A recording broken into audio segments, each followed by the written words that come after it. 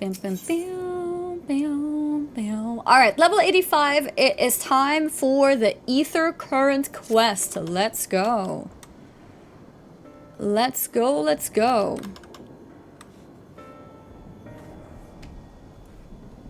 Any tips when to start leveling other classes or a good way? In Final Fantasy 14? I'm not really an alt person, so I don't know. If you have over-leveled your quests, you can take a look to see if you have other classes around the same level. Otherwise, I think just probably doing like daily dungeons and stuff like that is probably best. Ask Ice when he wakes up. Yeah, I think we have some FF14 experienced people who can give tips and tricks. You ready then? Oh yeah, I remember where we stopped yesterday. In that case, let's head to Palaka Stand. No doubt Vertra is awaiting us.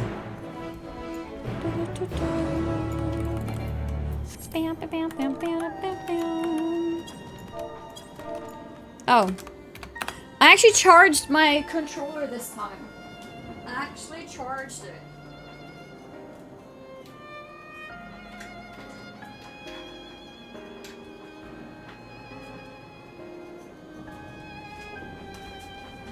Okay.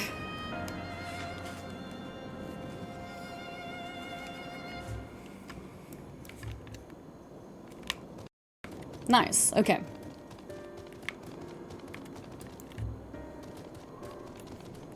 Down, down, down, down.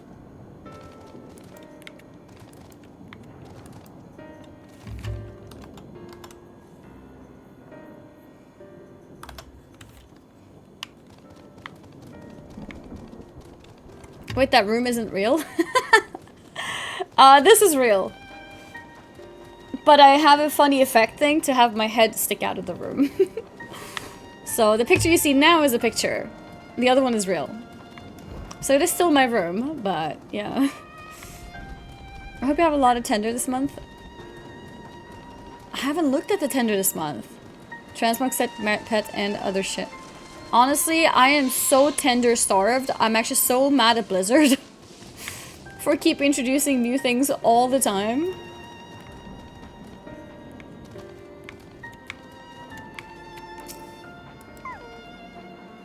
Mount and Chancellors they cost 800 each. I won't afford that, so I think I'll just do the mount, I guess.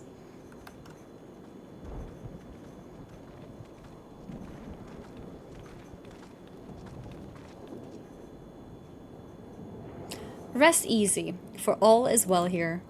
Young Matsuya returned with the babe safe in his arms. Owing to a warm bed, the girl hath already begun to regain her strength. Less joyously received was word of the mother and father's fate, as well as that of their transformed neighbors. How many children of Thavner must we lose to this calamity? Mothers and fathers, brothers and sisters, sons and daughters, every death another void that can never be filled.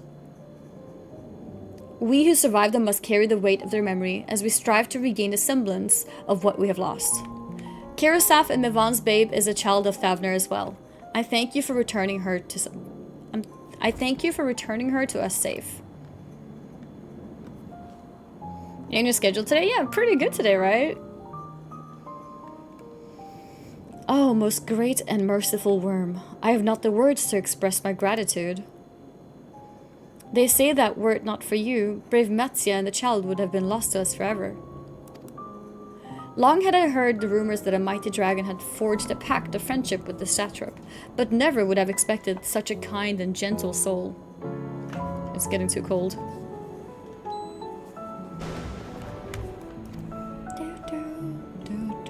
Truth in part, but not in whole.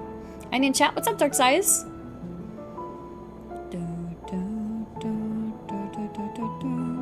Since we're starting this gym time for me, enjoy. I'm Vertra, and for years uncounted hath this isle served as mine abode. An isle I have ruled over as satrap, with Ahewan as my loyal servant. Are my ears to be believed? You were the true satrap all along? Oh, is that Nidana? Nidana? What are you doing here? Hi!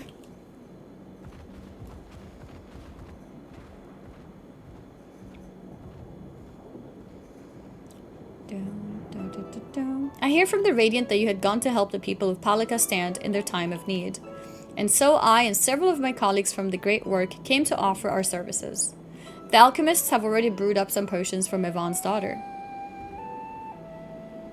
But enough about us. You and your role are the far greater enigma. If you were the true satrap all along, could it be that young Varshan was created to serve as your emissary? Thou didst suspect the boy was but a simulacrum? Thou didst suspect the boy was but a simulacrum?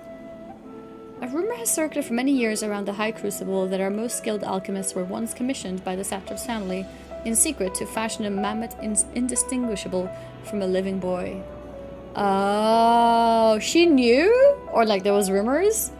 Look at Varshan with that knowledge. I simply put two and two together. I was not alone in drawing this conclusion, but like me, they no doubt recognized that the satrap was using the simulacrum to work more closely with his people, and decided not to press the issue. I had always assumed one of Ahewan's associates was manipulating it from afar, though the truth is indeed far more surprising. It is an honor to meet you in the flesh, Master Vitra. Pray allow me to express my gratitude. If you had not believed in and given unto us your scales, I do not know where we would be. Thank you, from the bottom of my heart. 'Twas thou and thy fellow alchemists that fashioned the means to unmake the towers. You were the saviors, not only of Radzatan, but the star. Far too kind you are, Master Vitra, but the star yet wants for salvation. Once more will my colleagues and I commit the knowledge and resources at our disposal to the mission of aiding the people in this, their darkest hour. 'Twould seem this place is in good hands. I would return to see how Radzatan fares. What will you do, Science? I worry for the survivors we met at Purusa. Shall we pay them a visit before making our way back? In that case, might I ask a favor? Nothing too burdensome, I promise. This way.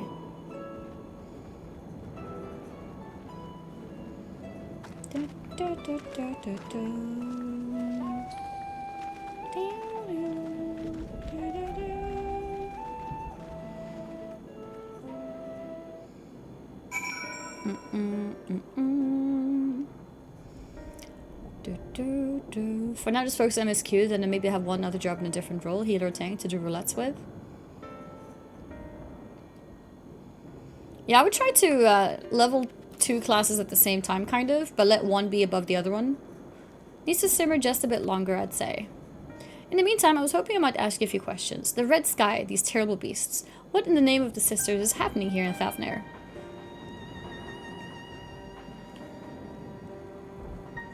Oh my, that's rather a lot to take in. It would seem the situation is even more grave than we suspected. Thank you, friend. My colleagues and I will use your knowledge to see if it can further our own research. And with that, here we are.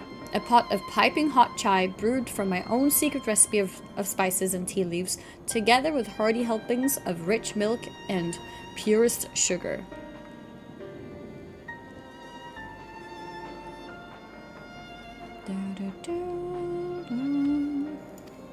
I've made enough for everyone in the village. Might I trouble you to deliver a few cups? The drink has medicinal properties then? Not in the least. The ingredients are quite ordinary. It's so very tasty though and has a way of lifting the spirits. The spicy aroma and distinctive sweetness of chai is a simple, everyday pleasure on our island. Sometimes the best medicine is the simplest. You look like a child which wants to be picked up when speaking with Indada. I do not look like a child who wants to be picked up.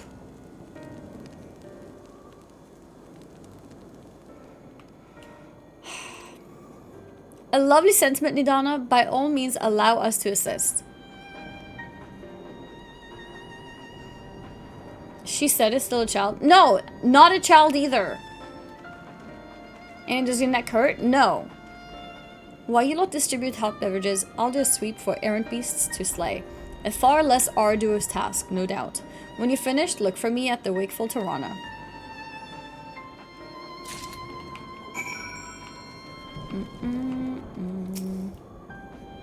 Look at them all lazing about, knowing full well the beasts might strike again at any moment. Do they not realize their lives are in danger?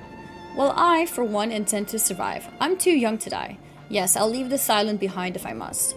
But where would I go? Is anywhere safe these days?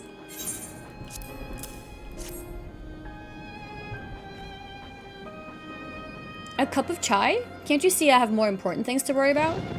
No, you're right. It is precisely in times like these that we must strive to remain calm and steady. I do believe I'll visit the elder and see what needs to be done. If there's any way I can aid my village and my friends, I will do it.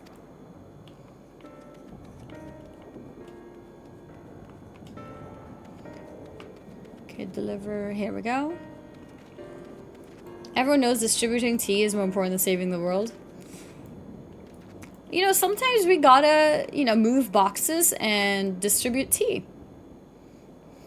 Wait, I know you. You were the one who saved us from those beasts back at the temple. Were it not for you, well, let's not even think about that. At times like this, we mustn't dwell on what might have been, but look to the future. But what future awaits us? How can Radzatan hope to recover from this? Most of my friends are gone, and I don't know where to turn.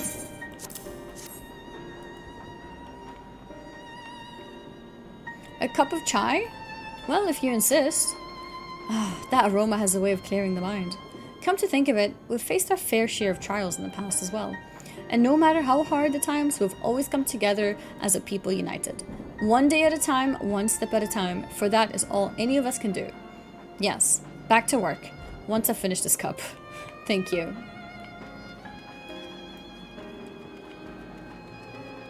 Okay, we have one more tea to hand out. Where's the last person? Oh, up there, okay.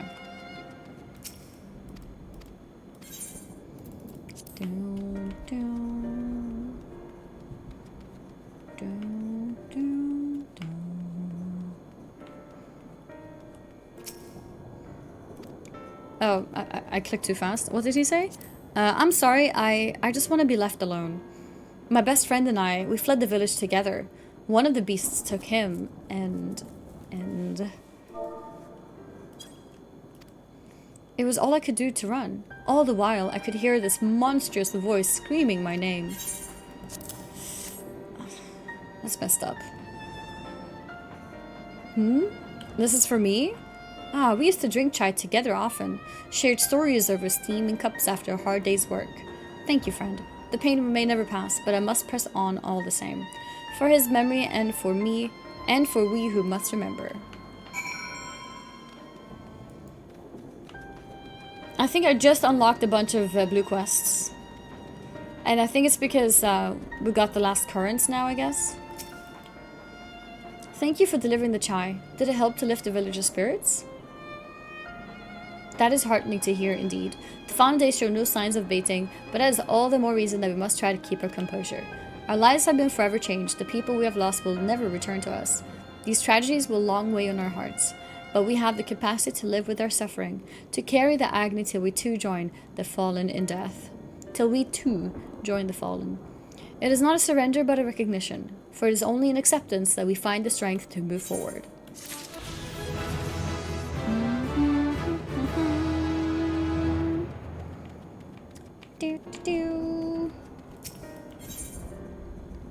Under his wing. My red mage is now level 87. Under his wing. Today's gonna be a huge MSQ day, can't wait. Yeah? Bro, no spoilers of spoilers. Time for flying soon? I don't think we're gonna get flying. As you finish your deliveries, might I talk with you for a moment? I was curious to know, what has become of Mevan and Karasov's remains? Oh, thank you, friend. Surely they'll be able to rest peacefully by each other's side. And the people of Palakastan will perform the rites as soon as we're able. As for the child, it will not be easy for her, growing up without her parents, but I promise to do what I can. Once she is able to eat solid food, the fish I catch will help nourish her. Poor child. Well, we finished delivering the chai. I do believe everyone has a piping hot cup. I could almost believe there's a magic at work, how their attention fades with every sip. Let us pray that Palakastan has seen the last of those transformations, at least for now. They're still at risk as every village in Thavnair, like as not. Still, I trust we can leave this place in the care of our friends from the Radiant and the High Crucible. Shall we return to Radzatan? By all means, do not let us keep you further. There are still many who have need of your wisdom and strength to deliver them from this terrible calamity. And I will do what I can as well. I will bring rations and supplies from Akiali. We have plenty to spare. Then let us find Estinian and be on our way. Where did he wander off to again? The wakeful Torana? Near the bridge to Razatan, as I recall. Very well then.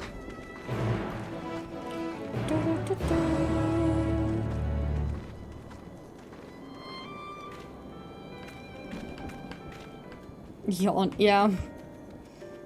Let's see. I need to zoom in. Here we go.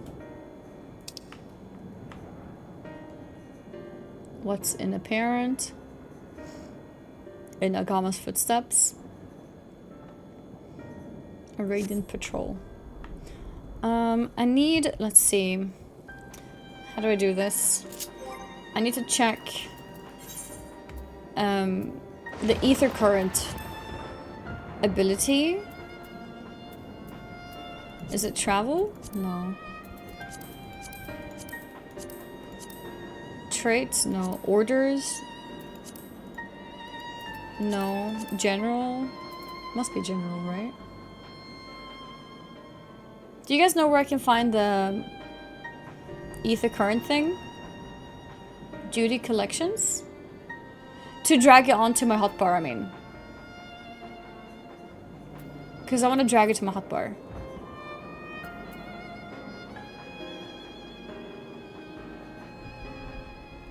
How do I get to collections?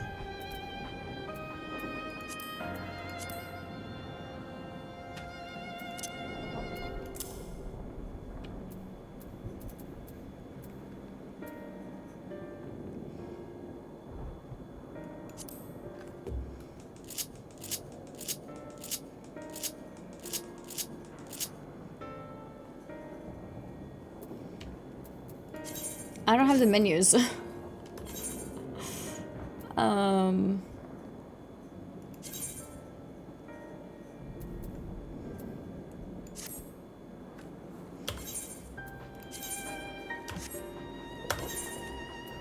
I keep pressing the here. Okay, switching to this. Okay.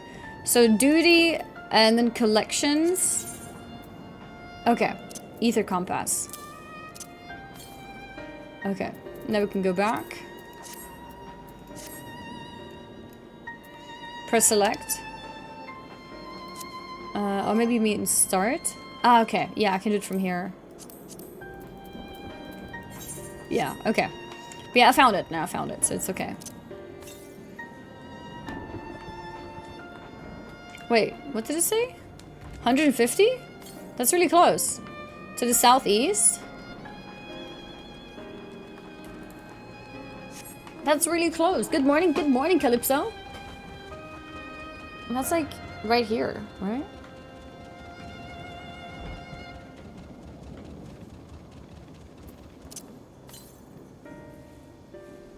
To the east. Ignore these guys. Oh, I see it. Guess don't fly around to collect them. That's actually true too. But no rush, because I need to do the quest first anyways.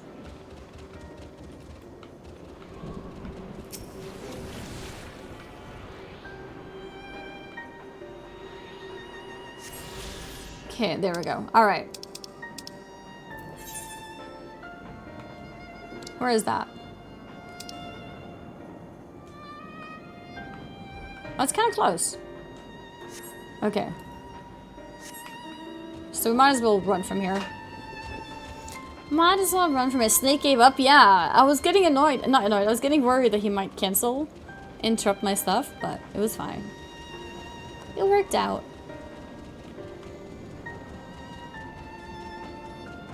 So we'll go this way.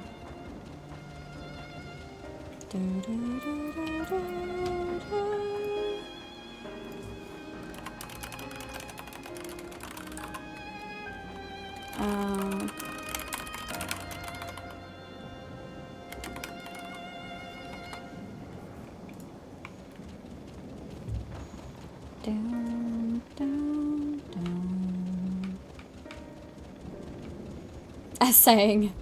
Yeah, I have a few plans to do. So basically, I think we're gonna have our first Hearthstone stream tomorrow.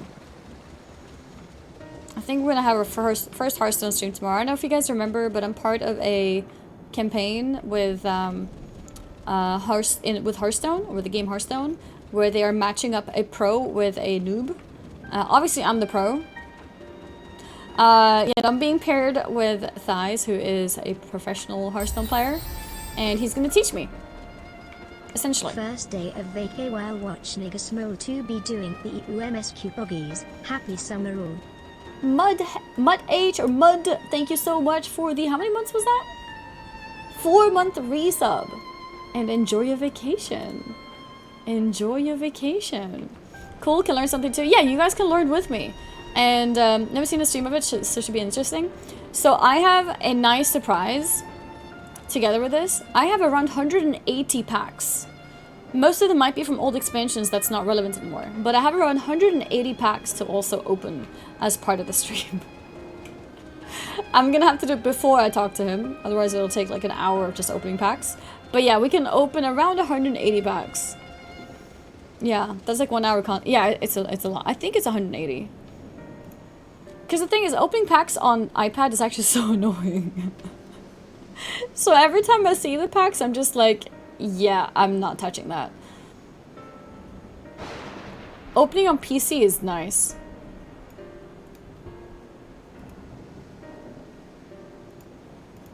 But yeah, so we're gonna open those as well. You can mass open in 1 sec now. On my iPad, I couldn't figure out a quick way to open them. I think on PC it's better. Becoming one of those YouTubers who opens card packs. I used to as part of my Hearthstone streams in the past. It was fun.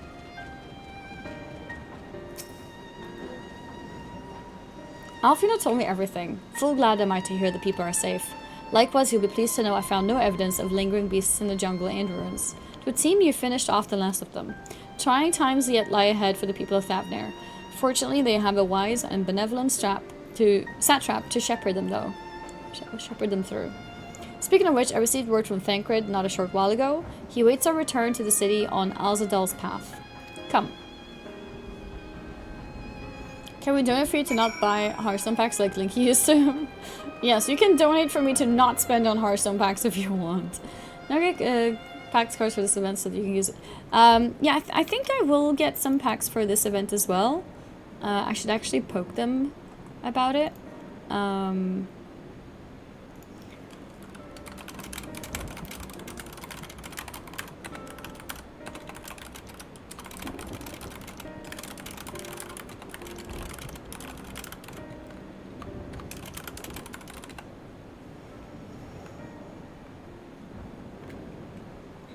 Down, down, down, down.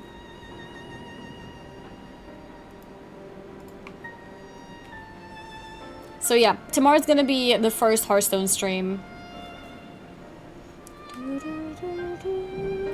PAX opening stream gonna take longer than Fortnite gift stream. Yeah, just a little bit. Just a little bit. Okay, we can keep going. Is that a full stream thing? So tomorrow is a little bit of a question mark. I think I'm gonna do a full Hearthstone stream, but it's gonna be a short stream. Because I have, as you guys know, Stormfall is in Stockholm, and I did manage to meet her this weekend because I wanted to focus on my weekend streams. I think weekend streams are important for me, so I wanted to make sure I do my FF14 stuff. So tomorrow, I was gonna meet her potentially one of the weekdays instead. So they have made plans with Mika and Elias as well, which is why you guys saw Mika in the stream earlier today. So I'm probably gonna have a short stream and then go meet them, essentially. Mika leaked, how could she? So I think that's gonna be the plan. So that's why it's gonna be a bit of a shorter stream. And then I'm gonna go there and meet up with them and potentially do something together on the Wednesday? Not sure yet. We take stories? Yeah, I can share stories. Probably. But yeah, so that's most likely going to be the plan for tomorrow, basically. Where's Stormful from? I actually couldn't find out. She's American. She's American, but she wanted to hang out in Sweden a bit, so she went to Nimna Yaba's place, and then now she's at Divity's place, and then tomorrow going to Mika's place. Oh, really? Yeah. It's good to see you safe. Given the skies, it's all too easy to fear the worst. I'm pleased to report that we succeeded in quelling the threat here in the city. The beasts have all been felled, and the citizens are safe for now. But it was a little bit awkward because I have this stream to do, so I can't really meet up with them as early as because they're gonna meet up early. But I have the stream, so I can't meet them. But I was thinking I'd do a short stream then instead, and then I'll meet them after. I think will be the plan. Please report that we've succeeded in quelling the threat here in the city. The beasts have all been felled, and the citizens are safe for now. I've also heard from the Radiant that an important proclamation will be made in the city square, though they said no more than that. Might you have any idea what this is about? Oops. So Richard's finally coming from behind the curtains. Oh my god. I can't read the event page. Here, okay. So Richard's finally coming out from behind the curtain. I suppose we too should hear what he has to say. To Migaduda then. But before that, it would appear that word of the assembly has not yet reached all the citizens. If anyone along the way seems unaware, would best enlighten them.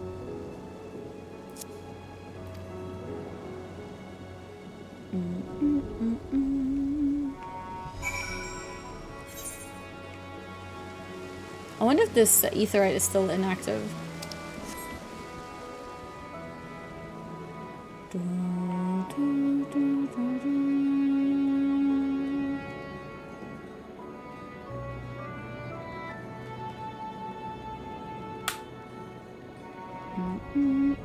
Oh, I was looking for my dash ability, but then I realized I'm red mage. Yeah, it's still inactive. I mean, I guess I have the sprint ability I could use. You will know when it's active? Okay.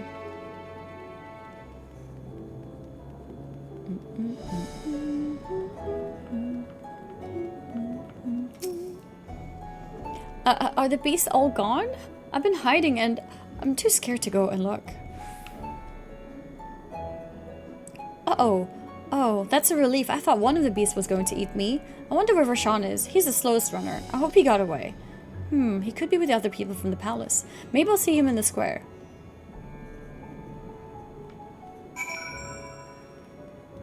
Search for townspeople who missed the announcement. Okay. Wait, why am I slow running? Oh, I'm not pressing properly?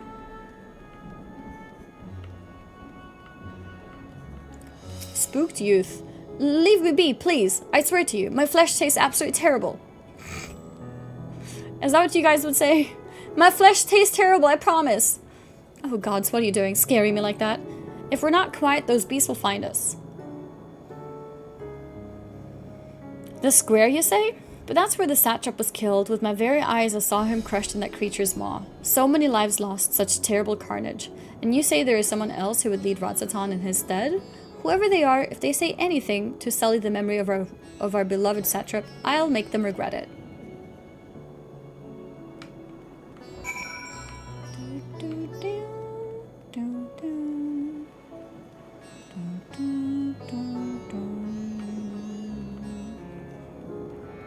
I'm going the right way? Yeah, I see it. What are they doing here?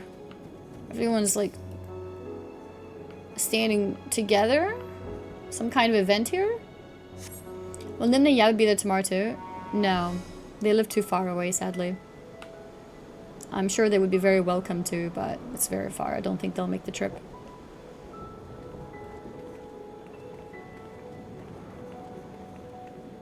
Down, down. Look! Someone's coming! Look, someone's coming.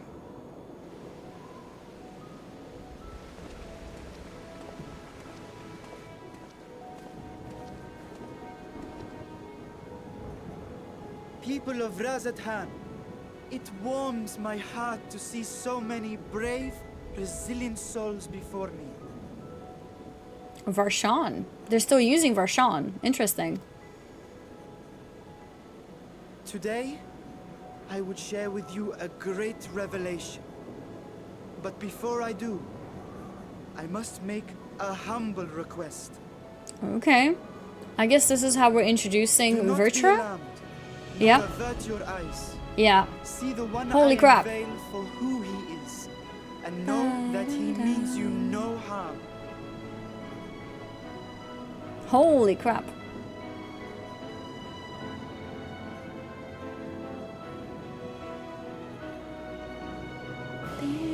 Very well. I dare say it can't be worse than the horrors we've already seen. I mean, that's true. It can't be worse. Many thanks.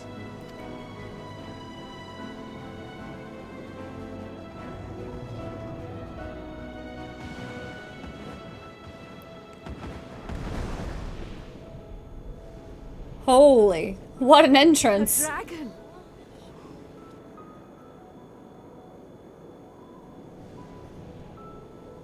Wow! Ah, they're positive.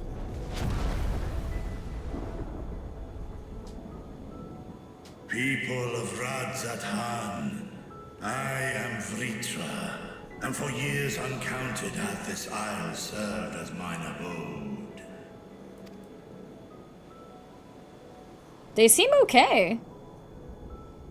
'Tis as the Satrap's ally I am known. Today, I would reveal the truth unto you. He wanted Vertra to tell the truth. Let us hope they accept him. They seem positive, I think. My character is so adorable. Don't you think, chat? Annie's blind. Why is she blind? She's cosplaying. She just recently played through Nier Replicant, okay?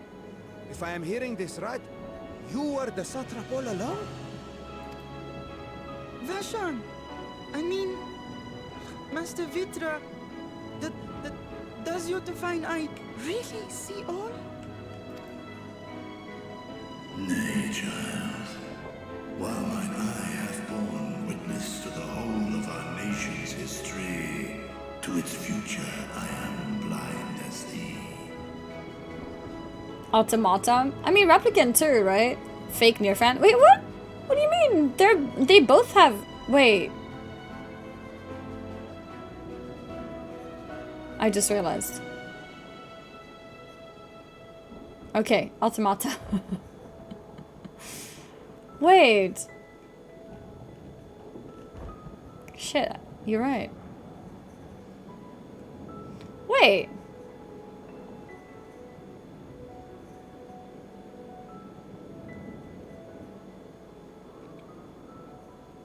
Oh, you're a Nier fan? Name every... Wait, I'm so confused now. My memory's like being weird to me. Wait, so Nier Automata, you play as 2B, right? What do you play as in Replicant?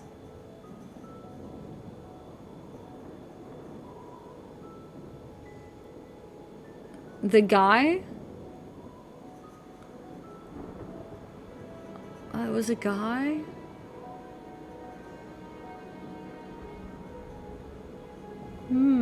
You play as Nier? Wait, he wasn't called Nier, was he? That's crazy. I forgot about that. That's actually crazy.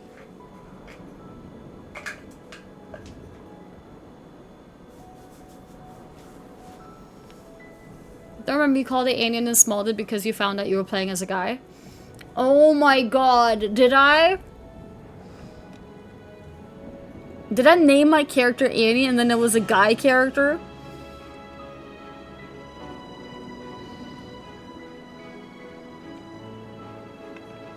That's funny. Did I change it? I don't think you finished the game. No, I finished the game, but I didn't do multiple endings.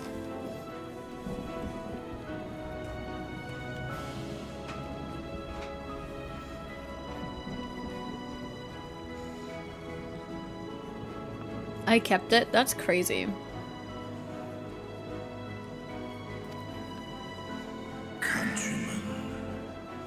calamity the likes of which we have never known is come to Fafnir, our home. Friends and loved ones have been taken from us. I, too, have lost my closest confidant. Ahawan loved this land and served it with dignity till his dying breath. A nobler satrap there will never be.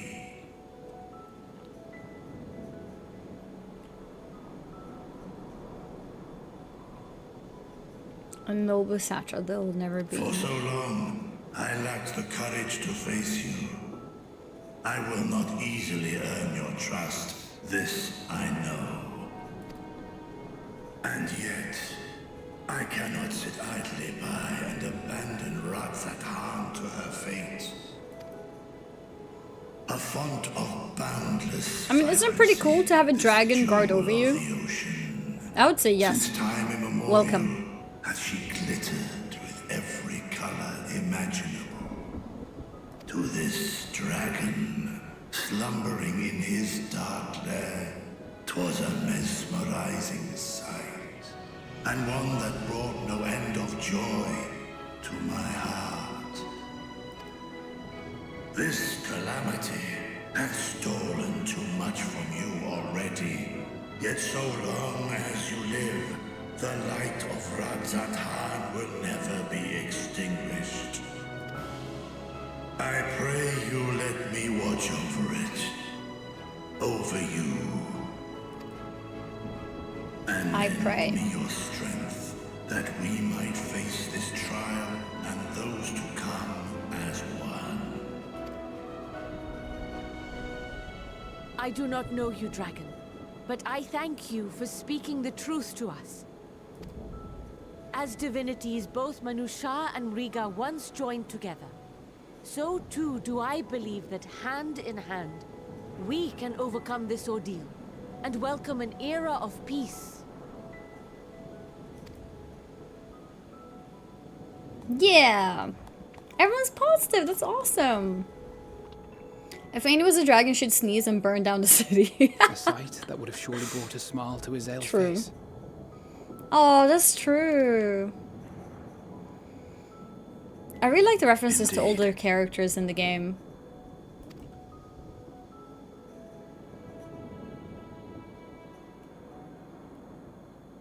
Oh. They're here? Okay.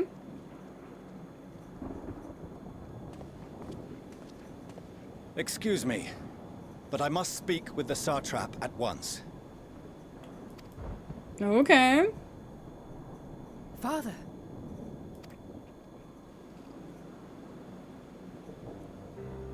You have suffered dearly of late, yet you must endeavor to look beyond these losses to the future you yet have. Okay. On behalf of the Forum of Sharlayan, I come with a proposal by which you, the people of Ratzathan, might be saved. Wait, did he completely ignore his kid and just talk to the people? I thought he was telling his daughter that they've suffered too much. I was like, oh damn, first time he's so nice. But now I realize he just completely ignored her.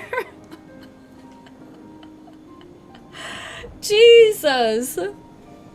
And they're not his kids anymore, he disowned them. They are his kids still. Like, you can't take away biology. I say again, I must speak with your satrap. I beseech you, take me to him with all possible haste. Well, the satrap is here, dumbass. I am satrap here. Speak thy proposal. All present shall hear and judge. Well then, get wrecked.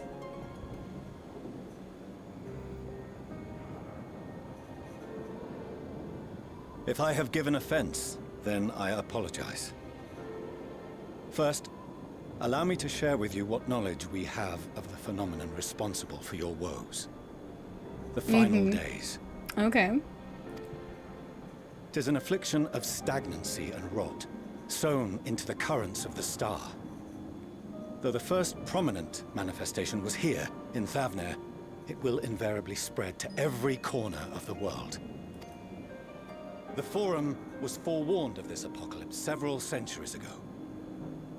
Thenceforth, my predecessors sought to prepare for the end times in the only conceivable fashion, by securing a means of escape.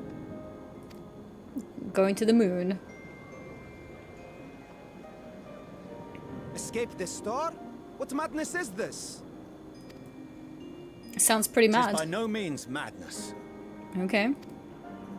With the coming of the 7th Umbral Calamity, the true nature of the Red Moon, Dalamud, was revealed. That it was an artificial construct of ancient Alag. But what of the Silver Moon? This celestial satellite is yet another technological marvel fashioned and maintained by ancient allies. A ship that will sail the heavens and deliver our people from destruction. And by our people, I speak not only of Sharlayan. We mean to save every man, woman, and child it is within our power to save. Mm-hmm. Including you, our dear friends of Radzat Han. Recent events necessitate adjustments be made, and quickly, but we can and will escort you safely to the moon.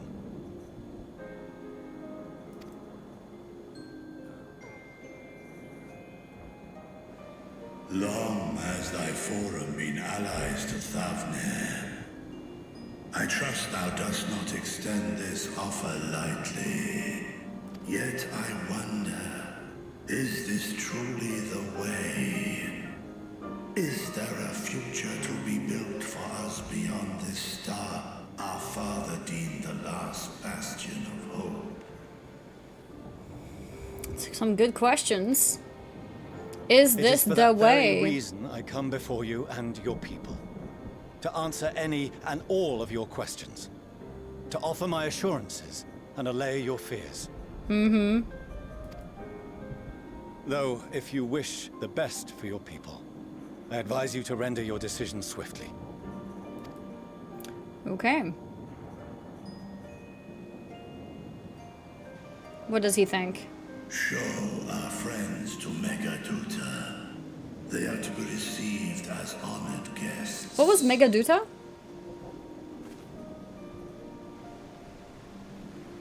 Worry not. Whatever decision is reached, your paths shall be yours. That to was decide. his place? Okay, I see. The palace? Alright. I was like, I've read this word a lot of times, but I forgot what it was. Heed the warning of these brave heroes.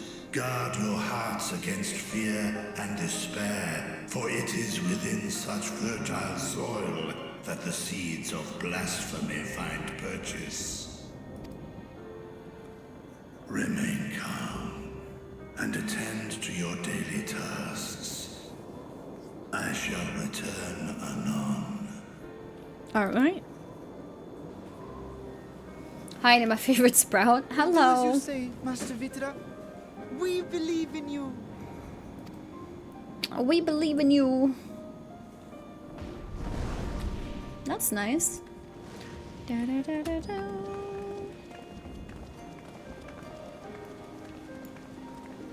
Do, do, do, do.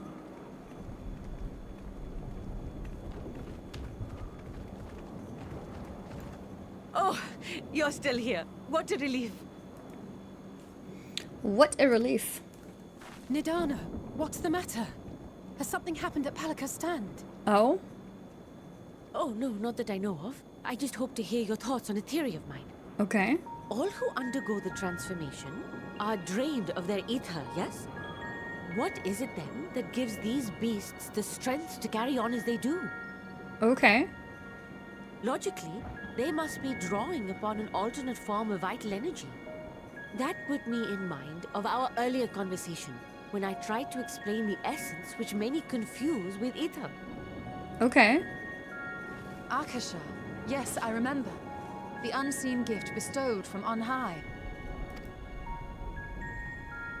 An energy influenced solely by emotion. Yes, yes. In this instance, negative ones set Akasha into motion, thereby infusing the beasts with vitality. I posit this as the mechanism by which the beasts are born and sustained. Okay. Ah, do you still have that flower? I do.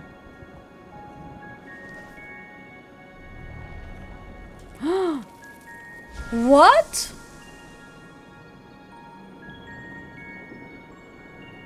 If we accept that it once That shone flower has bright been with by me for the drawing longest upon Akasha, time. influenced by the thoughts of those nearby,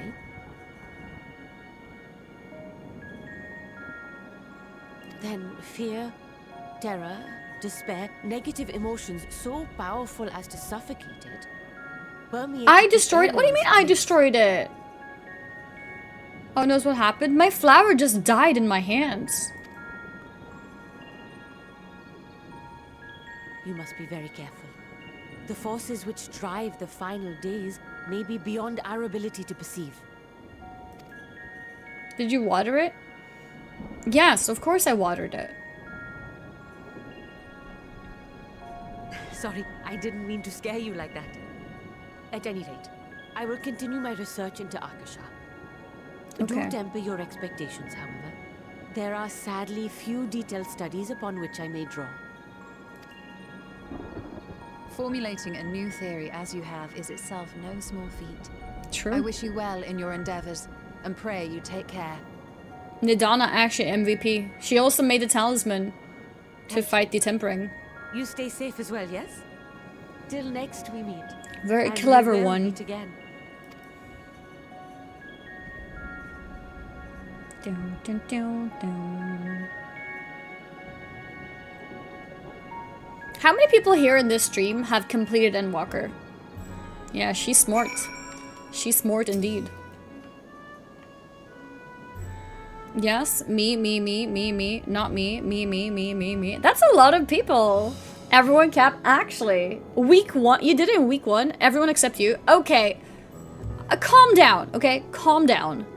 Okay, who also has not completed it? Anyone? I'm in 6.4. Me. Okay, a couple people. I haven't.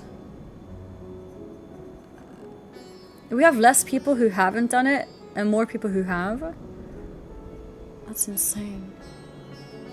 Not played any? Okay. So a few people who may not be experienced. I'm at the end of Dawn Trail now. Okay. Well, that's cool. I'm impressed that you guys are so respectful with, like, spoilers and stuff. It's awesome. Makes sense. It's an MSQ spoiler stream. People who haven't played it won't watch. That's true. That's true. We got you. Yeah. Watching respectfully. As far as we have come, and after all the horrors we've seen, there is still so much we do not know about the final days. Could it be, as Nidana said, that the cause of this phenomenon is beyond our comprehension? And if so, are we powerless to forestall it? At World's End.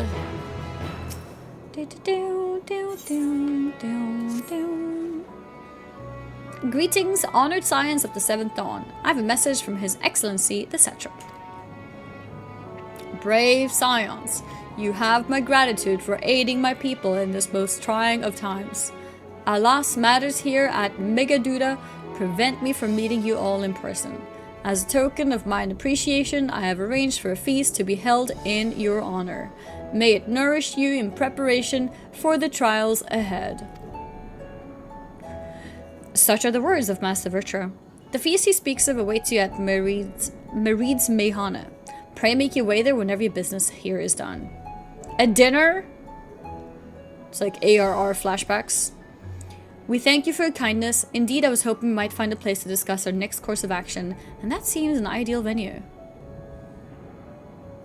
Oh, and to you, Anifush, there is someone who had hoped to introduce to you in particular.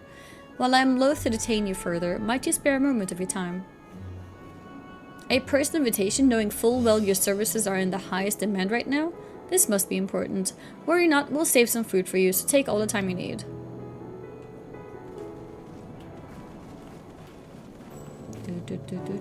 Thank you, friend. Whenever you're ready, please join me in the Aetheryte Plaza. I shall go on ahead. Okay, I should probably stop doing that.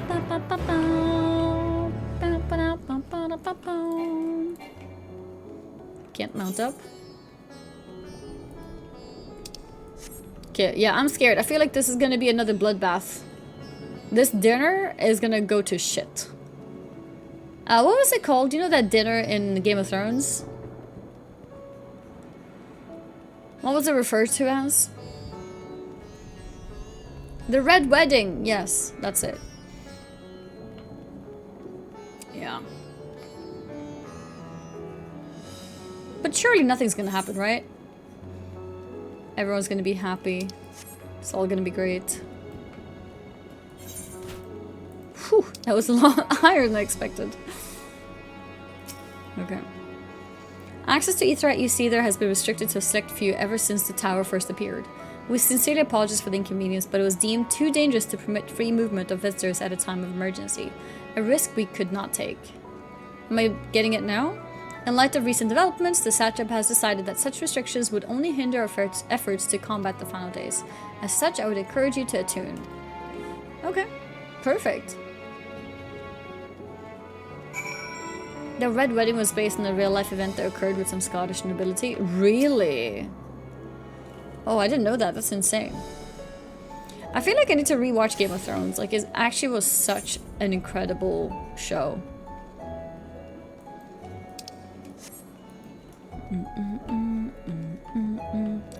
This class I'm playing is Red Mage. House of the Dragon is better. Oh, maybe I should just... Yeah, maybe I should just watch House of the Dragon, because I never got a chance to watch that, actually. Go to show despite the ending. Yeah, I feel the same. Like, I didn't like the ending, like the last season, but I think it's still, like, an incredible show. House of the Dragon is good. Yeah, I should watch House of the Dragon. Is it HBO? Ah, you must be wondering what this place is. You stand in the hall of a radiant host from where our leadership oversees all of Radzatan's military operations. Sundrop, our destination, lies just ahead. It's called Max now? Wait, are you serious?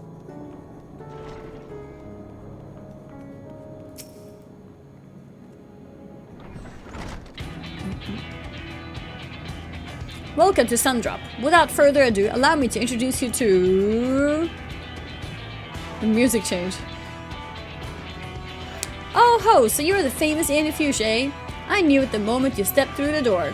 You're the look of one who's walked through hell. Guys, when you meet people, do you tell them they look like they've walked through hell? Doesn't that mean I look ugly? Always? Yes?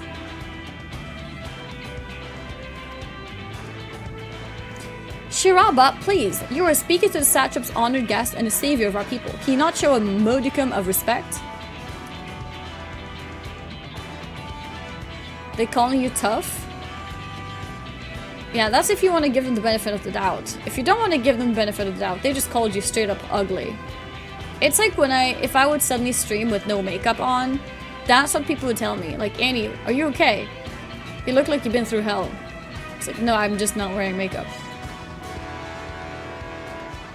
You have red hair like the fires of hell. Please never do that. Oh, don't worry, I won't. No, what disrespect is there in paying a fellow warrior a compliment? We're all friends here, or will be soon enough. More formality then, for the benefit of my countrymen. It is a pleasure to have you with us, O great champion of Eorzea, scion of the seventh dawn, warrior of light, and all-round good egg, I'm sure. All-round good egg, I'm sure. Okay.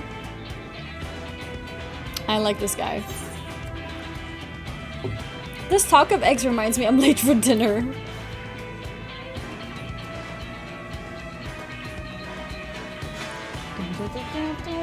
I wore no makeup to college one time and my professor asked if I was sick. Yeah, no, it's actually true. Sarcastic Sarah? I'm sure that sentence was not sarcastic, right? Is that a true story? I've got carrot cake with vanilla icing and walnuts in it. Oh, that sounds nice. I like sarcastic Sarah already. First playthrough? Yeah, it's my first playthrough. Bah ha ha ha, a woman after my own heart. I like that. Don't you worry, I'll keep it short. There's just a thing or two I'd like you to remember. First of all, about the room you're standing in now. Ranzatan welcomes delegates from other lands to oversee trade and diplomatic dealings. Then there are military matters to discuss, which is why all those officers are stationed here in Sundrop. I imagine you're more than familiar with each of the nations they represent, yes? It was sincere, lol. Yeah. No, it's a real thing. It's a real thing. We've got representatives from Doma. Ulda and Alamigo. The thing is, my own parents, on the days when I'm not wearing makeup, especially my dad, on the day when I'm wearing my makeup, it's like, oh, like, you're glowing, like, you look great, like, does it mean that you're sleeping better now, etc, right? And then when I come and I'm not wearing makeup, it's like, are you okay? Are you sleeping enough? It's like, as a matter of fact, Dad, I had like 11 hours of sleep today. I'm actually so well rested. So, yeah. Of course, real, they'll always go to make a hottie every single detail, like have your eyes, who wouldn't be worried when you suddenly look normal? Yeah, I mean, it makes sense, but it is annoying. But it does make sense, yeah. Yeah, because you get like darker eyes and, you know, you just look more tired, right? I can't sleep 11 hours straight. No? I think I have a talent for sleeping. Ulda and Alamigo. Are you watering the sprout on your head enough? Limza Luminza. Oh, everyone's here? Gridania.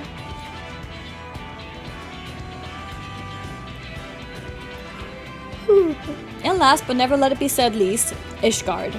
They're the eyes, ears, and mouths that bridge the distance between Ranzatan and their respective homelands. We've used this brief respite to share the details of our plight with our overseas counterparts.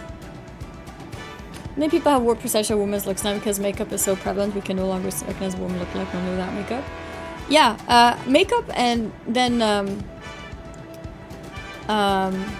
online, like Photoshop, and even just like live filters.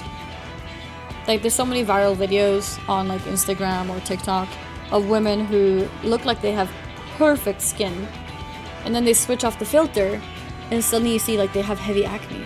Like filters are so good these days, it removes heavy acne, like it's insane. People start thinking that that's just real. So young girls have less confidence. People become, I guess, like non-girls start having higher expectations of how a woman should look like. So it's a lot of, it's a lot of problems, honestly, with that. My Tinder date did not look like her photos at all. Yeah, it's like people are kind of like catfishing themselves because they heavy edit their own pictures. Because they, you know, feel like they need to compete with everyone else who posts online. And everyone posts online with filtered images, you know? And it's sad, but that's just how it's become. It's kind of difficult to undo. It's just what it's become. Like sometimes when guys are like mean to girls in certain situations, they show like a picture of the woman with no makeup. And then like they post it implying like, look, she's so ugly. And the funny thing is, especially if you are a girl or if you are someone who is used to makeup and you know before and after makeup in detail, you look at them, yeah, like the Pokey one. Like you look at them and it's like, you realize like this girl without makeup actually looks above average even. Like they post a makeup that like a face without makeup and they think they like gotcha, but in reality like they actually posted a person who looks better than average without makeup, but they don't know that. You know what I mean? Yeah, Pokemon is a good one. Because, I mean, she made a bit bad face, I guess, in that photo, obviously. But, like, if you look at the skin and stuff, like, her skin looks good. But people don't understand what reality looks like, so they post it thinking that they did something. So YouTube short of a LA plastic surgeon guessing ages of girls on Insta, and he legit add like 10-20 years to the girls because they all had surgery plus using filters. Those girls who legit look 35 because of the makeup plus surgery.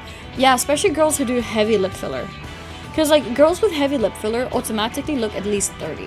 So like some girls are like, there was one girl who was like 23 or something. And then she was asking like, how old do I look, guys? And I also thought she looked at least 30, maybe 35. And some people were like, oh, you're 40, 45. And she posted like a response video to herself and said that she was shocked at people's guesses and stuff like that. And that was her like age reveal. She said she's 23. And I was like, what? And I think part of it is fillers, because it changes the face so much. They don't realize they're like aging their face, you know? Aren't dates supposed to be not traditional curves and long? Is this guy a bot? I feel like he's typed so many weird things. But yeah, buccal fat removal? I don't know what that is. I think he is, yeah? I'm so confused because he's been following since 2020.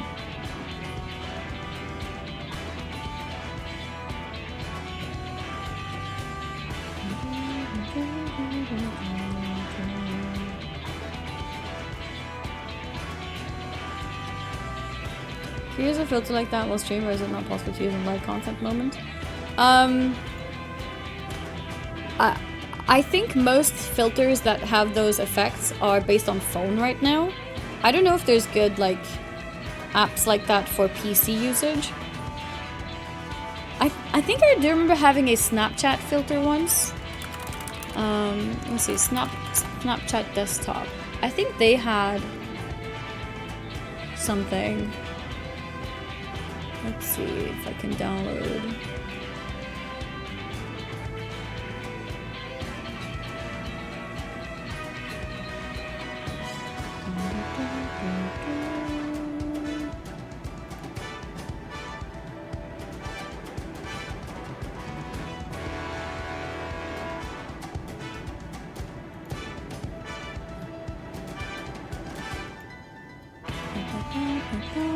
Yeah, for the Dragonflight one, right? I remember using Snapchat for that. I don't know how good the filters themselves were. But yeah, I could imagine it coming to PC as well eventually. It's just that most people use mobile these days for recording themselves. Not many people use PC camera. But yes, more and more people are using filters though. A lot of the newer real cameras, like what's it called? DSLR cameras or whatever? Like, a lot of those cameras are also starting to have filters. Right.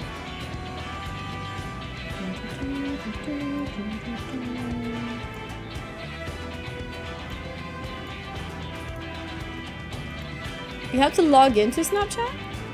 I don't remember having to log in last time I was.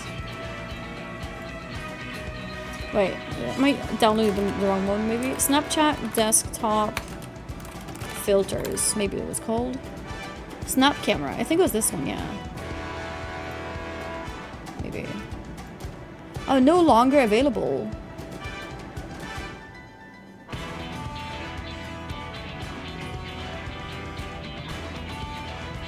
I wonder why.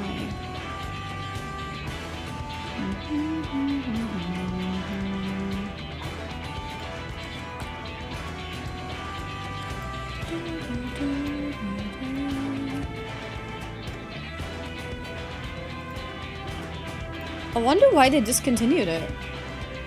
But yeah, like I said, I don't think PC filters is as popular yet.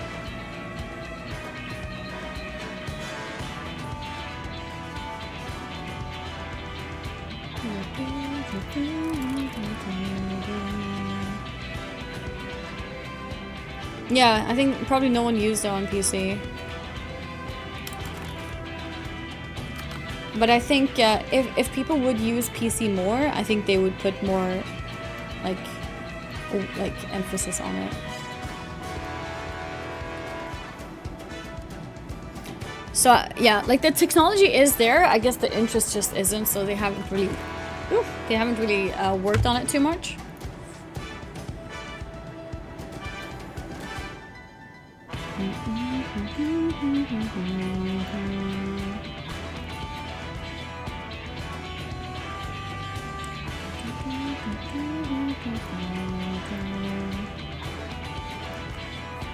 We've used this brief respite to share the details of our plight with our overseas counterparts. And wouldn't you know it, all of the leaders requested a few words from you specifically. You're a woman in high demand, eh? And so, would you mind regaling us with your own account? Indulge us before you indulge yourself.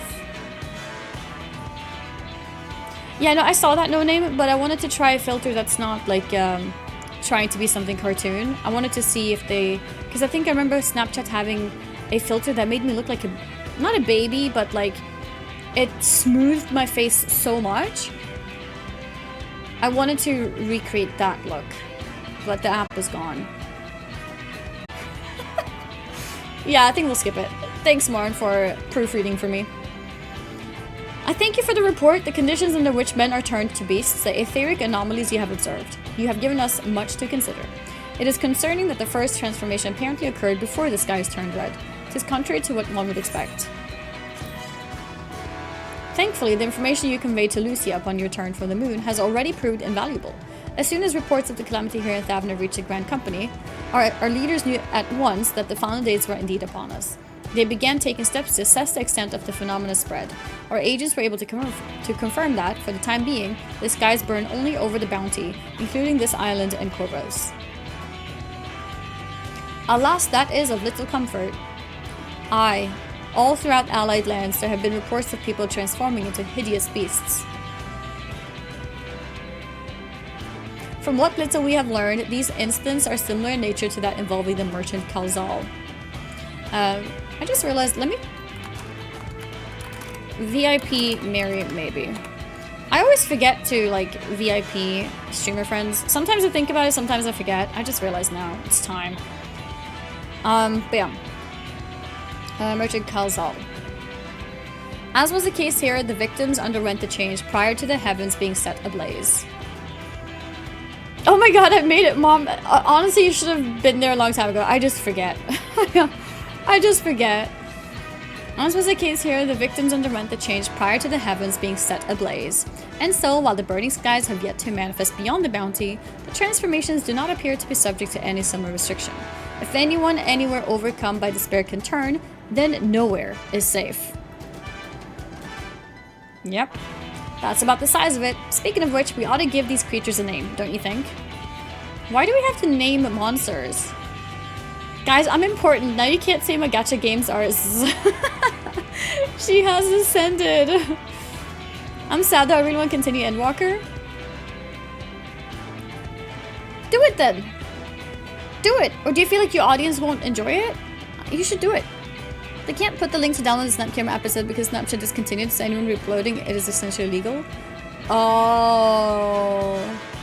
So they're just basically staying legal. That makes sense. Yeah, that makes sense. So they just made a patch for it. MySpace, your face with a gifted sub to Mary, maybe. Thank you. One sub to Mary, maybe. Look at her. 79 gift subs in the channel. Look at her. She's a VIP. She is subscriber. She is partner. She's farming the badges. I'm linked to an installer with the correct MD5, but I ain't installing that keylogger anyway. Yeah, I feel like, you know what? Let's skip that. I would like to play around with filters, but I think it's better to do with like a confirmed safe thing, not this like weird thing. A freaking badge farmer, yeah. Sadly, no filter makes you taller. Excuse me? Aren't mods bannable in this game? Yeah, I don't use any mods. They are bannable, especially if you use them to insult others. Like if you use a damage meter mod and insult somebody for their damage, insta ban. If you use some UI mods, they can, you know, ignore it. But yeah, I don't use any mods. I'm streaming, so it's not something that I want to encourage when it's something that they don't, you know, promote themselves. Bless you, thank you. This music is too hype for my morning vibe. That's about the size of it. Speaking of which, we ought to give these creatures a name. Don't you think? Here in Radzatan, we've taken to calling the first to change, which tend to be the biggest, blasphemies. Okay, sure, we call the first one blasphemies, as fitting a name as any. To ensure clarity in future communications, we shall urge our comrades to adopt this terminology. I guess that's useful. All leaders have taken measures to deal with the threat to the best of our abilities.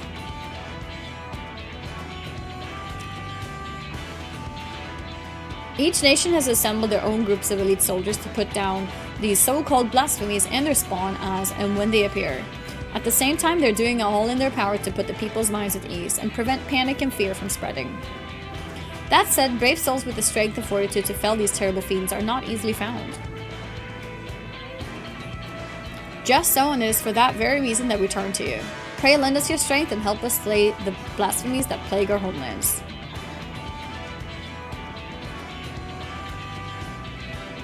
Now, you don't have to give your reply before dinner. I should also mention that each blasphemy seems to possess wildly different characteristics.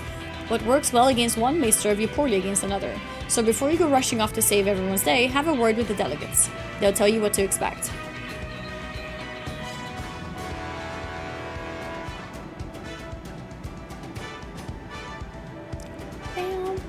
And with that, I do believe our friend here has a feast to attend to. Spare a thought for us while you're tucking into all that fine cuisine, eh? The character? Wait, what character? It's one of the reasons that FF14 is the best MMO. They cut way down on toxicity. Yeah, no, Final Fantasy XIV is definitely the safest MMO to play if you can't handle toxicity, for sure. Because it's immediately banned. It's immediately, like, moderated. You have gained access to the role quest for Endwalker. Oh! A separate quest line and story is now available for tank, melee DPS, physical range DPS, magical range DPS, and healer roles. That's cool! Try to take these quests, speak with any of the delegates in Sundrop, and agree to help defeat the blasphemies that plague their respective homelands. Do you know what quest or what level these start at? Do you have to be 85? Because then I need to get a tank and healer to 85. They're so extreme passive aggressive though. Yeah, so the toxicity does still come because humans are humans. And humans can be pretty horrible, but it's more passive-aggressive, which, to be fair, I think it's easier to handle passive-aggressive than someone who is full-on aggressive, so I would still, you know, say that's a better experience for a new player, but yeah. They start at 80, okay, perfect, because I think my summoner is 78, so I need like 2 levels then I could do the scholar version of it. Pisses me off infinitely more personally, but to each their own. I think it's annoying when someone's passive-aggressive, but I just leave, and that's that. But when someone is aggressive, like with insults and stuff, I think I feel more pushed away in a way. I don't know, it's hard to explain. I feel more scared, I guess. Because when someone's passive-aggressive, I'm just like, this person's an asshole, and I move on. When someone's aggressive, I feel like, oh shit, I do not want to be near this person. I need to like move away. I think because like I've had a lot of experience with people who are obsessive, stalkerish, aggressive. So whenever someone's aggressive, I get scared that if I leave, they're gonna follow me to like attack me again. Or like outside the game, they're gonna find me and attack me again. People who are just passive-aggressive usually just are passive-aggressive there, but when you leave, they don't follow you. Does that make sense? So for that reason, I prefer people who are passive-aggressive, because usually they're just assholes, but they don't care about whatever. Whereas the aggressive ones are more likely to be emotionally invested to you. Yeah, I think that's my best way to explain it. Trying to take these quests, speak with any of the delegates in Sundrop, and agree to help defeat... Yeah, okay. Yeah, I'm just gonna ban the bot. It's very strange. Okay. Like, I just got super weirded out. Pray forgive Shirabot her rudeness. She can be a bit boisterous at times, but it's simply her nature. Where Shirabot was a woman? I thought it was a guy. Talk to an NPC with it will tell you what you need to start a quest. That's true, I could take a look. Anyway, my apologies for keeping you from your hard-earned rest. You will be rejoining your companions, yes? Do you know the way to the Mayhain? I know Resin like the back of my hand. I have a terrible sense of direction. Let's say we have a terrible sense of direction. Truly a remarkable weakness for such a well-traveled adventurer. Anyway, you can either use the Ethernet or go by foot via the Ethernet Plaza. From there, cross through Balshan Bazaar and continue down the passage. You'll find yourself right in front of the Mayhain. When you I should have not said this. Okay, stop giving me instructions. And with that, I must return to my post. On behalf of all the Radiant host, I thank you and your friends once more for lending your strength and courage in our time of need. We shall endeavor to fight the good fight to the end, that we might honor Ahamon's legacy and serve Master Richard well. You have my word that your efforts will not be in vain.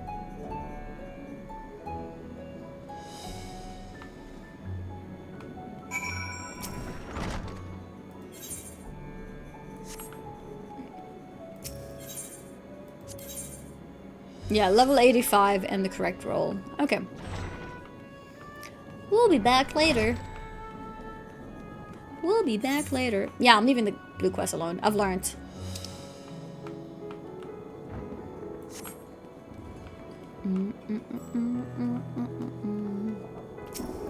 Okay, we'll go here.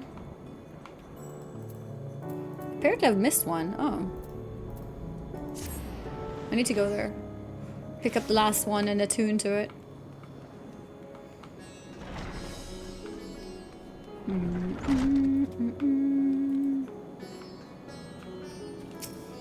Mihlil. Welcome. When the satrap asked us to entertain a party of honored guests, I was wondering who it might be. This is a lovely surprise, to say the least. By the way, I heard all about Kalzal from your friend Grahatia. I understand there was nothing that could be done, but I was heartened to hear he meant us no harm. I cannot thank you enough for dispatching the beasts. As the smallest token of our thanks, your food and drink tonight are Merita's treat.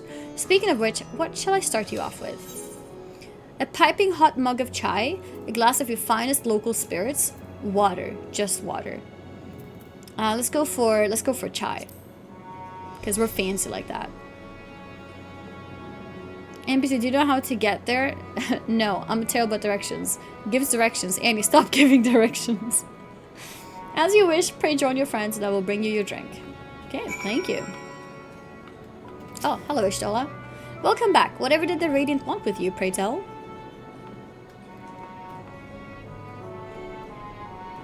Ishtola, why are you looking down so far? I'm not that low down.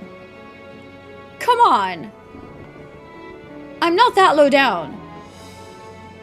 Our allies have sent military delegates. That's news to me. Mind sharing the details?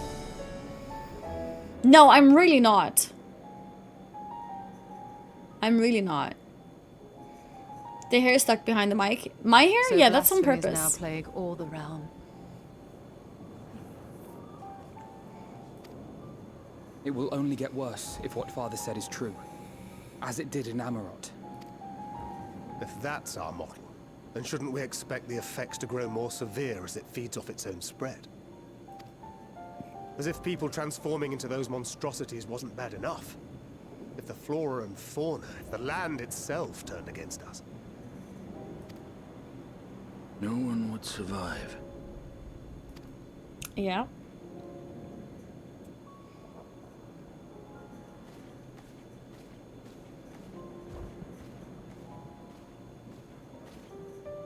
Here's your order, friend. My order? Uh-oh. Am I gonna get poisoned? Is it happening now?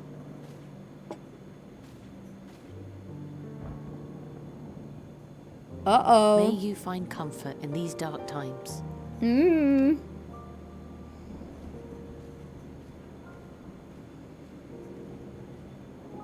Where do we go from here? If there's one thing we've learned, fighting blindly and simply reacting to what comes will accomplish nothing. We must find a solution that addresses the fundamental cause. Before our strength is exhausted, before this crisis spirals out of control. Mm-hmm. Is there something, anything we've overlooked? I'm gonna go past. I also don't want to get spoiled since I'm not here yet. Yeah, no, that's understandable. Have a good night, Mary. Take care. Bye-bye. And thanks for sharing your community here. Bringing your community here. Bye-bye. Yeah, bye-bye. If there is an answer, Hydaelyn herself will have it. 'Twas she who bound Zodiac and forestalled the final days. Alas, we have heard naught from her since the Tower of Babel. Whether she cannot or will not speak, I can only speculate. Even the flower she gave us is no more. The flower died. Feels bad, man. Elpis.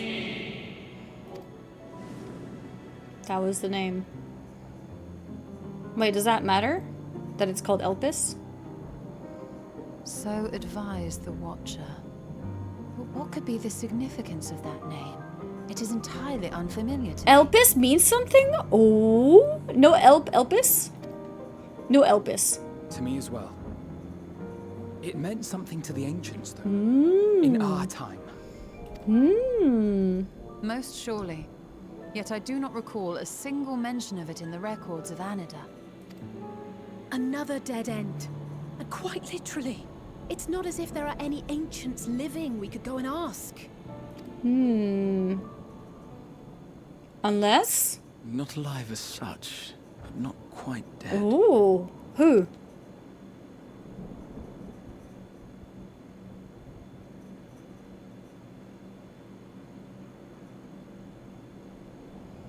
Elidibus. Oh? How? I sealed him in the White Horosite of the Crystal Tower back on the first. Okay. Contained within that reservoir of ether that maintains it, ether that is returned little by little to the sea. Naught may remain of his soul. However, if part of it lingers, we might be able to speak. So he's not dead? No, we can no longer make that journey, but you, my friend, still can. That's so cool. Visiting previous expansions. No Elpis. We're gonna go ask Elidibus for Elpis. I want you to look in on the others as well. If there is truly no other way, it's worth a try. True, we can look in on the others as well. Thank you, my friend. That would mean much to me. If nothing else, Elpicidus. should we learn the first is safe, we'll have that much more reason to keep fighting the good fight. That said, the odds are not in our favor, to say the least. Which is why we're fortunate to have Urianger up there on the moon, working hard to make all the necessary preparations for our departure, should it come to it. The thing is, if we do the departure, what's the word? If we do the departure method, it means that we're leaving so many people behind, including the first, which is not ideal. And why we have nothing to lose by staying the Bro, course till shush. the last I'm not gonna instant. read what he said. Hesmond, I'm giving you mod. Feel free to do what's necessary. And we have nothing to lose by staying the course till the last instant. Indeed. To the last, let us all do what we can. I will consult with Master Matoya and see if she knows of a way to reach Hydaelyn from the Ethereal Sea. See if she knows a way to reach the Hydaelyn from the Ethereal Sea. Okay, let's go. And I will visit the nation's leaders and attempt to ascertain how far the final days have progressed elsewhere. Okay. Keep me abreast of your findings. I can seek out and slay the worst of the immediate threats, if only to slow the spread. Unease, terror, despair. Try as we might to suppress them, these emotions will return to harry us time and time again. But when they do, remember this. Your friends and loved ones are out there somewhere, sharing in your struggle. You are not alone.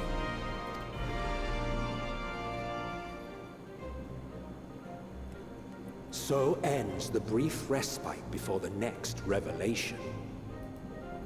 The brief respite. Yes.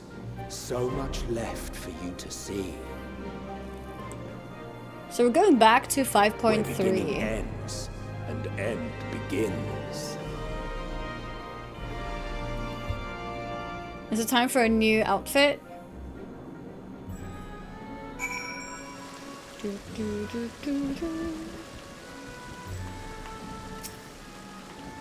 Now then, is there anything we've forgotten to mention?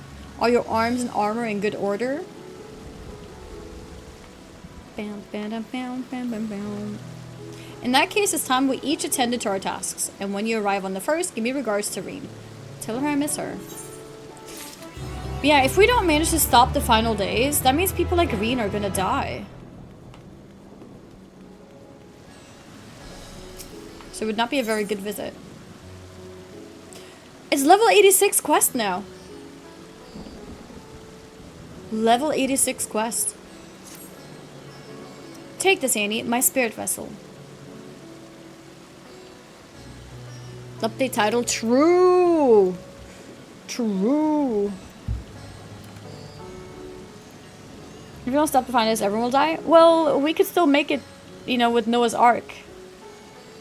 And leave.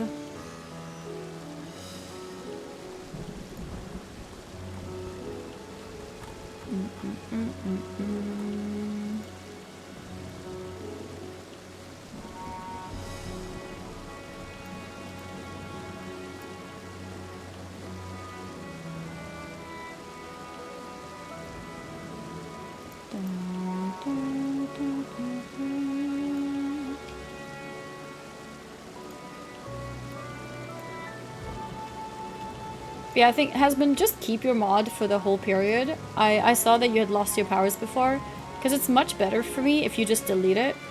Because even if I don't know what the person said, it still ruins feeling a bit. Just delete, don't comment, is better.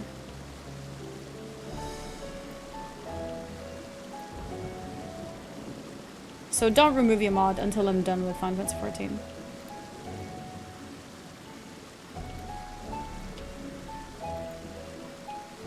I like referring it to Noah's Ark. It's good, right? And Noah's sun, Noah's moon, true. Noah's moon.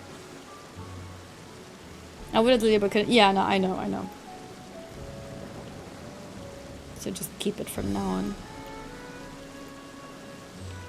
Empty now, of course, but it should allow you to operate the tower systems in the umbilicus. If even the smallest fragment of Elidibus' essence remains, it should be possible to locate it. As for access to the umbilicus, pray seek out Lena for assistance. Chances are she still stands watch at the Ascensor Gate. Lena. Was Lena the bunny girl? I kind of forgot. Yeah, okay.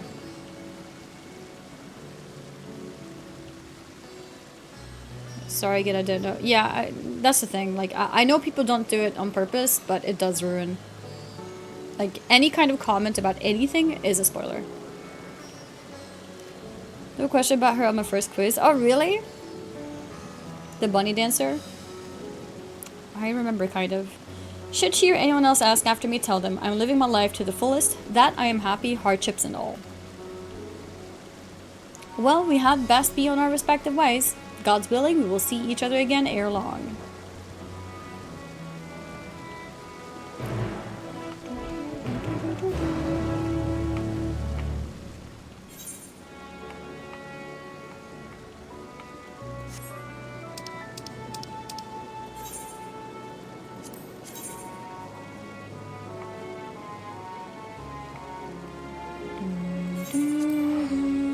Okay, I guess we'll go here.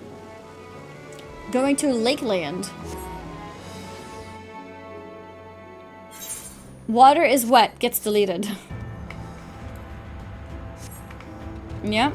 Mopping it out, or mopping it dry. Whatever. Is it this way? Yeah. I can fly! Wait, I need to zoom out. Wait, flying with controller is so weird. How do I go up? I have to point up, I guess. Okay.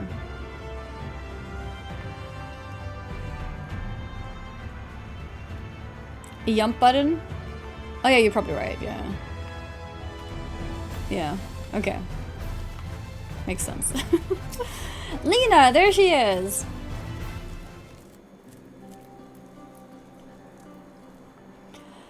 Annie, you are returned.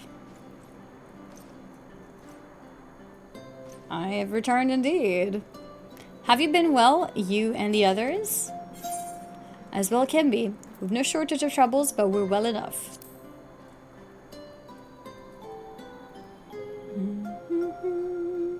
I just tuned in for Endwalker, but this is Shadowbringers. Need an Icelandic accent. How would that be? Then things are much the same for you as they were here. My lord is doubtless enjoying himself. Is that good? I don't know. Oh. Icelandic accent, please. He said this to you? These exact words? That was you just talking? Well, she is talking. Am I supposed to be singing? Oh, to know that he is happy, it fills my heart with joy. Thank you, Annie, for taking care of him. I didn't change accent. Too bad. I tried. That was my best attempt. When next you see him, please tell him not to overexert himself. Futile a request though it is. And tell him that all is well here. The peace you gifted us continues, and we work hard to build new lives for ourselves. In the course of this, we occasionally bicker, but we've never been more optimistic for the morrow.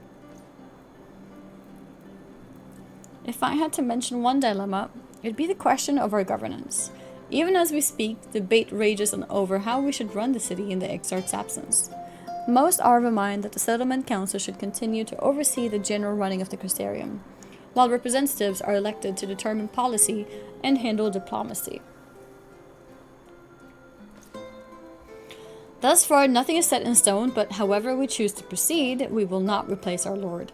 No one could. Maybe just a Swedish accent then for Lena? Have we recently observed any unusual phenomena?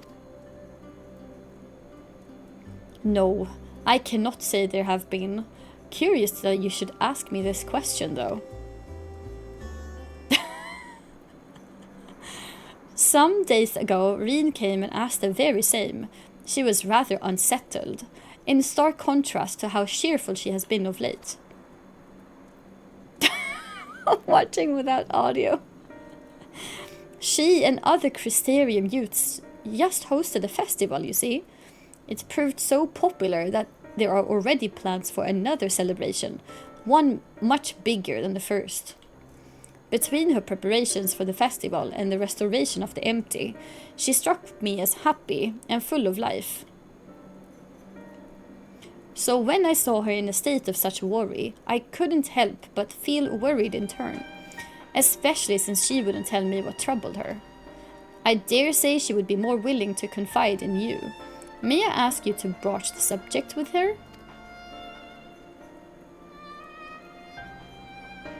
Yes. You wish to enter the umbilicus. Very well. I shall fetch the key at once and take the opportunity to find Reen. Please wait for me in the city in front of the Cabinet of Curiosity, shall we say. I will be along as soon as I can. She's been hired for a Dawn Trail voice actor role. Hey, if they need someone to sound Swedish, I'll be there. What the was that? Yes? Yes. Well, how did I say it?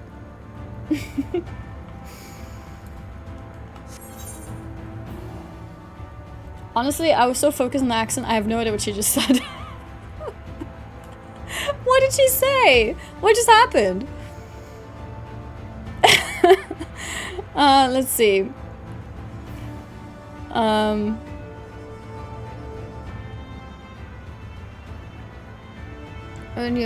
I can't say I've been curious, so you should ask me this question. Irene came and asked her the same. She was rather unsettled.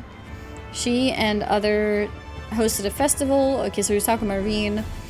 Between preparation for the festival and the restoration, she struck me as happy and full of life. And so when I saw her in a state of such worry, I couldn't help but feel worried.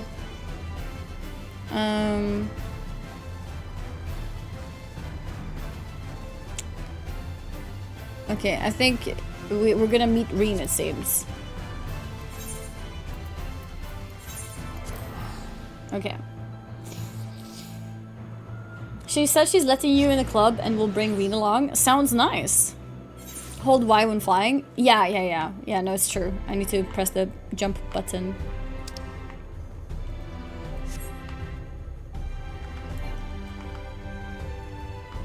But why? If you did this to old FF14 chat, she would have been instantly cancelled on Twitter, Reddit, Facebook, YouTube, MySpace, and Tumblr. Oh, true. Yump, yump, yump.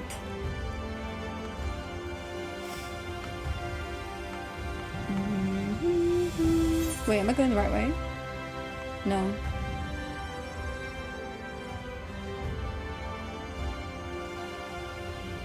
I think I'll go here and teleport, actually.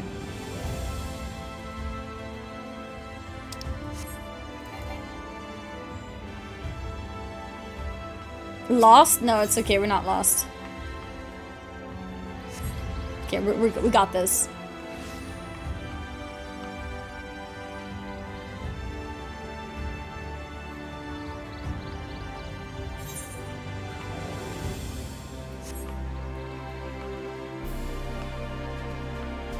Was it invisible wall here?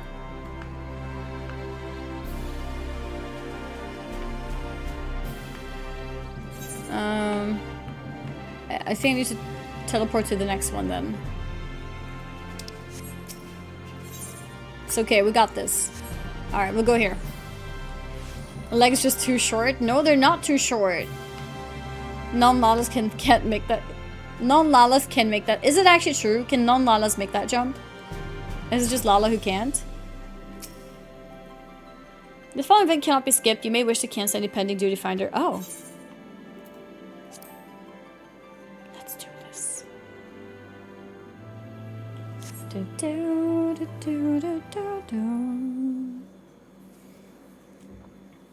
I think after today's stream, we might be over 50%. Actually, maybe we're already over 50% because we're MSQ level 86. Like, we're doing good. We're doing good. Do my old eyes deceive? Is that truly Annie? I'm around 40%? Really? 5 levels is 40%? Interesting. Ha! It is. Full glad am I to see you hale and whole, my friend. I remember Becklug. What a wonderful surprise it is to have you back with us, and at this most opportune time. Morin? I'm sorry, I don't remember Morin. In case you haven't heard, we are planning to produce a tome chronicling events from the Flood to the Knight's Return. For this project, we intend to draw upon records kept by the world's peoples. Oh, was Morin just a librarian? Historical and contemporary first-hand accounts will be the centerpiece of the tome, but yours would be the one to crown them all. I've been asked to contribute a chapter on the soul, a subject that is key to understanding much of your endeavors. In the course of developing the spirit vessel, I gained valuable insights into travel beyond the rift, knowledge that will allow me to attest to your existence and deeds. He's a librarian. Was he the librarian? He was not a very important character. Because I do remember there was an NPC at the library, so it might have been this one then. There is no end to the questions I would ask you, but if you could indulge me just one for now. In your quest to restore the night, you faced many a formidable foe. Among them, who offered you the greatest struggle? Titania, driven mad by light and loneliness, Vothri in his misguided self-righteousness, Hades, who bore the burden of his people. This may come as a surprise, but... Okay, what is this? ... What? What's the answer? Truly? I never would have guessed, but then if I could, I suppose I wouldn't have had to ask. What was my answer? This is a tremendously eye-opening answer, and we will see that your account of this battle features prominently in the tome. I'm not even told which battle it is. I know you'd love to talk to her ear off more, but we really should be on our way. Those documents for Yulmore won't collect themselves. Of course, of course. And afterwards, would you care to join me for tea? I was hoping you might clarify a few points in your treatise. Treatise? Till next time then, do tell the others to look after themselves. Our overzealous friend in particular, remind him not to overexert himself. Again and again till his ears fall off, if that's what it takes for him to take it to heart.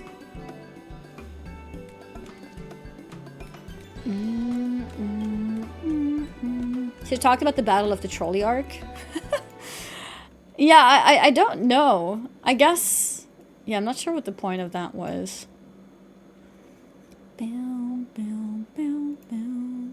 Is that the Warrior of Darkness? Oh, children. It's her! It's really her! What are you doing here?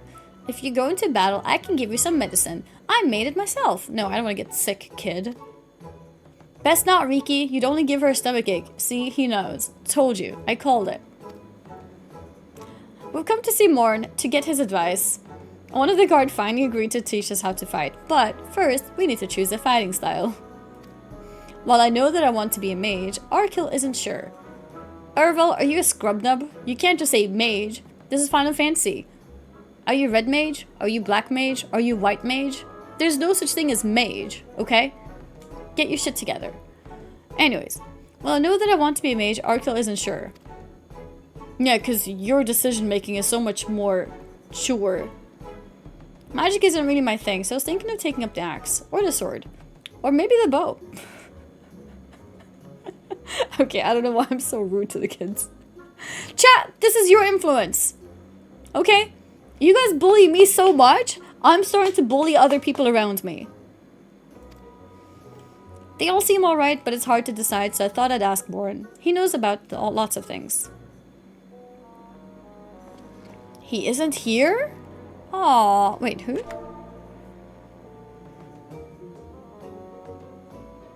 I mean, Morn was just nearby. What do you mean he wasn't here? Oh, why don't you have the Warrior of Darkness choose for you? 31 gifted a tier 1 sub to Toxic Way. They are given That's you, by the way? 549 gift subs in the channel. Toxic Way is not me. Okay? Thank you very much. Unbelievable. Actually, unbelievable. What do you think suits Arkil best? Axe, sword, or bow? For smiting your opponent, the axe. For protecting your friends, the sword. For fighting and hunting both, the bow.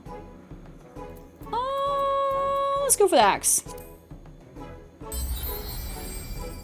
Malding. I'm not Malding Way either. Gifted a tier 1 sub to Malding Way. Why is there 914 gift subs in the channel? Why do these accounts even exist? How are you gifting a sub to these accounts? Anonymous gifted to Micro Annie? An anonymous user gifted a tier 1 sub to Micro Annie. Why is there an account called Micro Annie? Why is there a Kooming Way in the chat?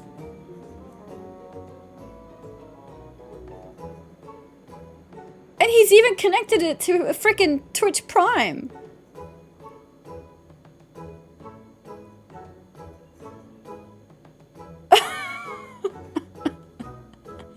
What the hell?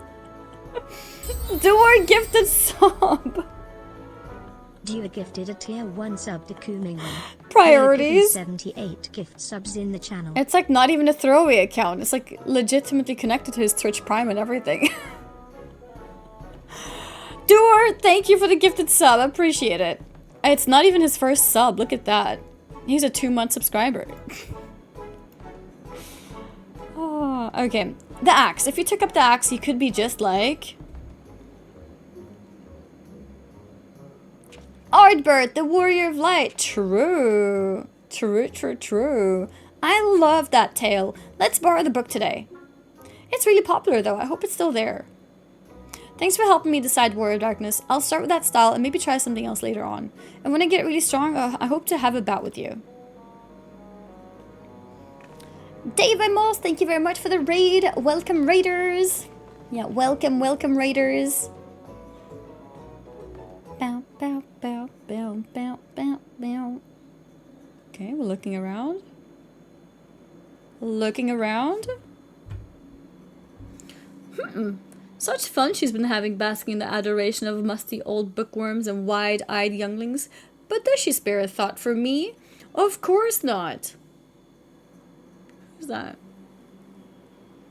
I waited and waited and waited, but she won't so much as acknowledge the presence of her beautiful branch, even though they're right here. Such a heartless thing our sapling is. Cold and cruel and heartless. Oh, is it one of those little... What are they called? Little fairies? Theo Ul, I need you? Oh, faithful Theo Ul, loveliest of branches, how I have missed you. Don't you have more important things to do, your majesty? Let's say this one. Yeah. Yeah. I remember. If you truly missed me, you should have cried for me at the top of your lungs the instant you arrived. Yeah, I'm sorry for not crying straight away. To make up for it, you will call with twice the passion next time. Though for there to be a next time, you have some few struggles to overcome. Alright, of course, of course. So, my adorable sapling, the world is on the verge of destruction, is it? Hi, I hope you get a nice stream. Annie, thank you. I hope you had a nice stream. The real question is why your head goes out of your frame. Because I am growing. I am growing and my room is not big enough, so I am growing outside of the box. That's how Annie wants us to be like when we meet her at events. Absolutely not. It makes her look bigger. I am bigger. I am bigger. So, my adorable sapling, the world is on the verge of destruction, is it? Haha, how do I know this? Joined as we are, spying on you is as simple as sliding down the back of a rainbow. Would that I could aid you in your quest, but the fate of Feyfolk is bound to that of the star. Whither it goes, so too do we follow. Such is our way. The most I could do for you is spare you the pain, but gifting you the sweetest of eternal dreams. But if escape's not your liking, then you must struggle with your fellow mortals. She can gift me eternal sleep? Is she, like, nicely offering to kill me? I did think you did ever start the Elden Ring DLC. I saw you were playing the OG a while back. I did play some Elden Ring DLC, and then some other stuff came in the way. I played some Tara's Land, and then Final Fantasy XIV. Since I am mainly an MMO streamer, my focus is mainly MMOs, so whenever there's new MMO stuff going on, I prioritize those things, but I am planning to get back to Elden Ring DLC and continue. I think I killed like 2 main bosses, 2 or 3. And I killed a bunch of like side bosses, total of 13 bosses or so. And I'll get back to it. I'll get back to it. MMO queen, it would try to be. Try to be. But yeah, so Elden Ring later. We are not a Souls queen, you know, we leave that to Mika, Loyalty, and all the other girls. So for me, MMO is my thing, you know. Stormfall too, apparently. She's doing her level 1 clears, you know. I would like to do more though, in general. But MMOs first, that's secondary. When this is, yeah, I'll do some Elden Ring. Probably, I think probably next week we could probably do like FF14 into Elden Ring, most likely. Mika and Lua, the dance pad queens? Yeah, exactly. Exactly. Ah, but they're the ones you're waiting for. I wonder what manner of conclusion awaits at Tale's End. Force him beat the DLC before Annie? Fake news. Fake news. Oh, there she is. My apologies for the delay.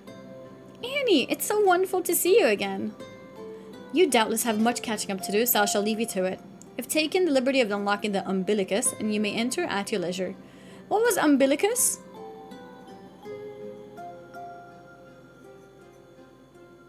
It's miniphilia, yeah. What did the name Reen mean? I forgot. I don't remember what it meant. I don't remember. Oh, the room in the tower. Is that where we did the raid?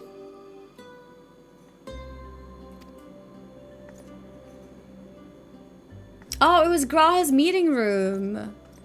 That was called the Umbilicus? Okay.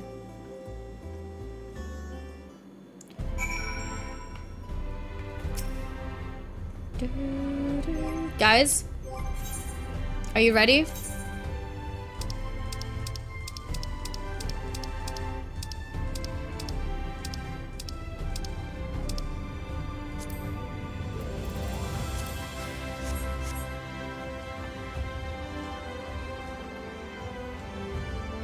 There it is. There it is. We even have similar hair color. But we look different enough that you won't confuse us. So it's a little bit different than Kryl. Wait, why does she not have the hair part? Like the hair... Is this not part of the look?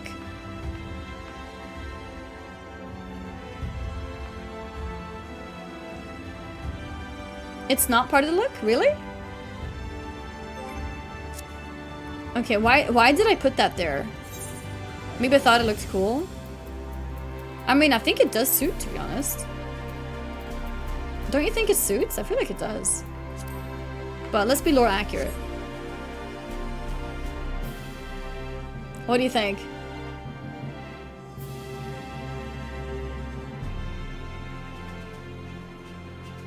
I think it looks great. Let's go. Is that mother and child? I think she's like 16. I'm relieved to hear that everyone is well. I've had this feeling like a pit in my stomach, and I was afraid that something might have happened. Maybe I'm overthinking things, but it's just that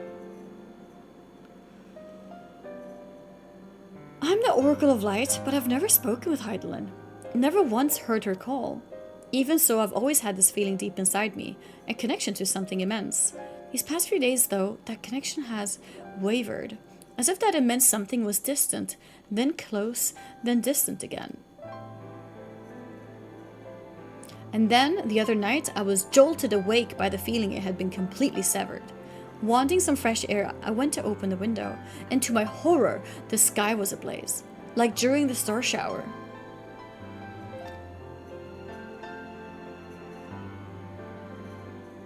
But then I blinked and everything was normal.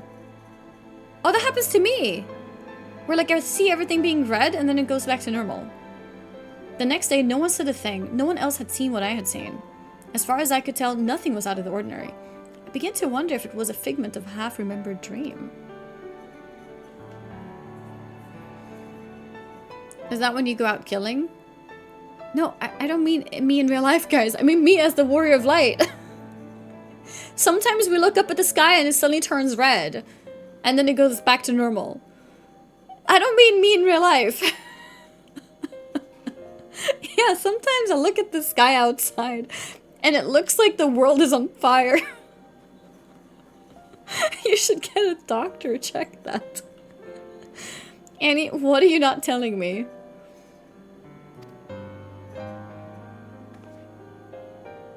I have to know, please. It doesn't matter how terrible it is.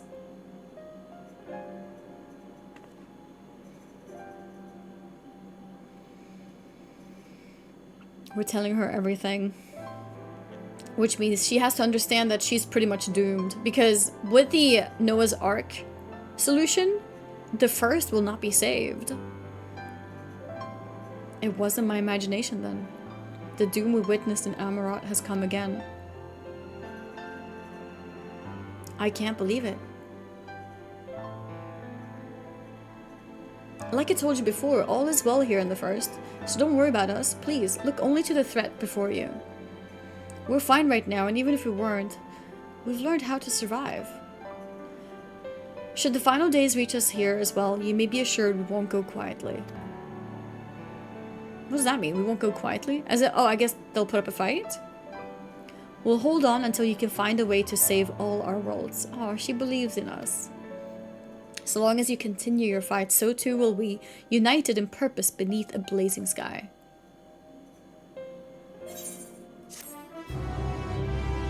Do you live in California? I hear it's always on fire. No, I don't live in California. Hope upon a flower.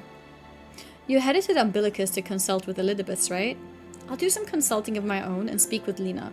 Decide how we might best prepare for the final days. So it's farewell for now, but we'll see each other again. I'm certain of it.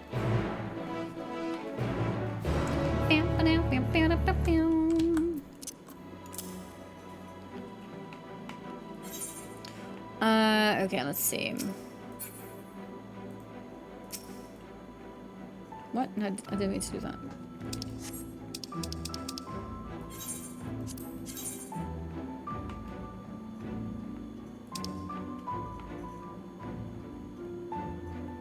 Okay, we'll take the Aetheryte shard.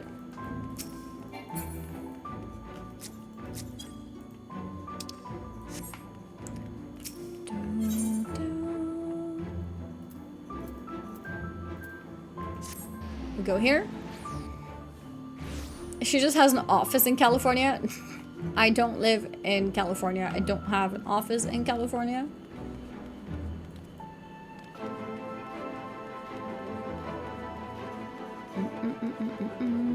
I wish California was closer. I was actually invited by Blizzard. Have you guys seen a bunch of Diablo streamers who are saying they're gonna try the new class in Diablo and do a stream special like Blizzard headquarter thing on the 18th of July or so? I was invited to that too. But it's so far. It's so far. So I couldn't. Like, I can't make that type of trip, that type of time zone swap, be there for a day and then come back home. It's too much. I would lose like 4 or 5 days of streaming probably. One day, yeah, because the event is one day. I could have streamed IRL California Zoo, but it still feels like a rough trip for such a short time. I was considering though. I was also considering travel there, and since I'm in the US, make a trip to Texas and then come back home. But yeah, just felt so uncertain. Ah, Mistress Amy, welcome back. The captain has told me all. Give the word and I'll show you to the ocular.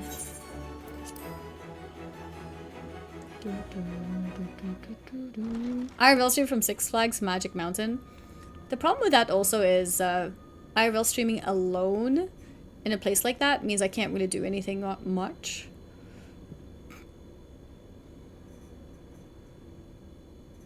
Is this a memory?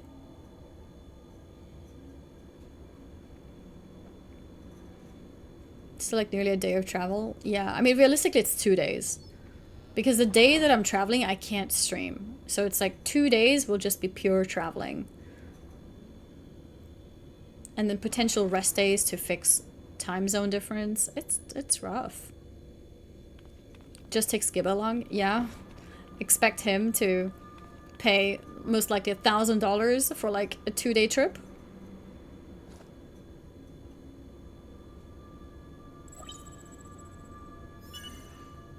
Biometric authentication complete.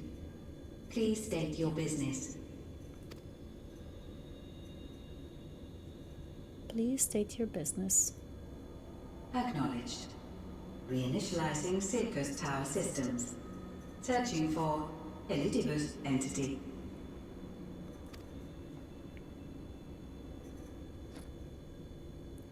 Cool.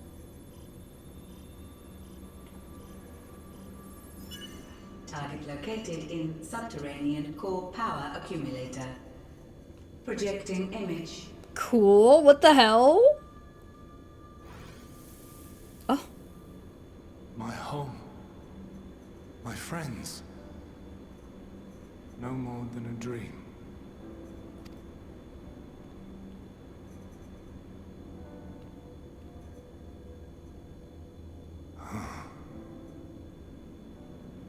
You.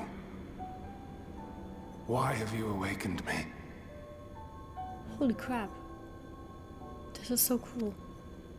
I no longer sense those places beyond, or Lord Zodiac. You must explain all.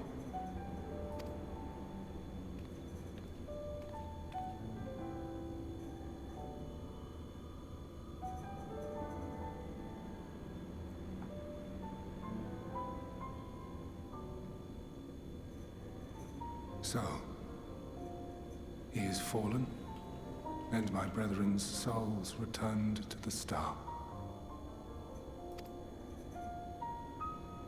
Yeah, it's actually true. His voice does sound good here. The doom we sacrificed so much to prevent is come again. Old burdens now yours to bear. But if this is Fandaniel's design, then I, as Elidibus, have a duty to fulfill. Your unsolicited act has restored to me some few memories of the convocation. Okay. Such knowledge as I have, I will share. How generous. Thank you, or I'm sorry? I'll say I'm sorry.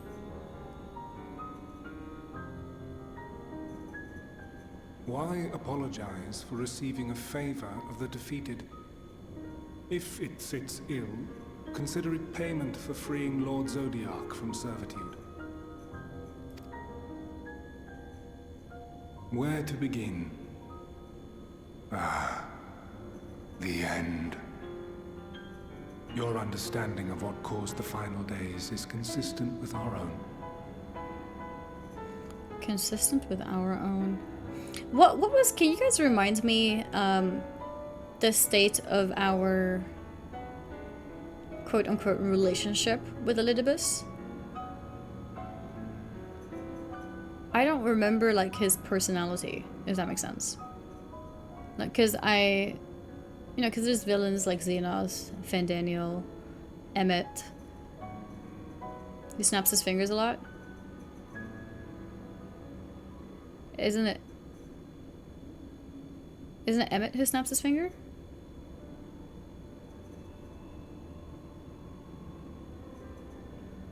Okay, yeah, I was like, wait.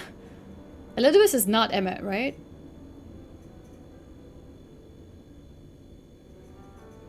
He's the Ascian from ARR. Yeah, like, I remember the name. I just don't remember, like, his personality. Like, what kind of person was he? Like, what kind of character was he?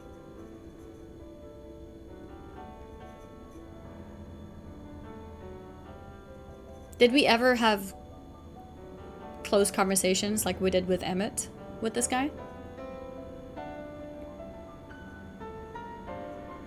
I don't know, all Ascians are the same to me. Fair.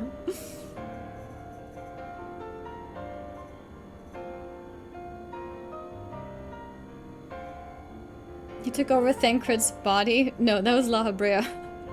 I'm glad I'm not the only one who's like mixing things a little bit.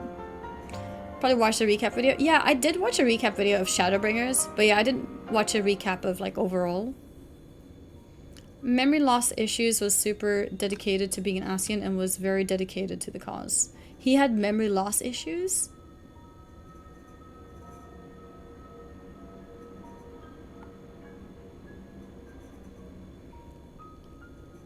Elidibus was the last of the unsundered 8 Ascians after he killed Emmett. Wait, okay. Why was he not in the recap that we watched? Or was he? Maybe he was, I just forgot. He took over the Warrior of Darkness and tried to take over the Crystal Power. Yeah, no, yeah. Of course, that's why he's here. Dum-dum. Okay. He pretended to be the Warrior of Light in the last expansion. Yes, okay, I remember that. That was him. Okay. Okay. I remember the Ardbird parts.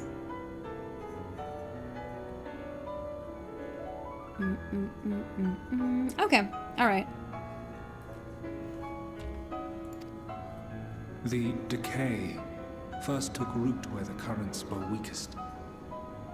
Yes, a conclusion drawn by him, Fandaniel. Not the him of here and now, but as I knew him, long, long ago. Having shed light upon the phenomenon, he dedicated himself to devising a countermeasure. Fandaniel?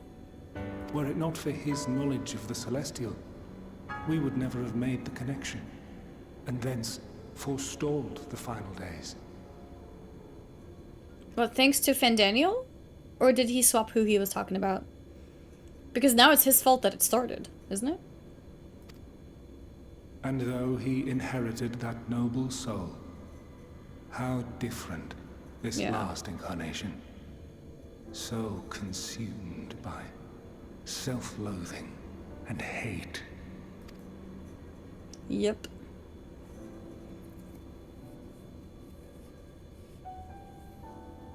Elpis. Elpis? Yes. The name is familiar to me. Yet I know it not as a flower, but a place. Oh! A new place to visit? Final zone? A testing facility for determining which of our creations were fit to be released into the world. Okay. Many worked there. And before joining the convocation and assuming the title of Fandaniel, he was their chief. He was their chief? He was Hermes. Hermes? Okay. What does that entail? That is all I know. I think that's new information. That's all he knows, The okay. crystals tell little of the lives the 14 led prior to their induction. Elpis itself would tell even less. Nary a ruin has survived.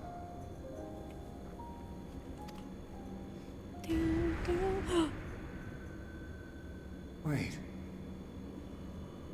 I saw you there. I was in Elpis? Elpis. No. I did not. But I did. I did. A lingering trace of impossibility. Okay. And a truth that fills my heart. Okay. What does that mean? A truth that fills my heart? My memories remain clouded, I fear. However, they have revealed to me one possible course. Okay. You must travel to Elpis, to the time when Hermes served as its chief. To the time? We're going to a different time? In glimpsing the Exarch's memories, not only did I make his summoning magic mine own, I also mastered the workings of this tower. Okay. Which, having absorbed my empowered essence, now harbors an abundance of energy. As such, I believe I can deliver you unto the past. Oh, damn! Unto that place and that precise moment. We're going to Given the eons that must be Elpis traversed, and meet the Hermes, gateway will not be fully formed. the true form of Fandaniel.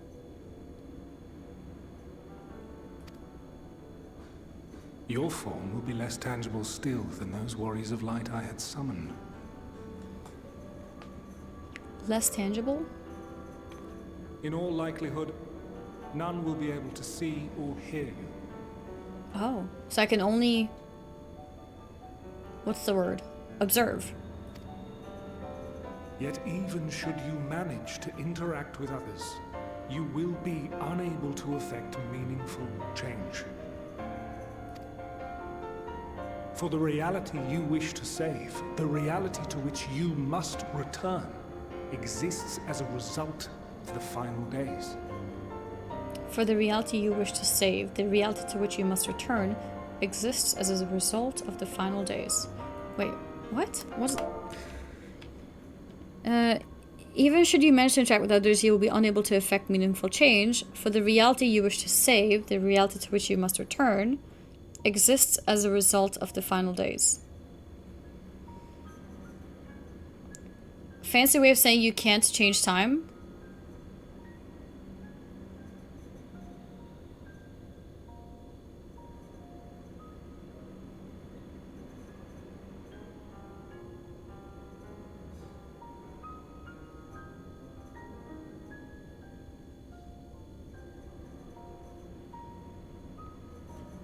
He's saying I can't undo the final days? Is that what he means? In other words?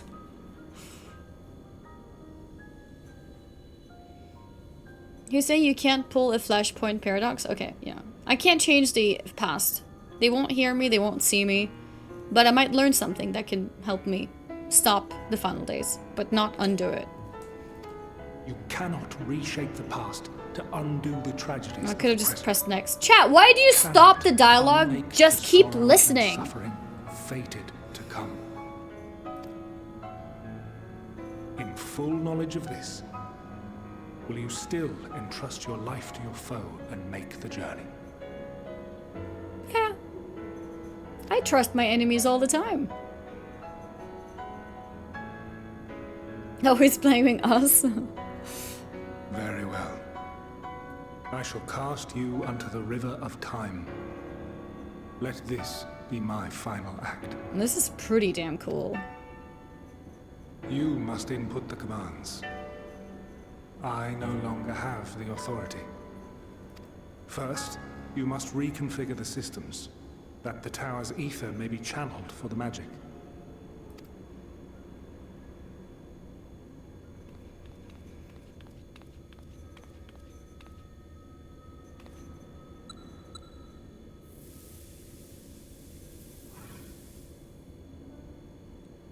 I guess we're trusting him. The preparations are complete. The gateway will soon open. Return at once to the ocular.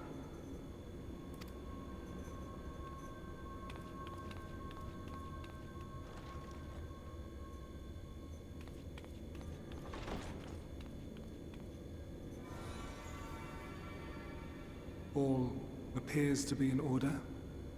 The ether flows unimpeded. The magic should consume every last mote of my essence. Oh shit. Does that mean he will disappear after this? Why are you surprised? Did I not say that this will be my final act? Damn. Okay, can the game stop making me feel bad for enemies?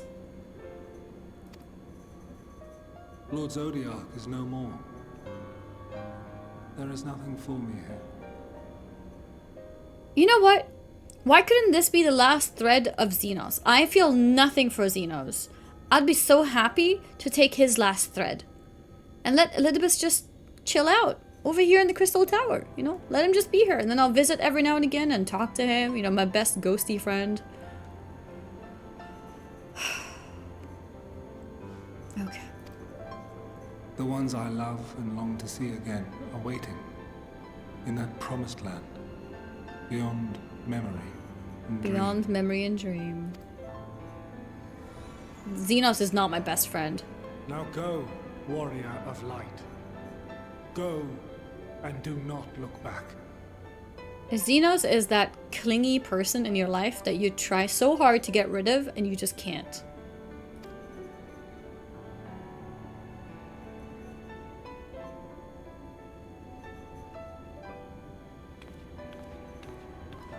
You keep leaving Xenos on red and you want him to sacrifice himself like Elizabeth? Yes, I do. I take my leave of you.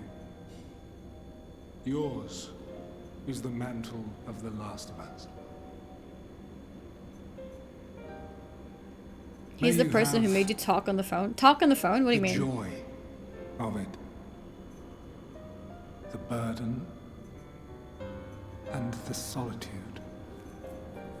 Whoa, that's a cool scene. It falls to you now. You and your champion. To save our star. Our star. He wants what we want. Chat. He wants the same goal as us.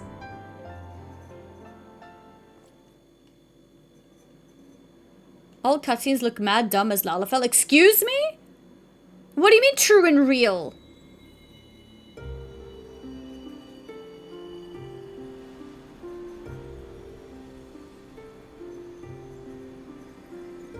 Look at this scene. That looks perfect with my Lalafell. In her Reen outfit.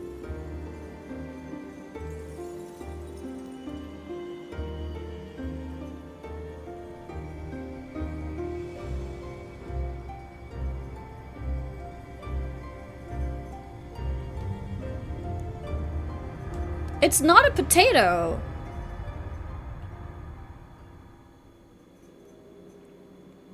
Everything looks good as Ellison. No, Ellison looked tall and awkward. Where are we?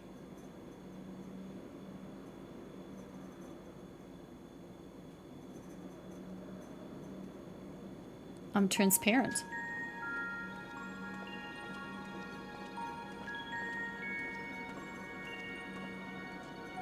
And they're so stiff too. Oh. Okay. Holy backlit. Yeah, I needed to click my back.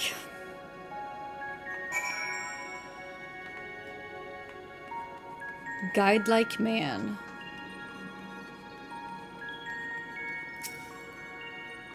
The man stands dutifully by the Aetheryte-like device, a guide for this facility in all likelihood. You attempt to get the man's attention, but if he sees or hears you, he gives absolutely no indication.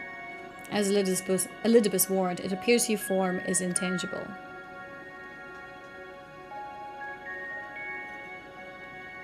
So this is what Amy feels like walking around Stockholm. Guys, I'm not this small. You know, because you guys keep calling me small, when people actually meet me at events, they're like, oh, you're not actually that short. It's like, yeah, of course I'm not. I've been telling you, I'm not that short. This is the right place, yes? Propylaeon? Judging by the woman's words, this facility is called Propylaeon. Propylaeon. Okay. You attempt to gently prod the woman to attract her attention, but feel nothing. And it seems neither does she.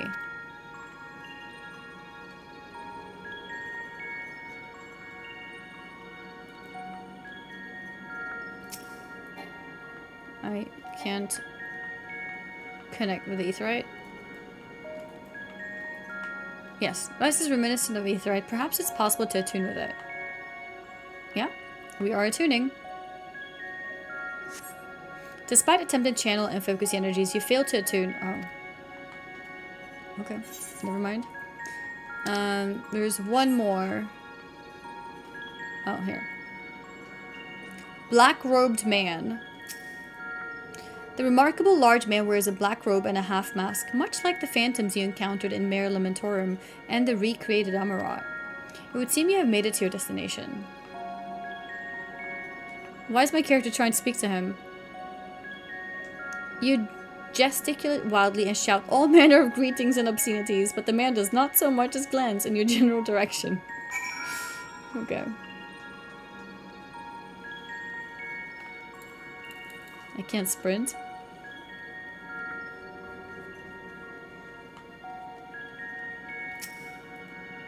You suspect this door leads outside, but how to open it?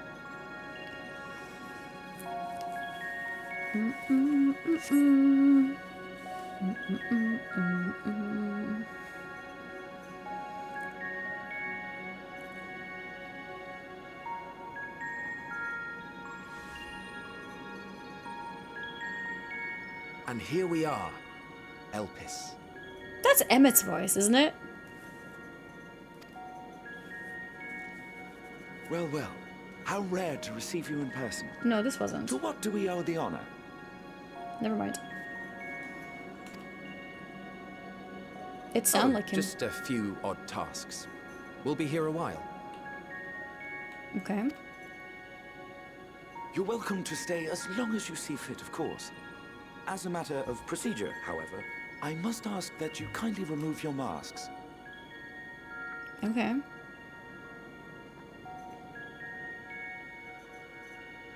Come now. Is this truly necessary? Surely you can tell who we are. Familiar voice? Whose voice is that? You are, perhaps, but I am far less infamous. Regardless, if we do not follow protocol, 'tis our hosts who would be held accountable. So, please, do favor us with your handsome face.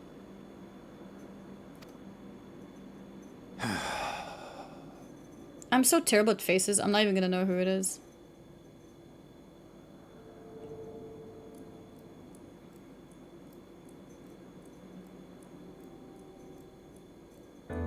Wait, is it Emmett?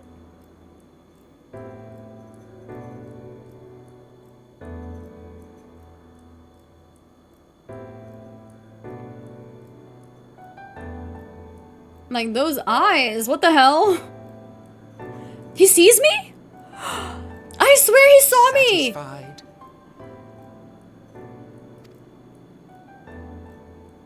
I swear he saw Thank you for me. your cooperation. You are free to go about your business.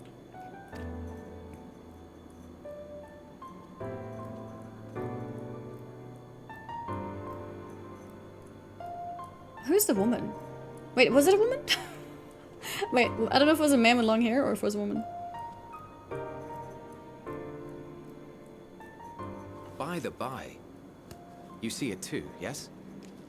They see me?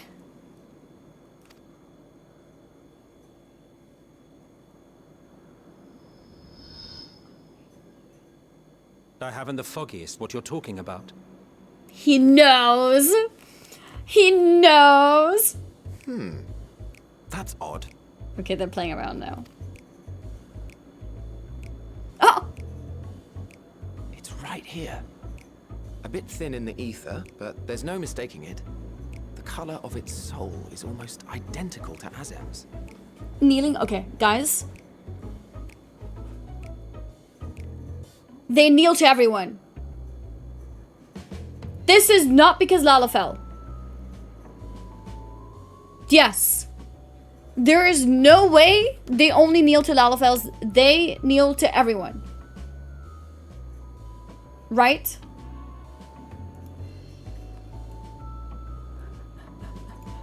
No, they kneel to everyone. If you say that they did not kneel to you, you're a liar.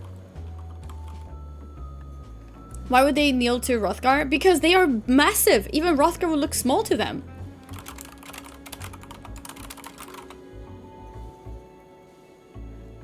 Giants compared to all on the source? Yeah, exactly. Yeah, they're ancients, okay? Shut up, chat. Do you suppose she created it? Rather unusual for a familiar to have a soul, though. They can see my soul?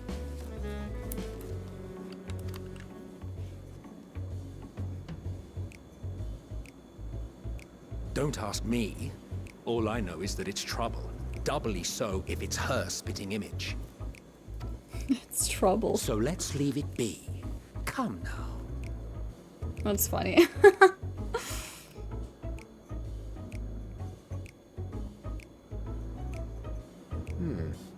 It's trying to say something, but it's literally too intangible to form words.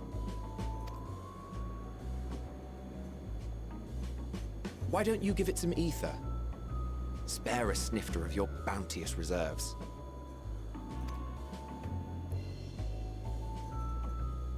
Who do you take me for? Why, a dear friend, of course. One who wouldn't let acts of kindness, such as my accompanying him on errands to far-flung outposts, go unrewarded. Right.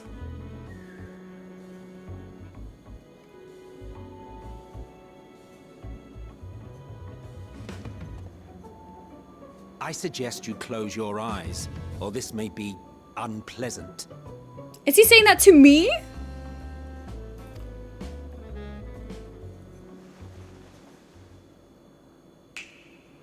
This snap!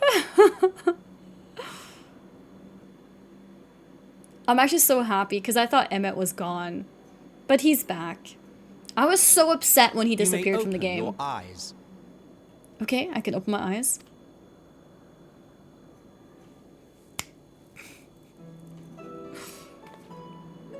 What? What? I'm real? I can talk to them. But Elidibus won't be happy. Although he's gone, so he can't be unhappy. Still a touch small, don't you think? No! What do you mean still a touch small? Can the game stop commenting my size? Seriously.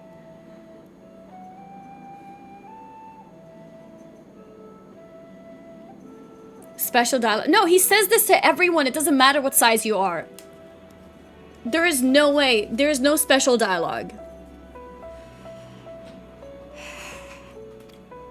The size befits its proportions. Besides, bigger is not necessarily better. True, chat. Yeah. There you have it, chat. Emmett said it. What Emmett says is truth.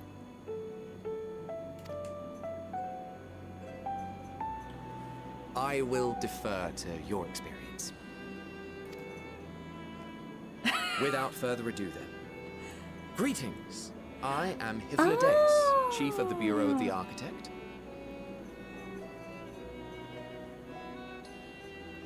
Have I ever seen Hythlodaeus' face?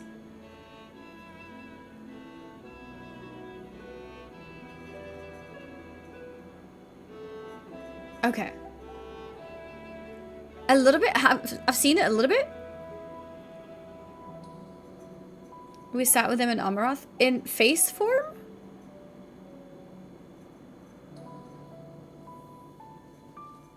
No face, right? Or did I see his face? Right before Zodiac fight?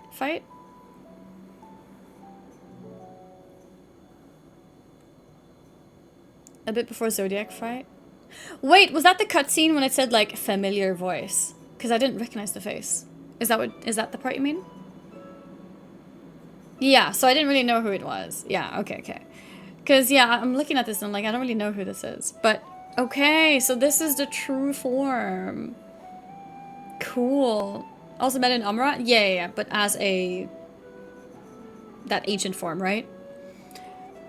Cool. But yeah, this person legit looks like a woman.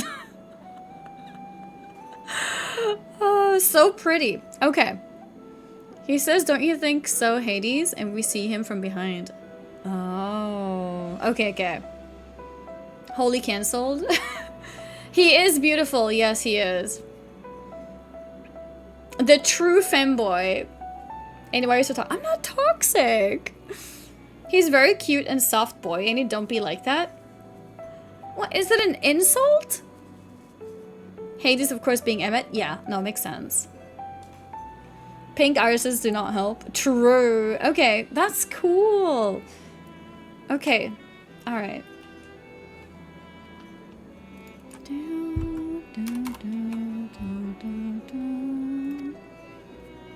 Sulking beside me is the most honorable Emmett Selk of the Convocation of 14. Sulking beside me. And how might we address you, my new friend?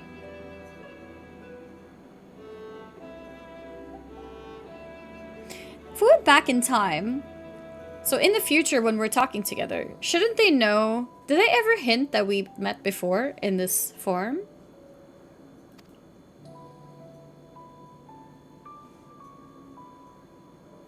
A fine name. Smiles? Alright, spoiler territory. Okay. Because I don't remember if they ever said we've met you before. But maybe they did. Okay. Anyways, a fine name, and I'm pleased to see you understand our words. So, tell us, whence have you come? The thinness of your essence suggests you weren't created here. Hmm.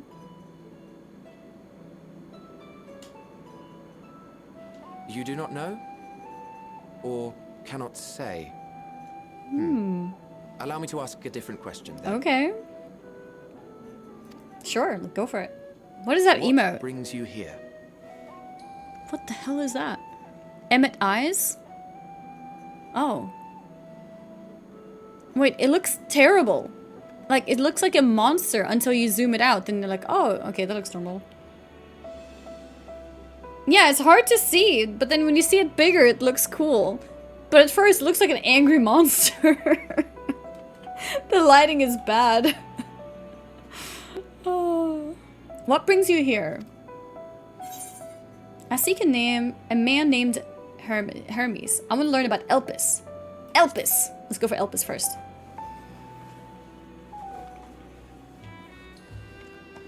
Well now, the same as us. Oh, they're also looking for Elpis? Perhaps Azim wished to come too, but had to settle for a familiar.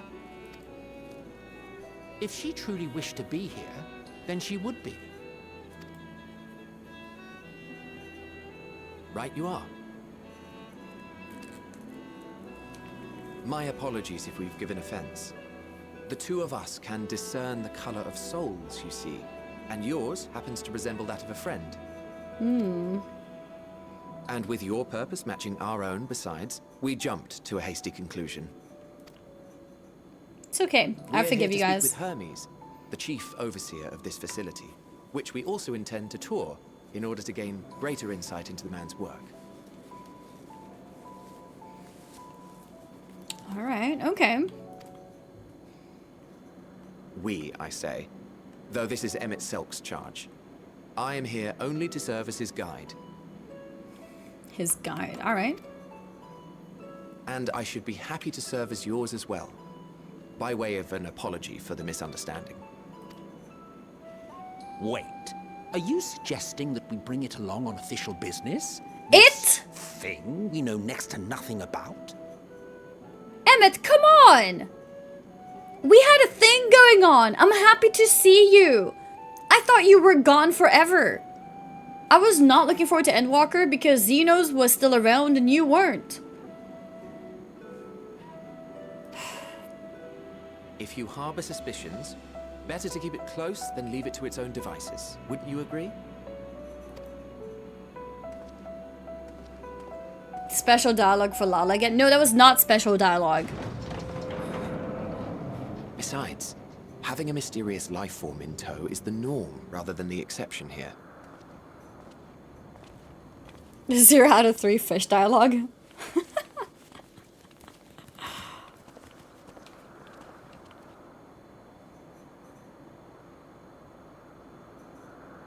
Welcome, my friends, to the testing ground of creation at Heaven's Edge. Elpis. Oh, this entire place is Elpis? Cool. It's a beautiful place.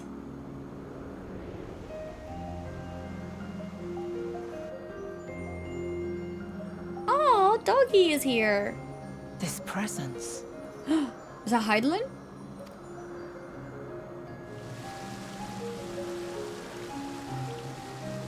I guess maybe she doesn't like live around like casually though. Hermes! Visitors! We have visitors!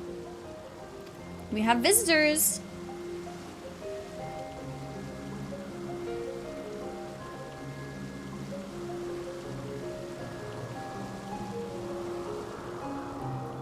Wait. That kid has a tail and ears? It's Twitter? Twitter is in this game? What secrets are you hiding? I'm not hiding any secrets, Emmett. I'm an open book for you.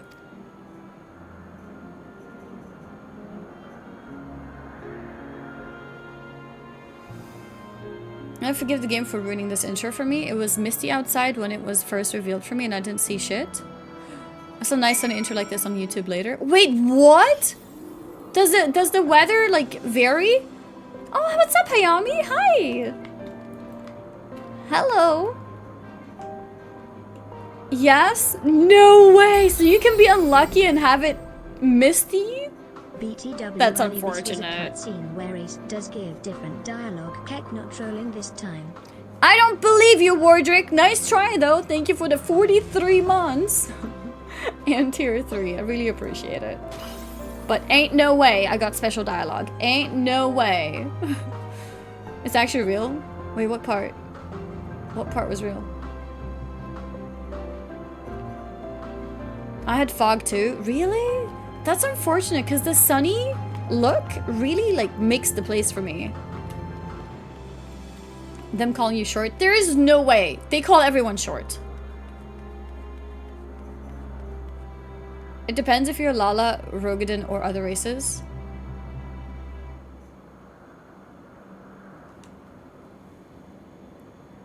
Really?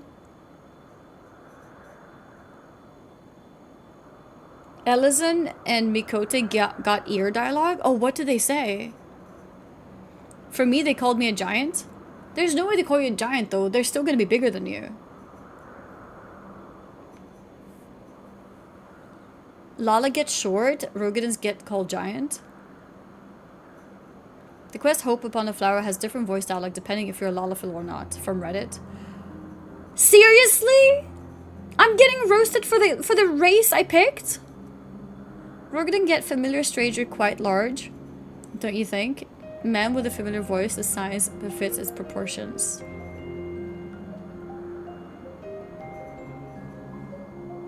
I can't believe it. Literally racist. Literally.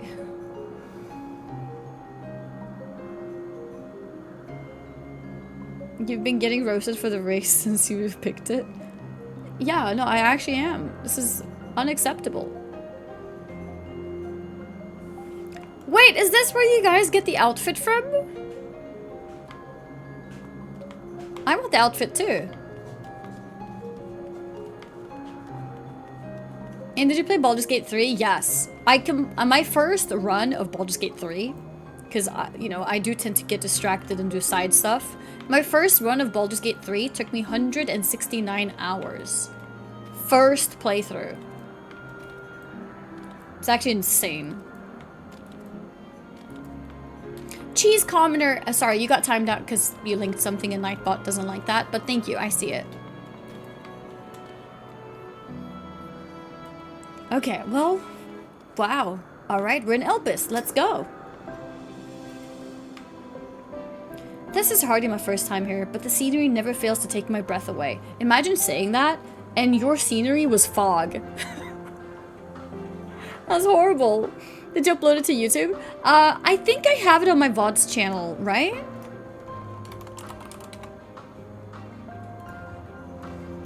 Don't click that one, you haven't seen that yet? Yeah, I'm not clicking anything. I just saw that it said something dialogue, so I assumed it was to do with this. But I'm not clicking anything anyways. Is my Baldur's Gate not on my YouTube?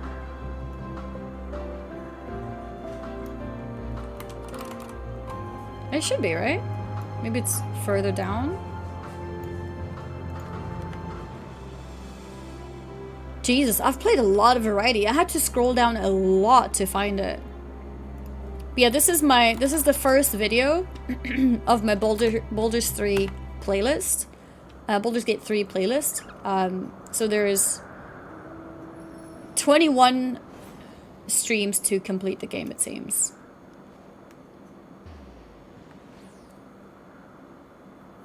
Yeah, it's on VOD channel. If you want proof which is not spoiler here, okay.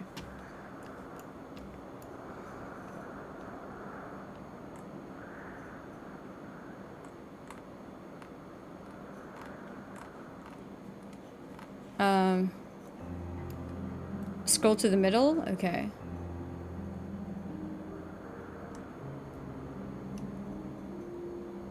Where? Oh my god. Here, Elizan, Mikote, Aura, Vera, Rothgar. Oh, you even adjusted its size. Okay, and for Lalafell, still a touch small, don't you think? And for Rogadin, it says quite large, don't you think?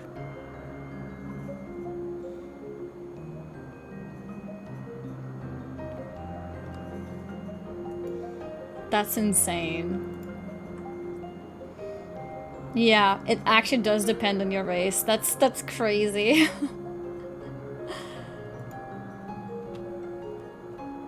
I assume they would call everyone small because we're all gonna be smaller than them, right? But yeah, if you are interested in my VODs to see all games that I ever play, that's my VODs channel. All my playthroughs are in there. All kinds of different games. Sorry, that's a bad... You should be looking at the playlist. Sorry, that's a bad link. You should look at the playlist link because then you see all the episodes of each game. And we're actually in the process of reorganizing a lot of my Final Fantasy XIV MSQ ones to make it easier to follow.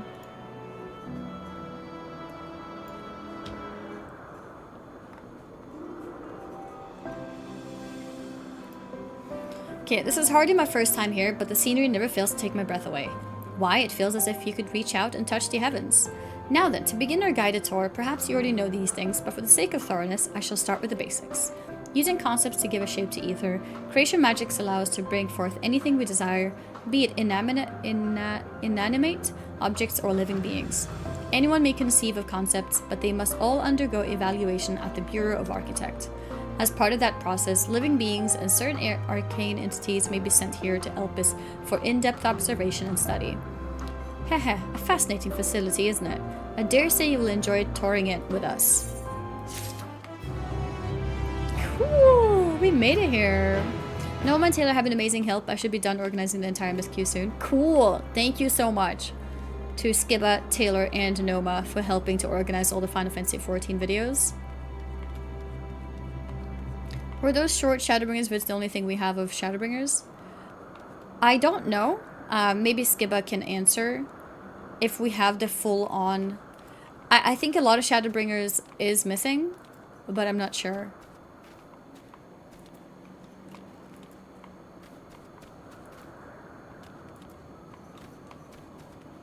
But there might be some videos, because I think some videos were unlisted, and I think Skiba has started releasing some of them. We have some 5.x not posted, but we have them, yeah. So we have some videos. I think some of Stormblood as well. That was never posted before. So we'll post them eventually. I think it's also because at the time I started doing actual YouTube videos. So since I made YouTube videos, I didn't care about saving the VODs. Which, in hindsight, is a mistake. I think even if I make summary YouTube videos, I should still keep the original unfiltered or unedited. But it's okay.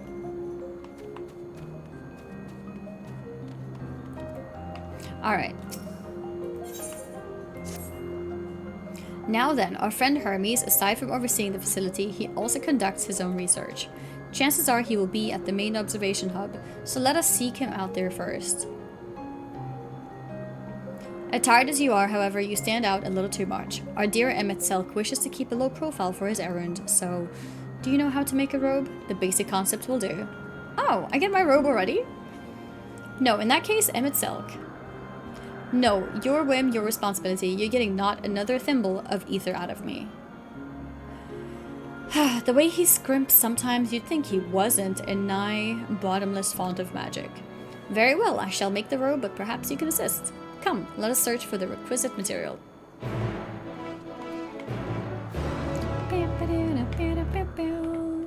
Kolnar's role-playing that he's talking to these people. Dr. Zai is also listening to their conversation. Alright, I need to get my robe so I can also roleplay. Emmett's such a lovely one. I'm so happy that he's here!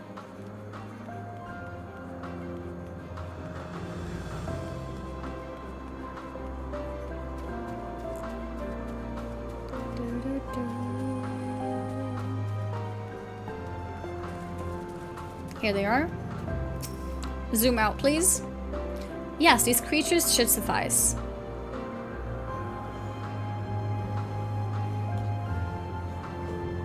An etheric robe. I want you to use it to capture, shall we say, 2 Petaludai? There are 3 species here, I believe. Any 2 different kinds should serve. Now I should mention that the strength of the rope is tied, no pun intended, to the strength of its user.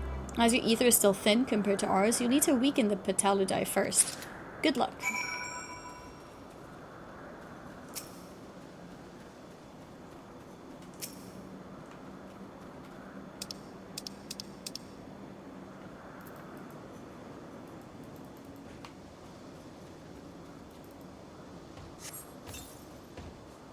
Oh, weaken as in damage them.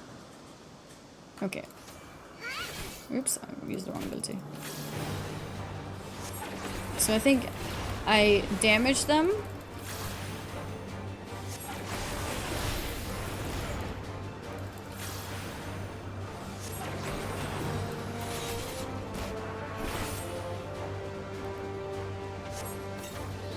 That worked.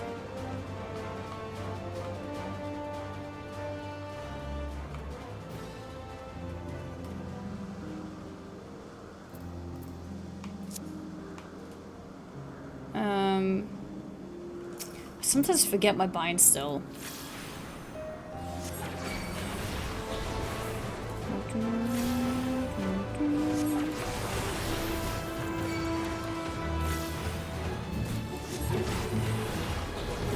Okay, no, I need to...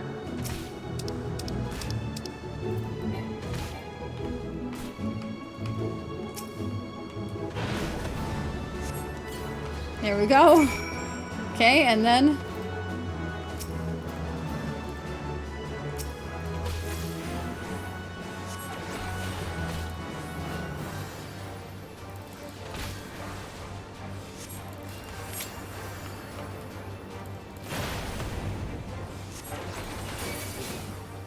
I'm pressing the wrong binds. What am I doing? No.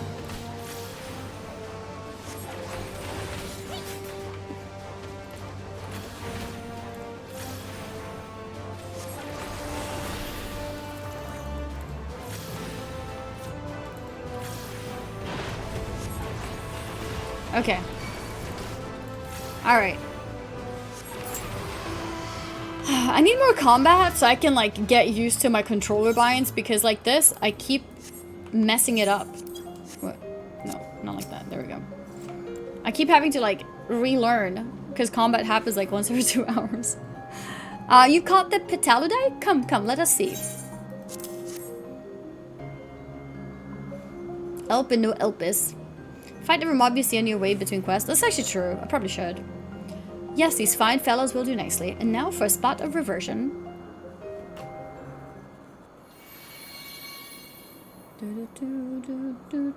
There! It's ready.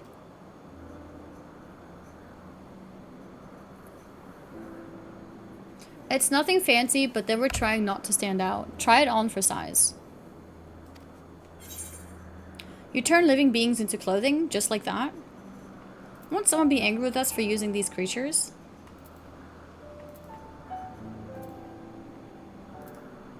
Someone would be angry? Wait, why would someone be angry?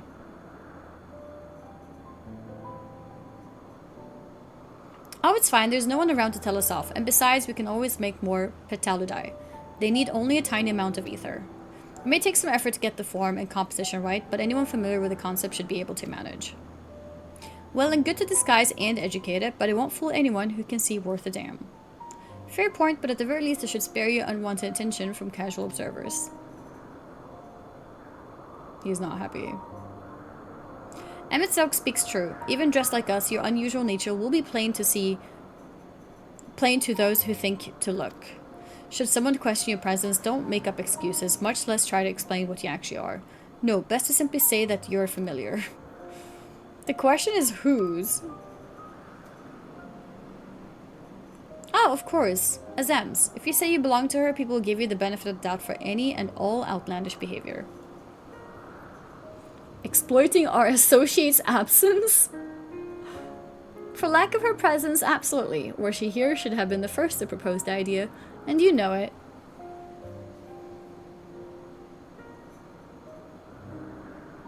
With that, your story is settled. Let us continue with our errand. I got my gear!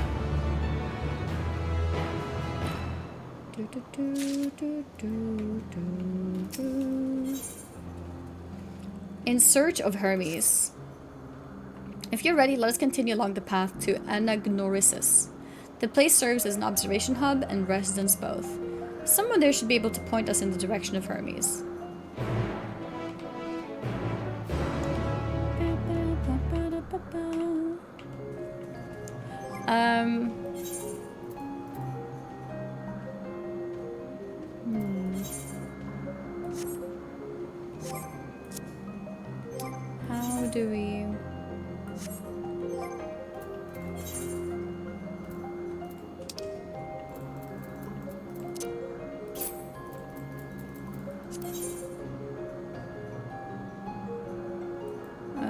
Other way around?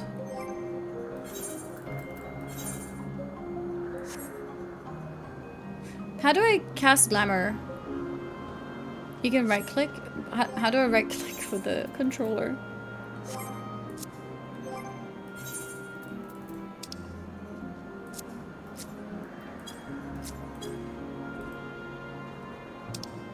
Square? Oh yeah.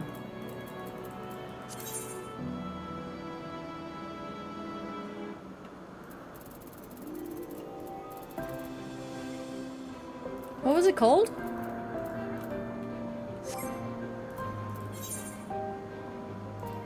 Sophists.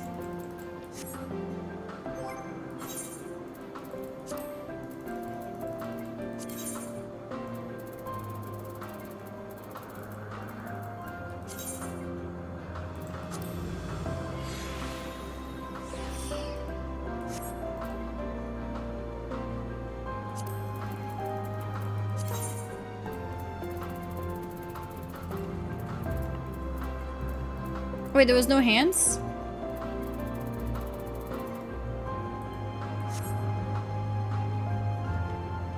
Okay. Boots? You can't see the boots anyways.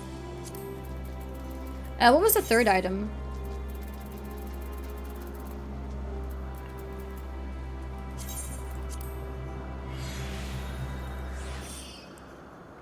Robe, hands, and... oh, legs? Yeah, I mean, you can't really see the legs.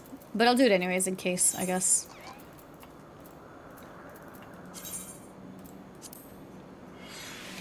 I want gloves that don't look... maybe white? Wait, it's not Glamour. Can I not, like, preview a look?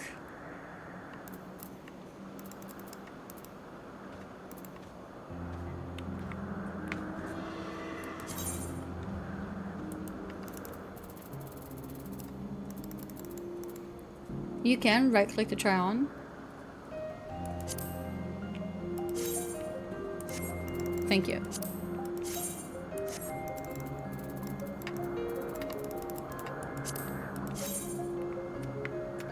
I think that might look better.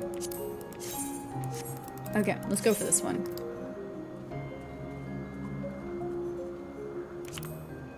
What? Yeah. There we go. That looks better. Oh, you have a white one? That's fancy. Kana, you used to be a really tall Lalafell. You're not that tall anymore. Unless I just grew.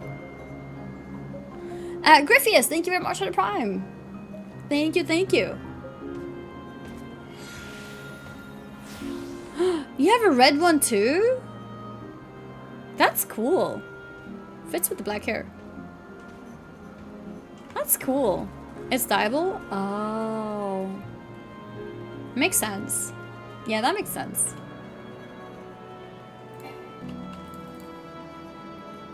Oh, I can mount.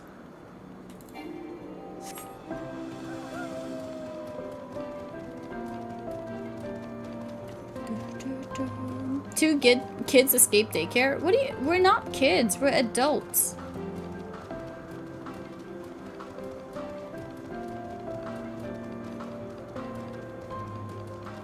If Blizzard copied the dye system, I know.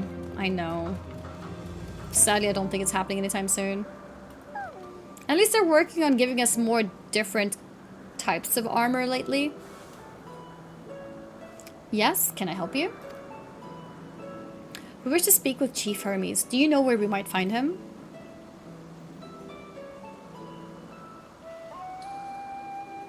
Well now, by your mask I assume you're one of the 14. I wasn't aware there was to be a visitation. Between you and us, it's something of a surprise. Your discretion in the matter would be appreciated. I see, I see. My lips are sealed. The Chief should be out conducting observations as usual. His focus of late has been aquatic creatures, so I expect you will find him at one of the pools here. The pools, you say? Many thanks, and apologies for disrupting your work. I say, Hathlodius, Well, I've never met Hermes. You know him well, do you not? That being the case, couldn't you simply find him by his ether? Aye, that I could. As you know, Emet and I can discern the color of souls. By the same token, we can also see ether quite keenly, and from great distances. With this skill, I could readily locate Hermes, but I felt that would be a waste of an opportunity. We're here to perform an assessment, after all. By searching the ordinary way, we stand to gain insight into Elpis, and the man in charge of it.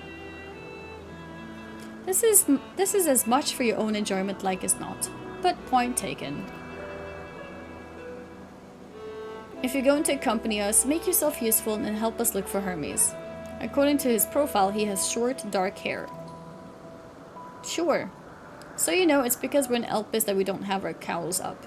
A special exemption due to the need to be aware of dangerous creatures. Do we know how Fandania looks like? Elsewhere, do we not exhibit our individuality? It's unseemly. This is all common sense, but I would not assume you possess any. Haha, it's a rare treat indeed to be able to search for someone by their appearance. And I thank you for humoring me. Come, let's find our man. No? I thought so, because he's in a fake body, right? In the form we've seen.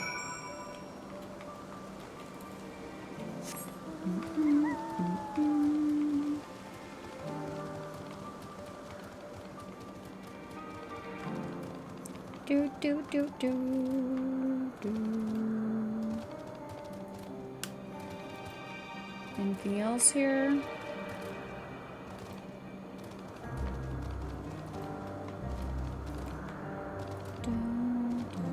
Oh, maybe we can attune to this? We can.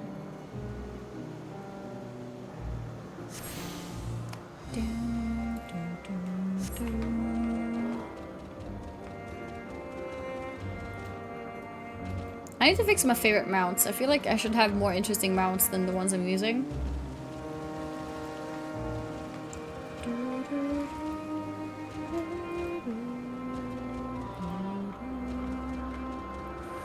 I don't see anything here. Search for Hermes. Okay. I'm searching.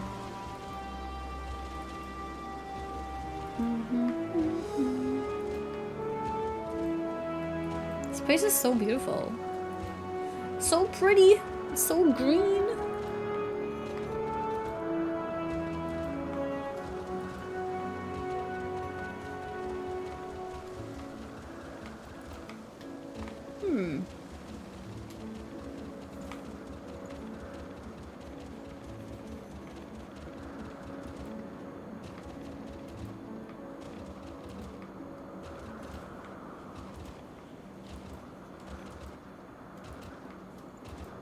I can't see anything. Am I blind?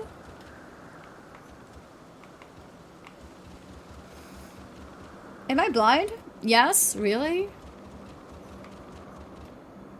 Okay, nothing here. And this is the edge of the circle according to minimap. Nothing here. Random NPCs. Whoa, that scared me.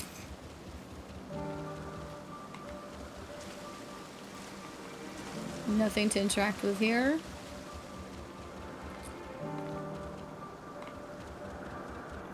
Nothing around this little pillar.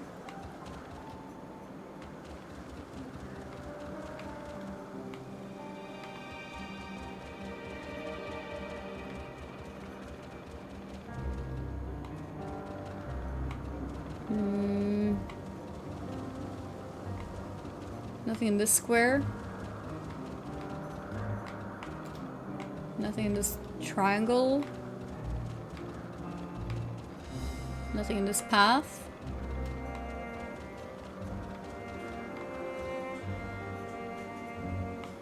Search for her. Oh!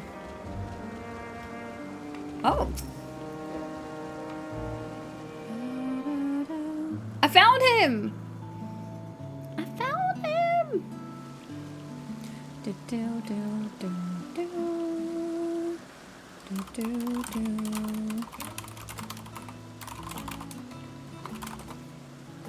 Huh. You are... You are... Oh. What were those feet? What is that? You're different too.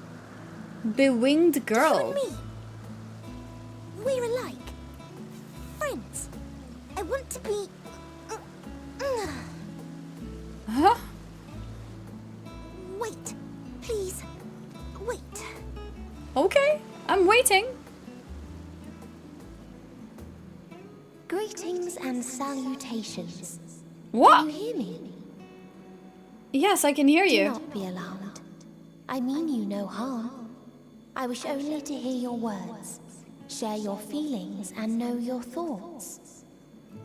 Okay. May we please be friends? Yeah. May we please be friends? Aww. She's really trying hard. Ah, I see you found him. Such a cutie. It's Ladeus. It's been a while. Too long, I think. Too long. Too long indeed for close collaborators. On this blessed occasion, I bring not only myself, but others who long to speak with you. What? I charged my controller the whole night.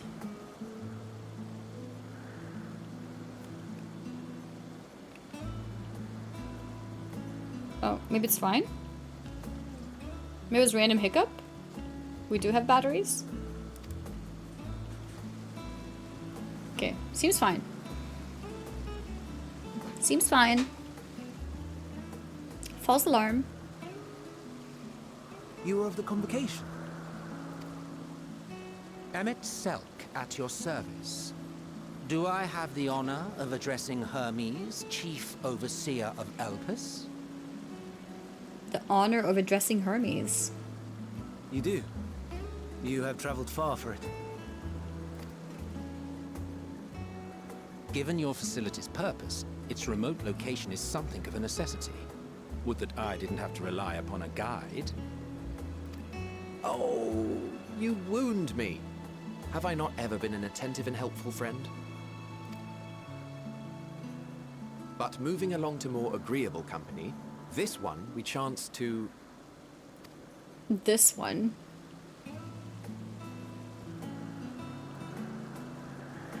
Awkward silence? Is it getting dark? Is this because of the time of the day, or is something bad happening? Well, you certainly have her attention. Is she one of yours, Hermes? Okay. Her name is Meteor. It means shooting star.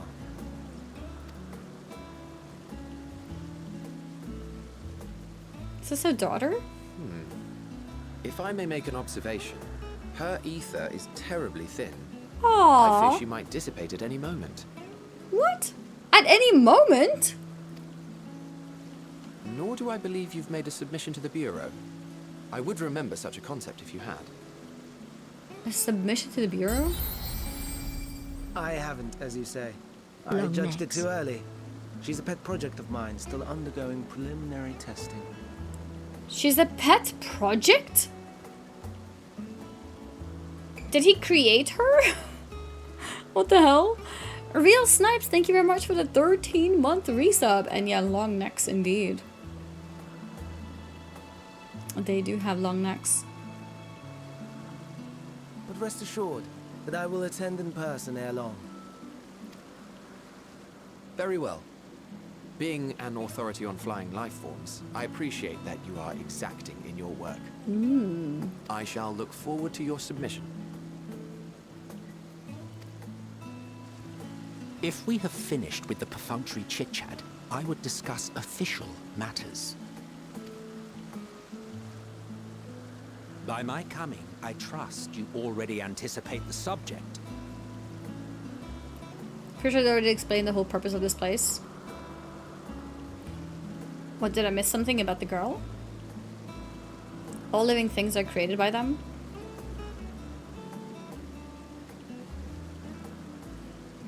I guess I didn't expect something that is almost human-like. I missed a resub. Did I miss a resub? Griffiest with a 2-month resub. Thank you. Is that the one you meant? 11 minutes ago? Or was it Real Snipes? Because I got him in the end.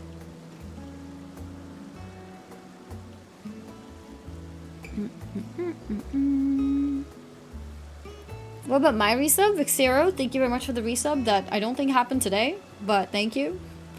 Yeah, same with OJ and Kulnars. I have an inkling, yes. Please wait to the main building yonder. I shall join you as soon as I've returned these creatures to their homes. Huh? What's wrong, Hermes? An amistoma is missing. Amistoma is missing.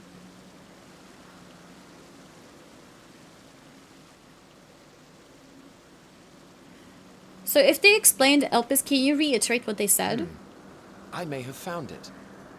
A creature with the self-same ether as those there, nestled in the boughs of a tree outside the grounds. As the head of Bureau of the Architect, where ancients submitted the creations which were made using creation magics, more about it was explained in Amrat and Shadowbringers. Elpis is the place where those creations are being tested.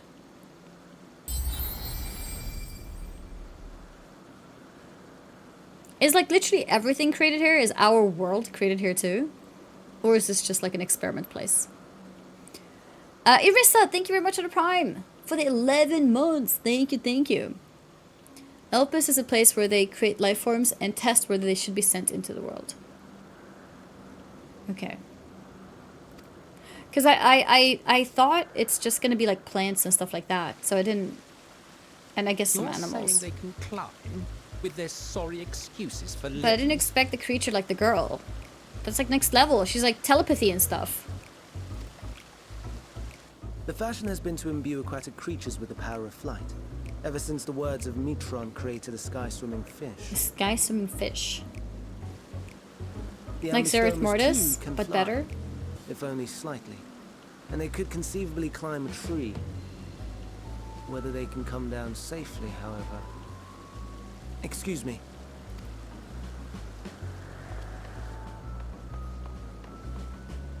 I'll help too. I'll help too.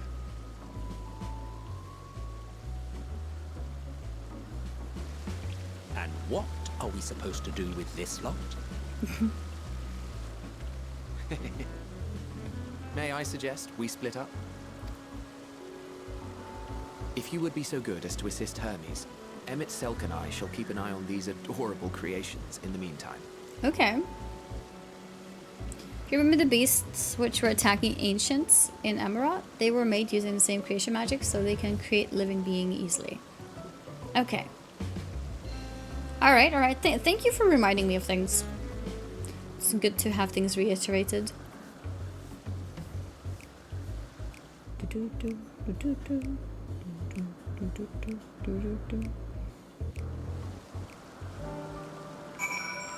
No problem. Kulnaris, you didn't explain anything. In my head canon is how crafting works. You take some magic crystals and a bit of cloth and use creation magic to make a robe. True, we did. We did.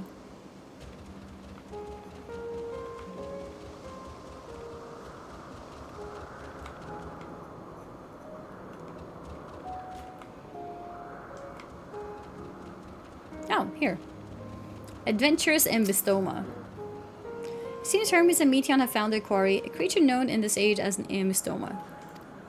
Yet though it's been safely extricated from the tree, Hermes appears to have found himself in quite the predicament. Okay. ELO, thank you for the holy moly big 59-month resub. Thank you. I really appreciate it. Colon D. Gasp. No, not gasp actually. That's D colon. Just big smiley face, yeah. The ambystoma. Hermes saw it high up the tree. He climbed up to get it, but it jumped on him and he slipped. Do you need the hand? Oh, is he still up there? No, no, I'm fine. Oh my god, are you kidding me? I'm fine if a little embarrassed. Now for your own safety, please stand back.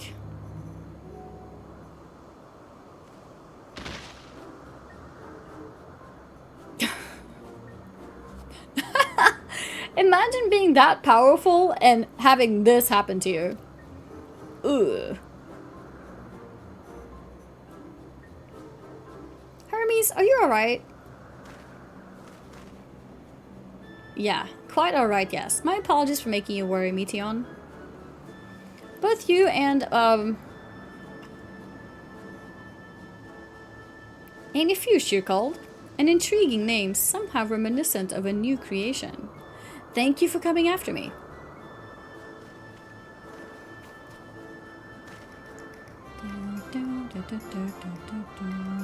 As for you, little one, you must be more careful. A small creation? He didn't say small, did he? No, he said new creation. He didn't say small. You may be able to fly, but it doesn't mean you cannot fall and hurt yourself. ... Oh no, I had forgotten all about its fellows. Wait, what do you mean?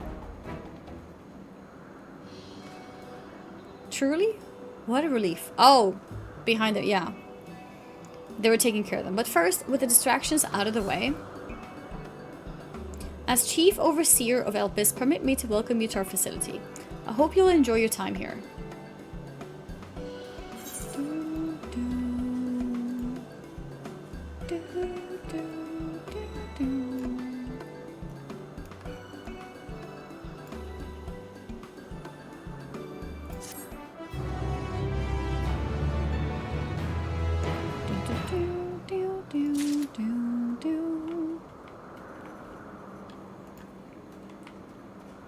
Okay, it's been a lot of introductory quests here.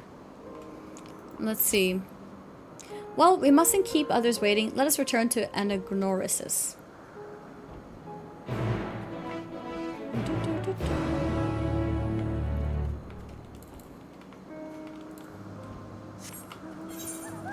So we return here. Is this place big? Decently. Oh yeah, Mount Guide.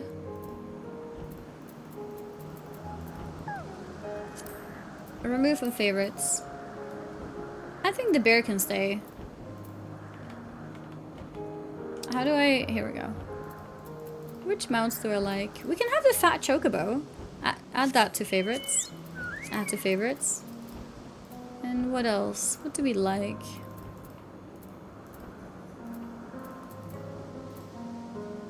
Big elephant. Direwolf is pretty cool too.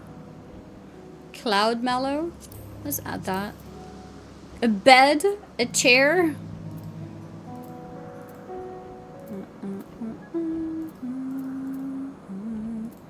Freaking Dumbo.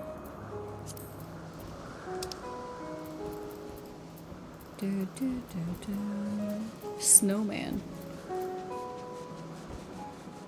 Witch's Broom is the wrong time of the year for that.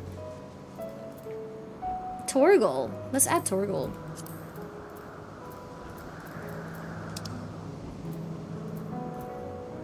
Oh my god, the fatter cat. And Mega Shiba.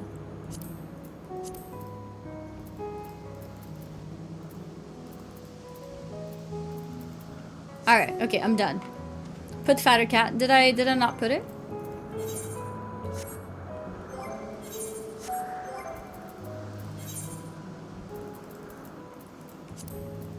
There we go. Alright. We have a few new mounts now. I'm using the drop mount. Oh, which one was that? I could add that one too.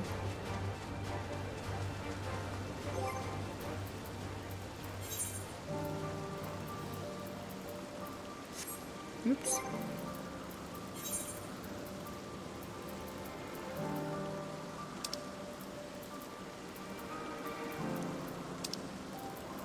Was it this one? Yeah, I think it's that one. Okay, Choco Poker. Alright. Ever check if you have collector's edition or normal edition Dawn Trail? I think I have collectors. How do I know?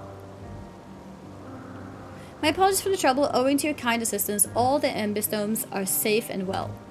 I will presently send them back to their space if you would go on ahead to the main building. Upon entering, you'll see a table and chairs and meeting area. We may speak there. Very well. Take care not to let the creature slip away again. Give a cool mount. How do I redeem that mount? Sinsky Wind, thank you very much for the 5 months. Thank you, thank you. Is it in mailbox? Mog station. Did you want mount code? If you don't want yours, you can feel free to send it to me. I will save the mount codes until the promotion is over, and then save it for future times when someone in the community might need it. Yeah, I think I activated the key. Do you have to, like, pick which character should receive the mount? Like, do you have to go back to Mock Station to, like, claim it in that way?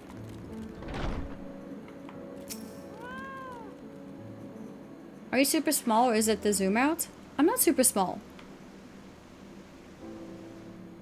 This appears to be the place. And here is where we part ways. You need to input the mount code for the character you want. I don't know if I got a mount code. I just redeemed the code for the Dawn Trail. Okay, let's see.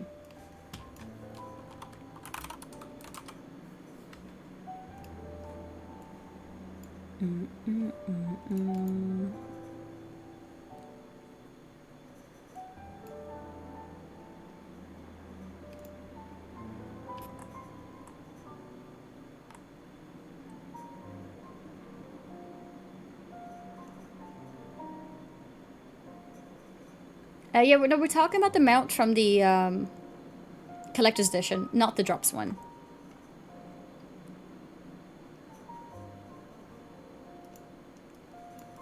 For collector's edition for Dawn Trail, I have a tick mark. That means yes, right? Oh, this mount should be account-wide? Okay, so I just go to my mailbox.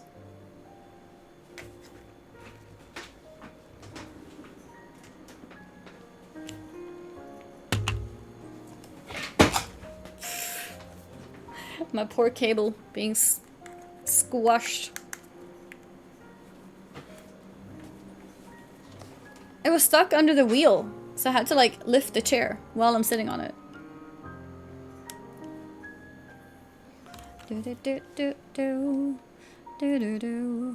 Apparently Dawn Trail is my first collector edition.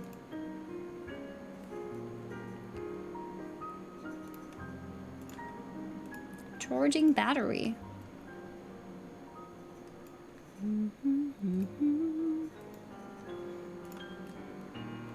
It looks like this.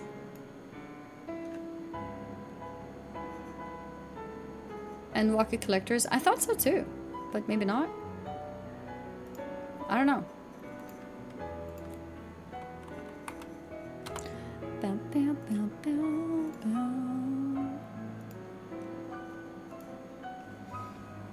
Should have screens for all other collectors. I don't know if they have codes like that laying around, but we'll see. You forgot to put the Endwalker code? Yeah, I don't know. Maybe I forgot. I'm not sure. I'll take a look. And here is where we part ways. No! I don't want to part ways! We will be discussing highly sensitive affairs. Only a select few may be privy to such knowledge, and that does not include someone who cannot or will not divulge their origins. God damn it.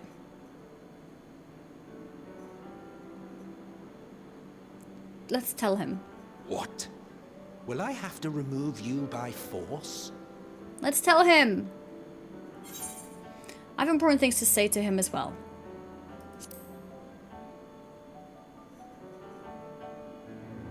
Yes, I'm sure your business with Hermes is quite pressing. You may speak with him to your heart's content after ours is concluded. I do not object to her attendance. Ooh. Hermes, this is highly irregular. Perhaps, but I believe she can be trusted. Meteion would not have taken to her so quickly otherwise. Fair. Moreover, the presence of a third party may help me to maintain composure. Composure?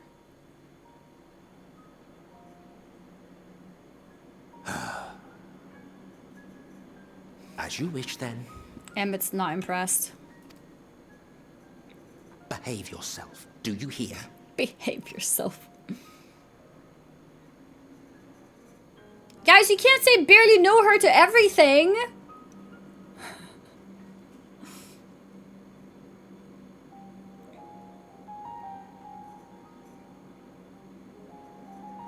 So, it's finally happened then. What's happened? Van Daniels declared his intention to step down and named you as his preferred successor. Wait, what? Guys, did I misunderstand something? I thought Hermes was Van Daniel.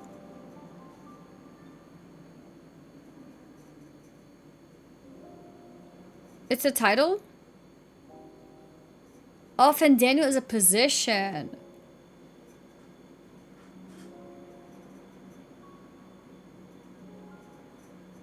Like Emmett Selk is his title?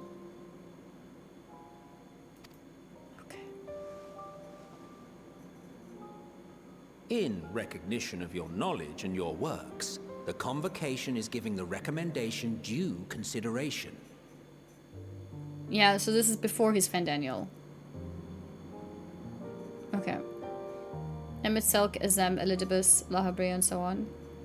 Yeah, I think I just mixed up which one is position, which one is name. It's kind of confusing.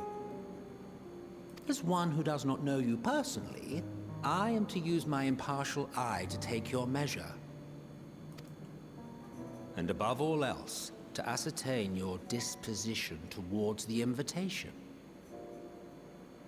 So Hades is his name. Emmett Selk is just his position. Okay. I understand that you and Van What is Daniel Solus are then? close. He himself was once chief overseer of Elpis after all.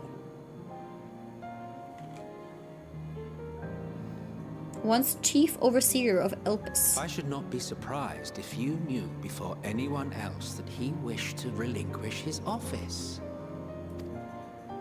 I did. He told me that when he fulfilled his purpose, he wished to pass the torch to me. A torch you seem none too pleased to accept. Are you so averse to serving on the Convocation? Averse. Okay. No, it's not that. Okay. For a humble researcher like myself to even be considered is an honor beyond words. No. What troubles me, what I struggle to come to terms with, is the very fact that Van Daniel is stepping down. Does this not mean that he will return to the Star? He will return to the Star. Of his own volition, yes. Like so many others have before him. Return to the Star? Does that mean die? Yeah, Twitter.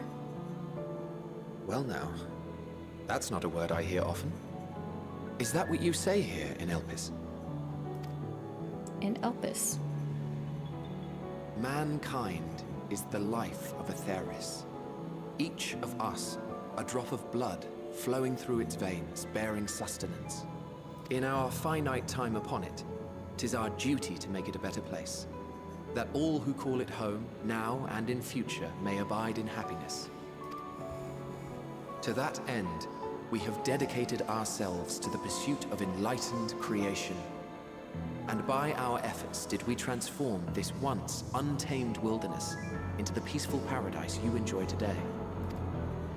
Peaceful to return paradise. to the star whence we came is a privilege afforded to we who have so loved and nurtured it. A choice embraced by those who have lived their lives to the fullest, in service to our world. And when they depart upon this journey, it is beautiful, always. Is he making death become a beautiful life poetry? The 14 are no exception. 'Tis believed no occasion is more felicitous than the fulfillment of one's duty. Our office becomes our lives, and to retire is to return, or so the majority of us hold. Some few have elected to eschew custom. Eschew custom.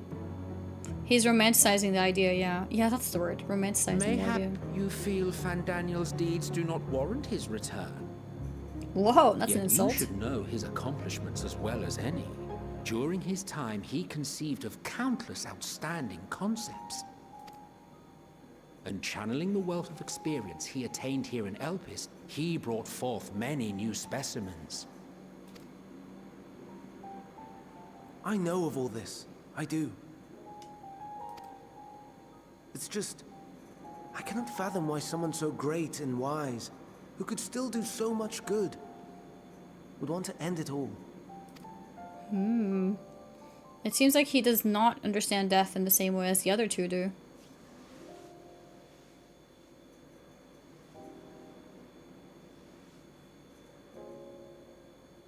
Oh no, I've made her upset. Forgive me.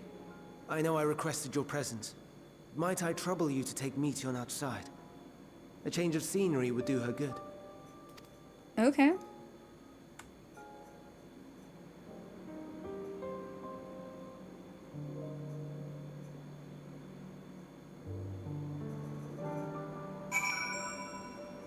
Bum, bum, bum, bum.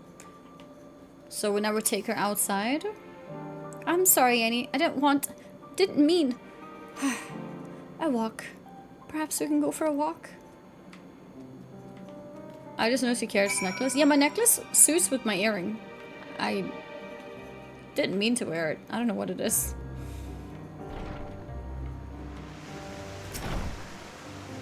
Hermes gets sad when he thinks about death. When others are sad, I'm sad too. That's how I am. How he made me. But don't worry, I'm fine now. So, why did you come here? Do I tell her the truth? You want to learn about Elpis and Hermes? Ooh, teach you. I can teach you. We could take turns. I tell you something, then you tell me something. Sounds like fun. It will be. It will be. Where to start? Ah, yes, let's talk to Memnon. He should be near the Aetheryte. I'm not good at explaining, but Memnon is. So I'll have him explain instead.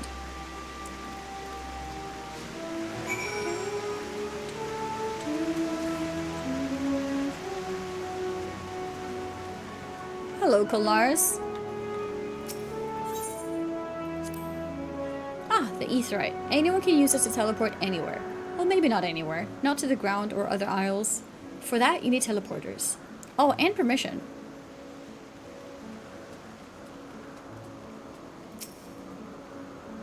And what have we here? Though you look like a person, you could as easily pass for a toy. I assume you're a familiar like Meteon.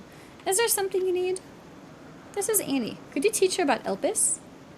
Ah, a newly arrived familiar, is she? Very well. I should be glad to introduce our fair facility to her. As you know, it is mankind's duty to make the star a better place. As part of this duty, we employ creation magics to bring forth new life. However, we cannot simply release our works into the world, for it would lead to chaos. No, Annie and all life forms must undergo extensive testing to determine their fitness to exist. Testing which is conducted here in Elpis.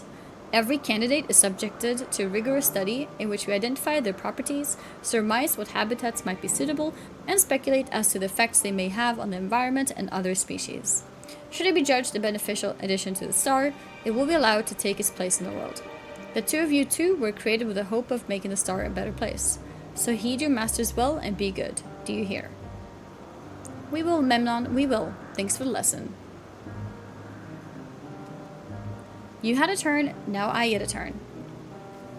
Okay, now I'll tell her about something. Where'd you come from? From a place far, far away. From a place facing a great threat. From the Crystarium, I guess.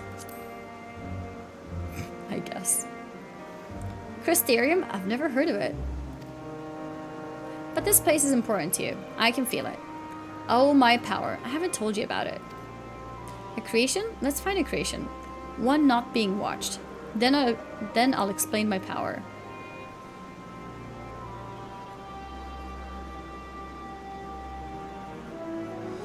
Okay. Okay. Any glossing over the toy comment? Don't tell me that's a Lalafell only line. I don't believe you. Oh, Lala gets called a toy here. No, I don't believe you. It is?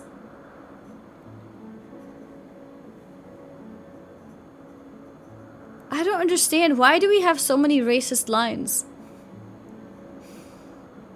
I can give you proof again. No, I'll just trust you. They call you a beast as Roth or something like that. Okay, you know what? I'd rather be called a toy than a freaking beast. Actually, I'm not sure if I do. Okay.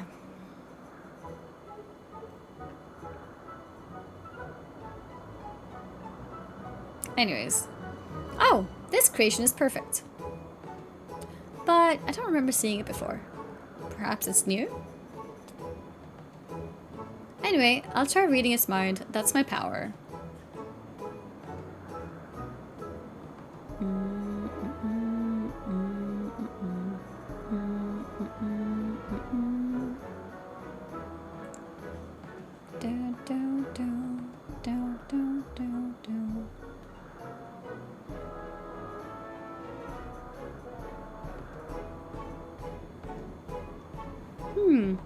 I can't read it. Or maybe there's nothing to read? Wait, please wait. I'll try again. With you this time.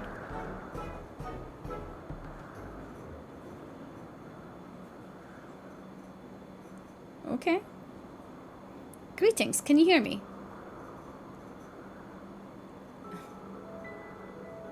This is my power. I can read the emotions of those around me and project my emotions to others in return. I'm not actually speaking to you in your mind. Rather, you are converting my emotions into words and intention, a process performed subconsciously by intelligent life forms. This ability is vital to my mission, for it allows me to interact with intelligent beings even should they communicate via unknown languages or other nonverbal means. As a consequence, I am clumsy at speaking. Yet though I struggle to express myself in this fashion, Hermes wants me to speak as much as possible, for everyone has thoughts and feelings that they may wish to hide. I harbor an affection for you, one that is difficult to define. Aside from the fact that you share common traits with us, your thoughts are complex, prismatic. They draw me in and leave me wanting to know more. Out of respect for your privacy, I will refrain from using my power when speaking with you. Nevertheless, I want you to know that I wish to be your friend. Aww. Too wholesome. Did you hear me? Yes. Ha! Good! Now it's my turn again. So, what are you good at? Fighting, crafting, gathering, playing. It's a secret.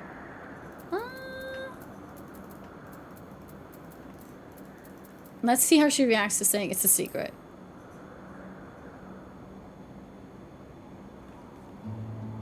Ooh, a secret. That's something you want to hide. Just leave it to me. There, I've blocked it out. I can't block everything. Not strong feelings, but that wasn't too strong. Wait, she's just straight up respecting the secret. That's too cute. Okay, he looks Angie. I think we might be bothering it. Yeah, I think so too. I think so too. Let's keep going. We'll go and see Yuenth next. She's usually in a small building, one on the west row.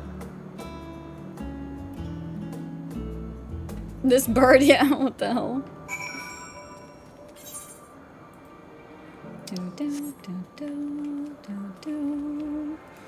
Let's see.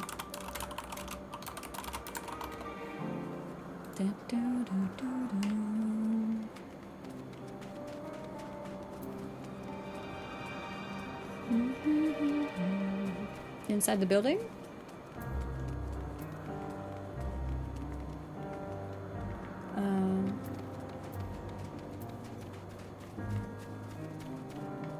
Inside this building?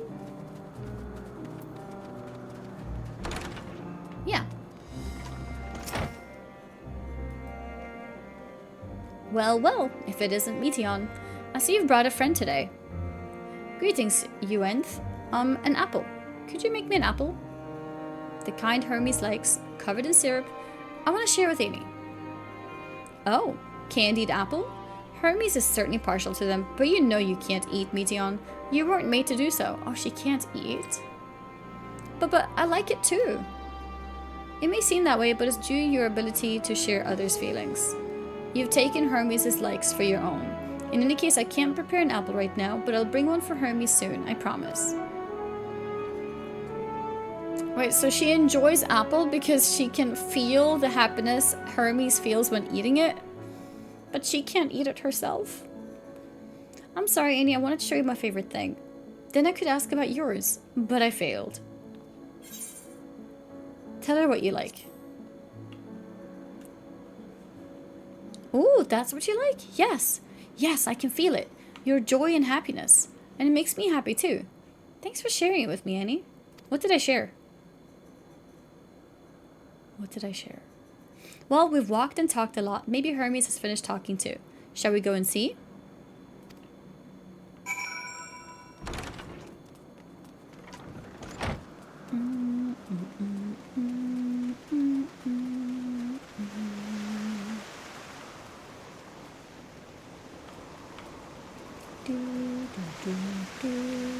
Think it's inside?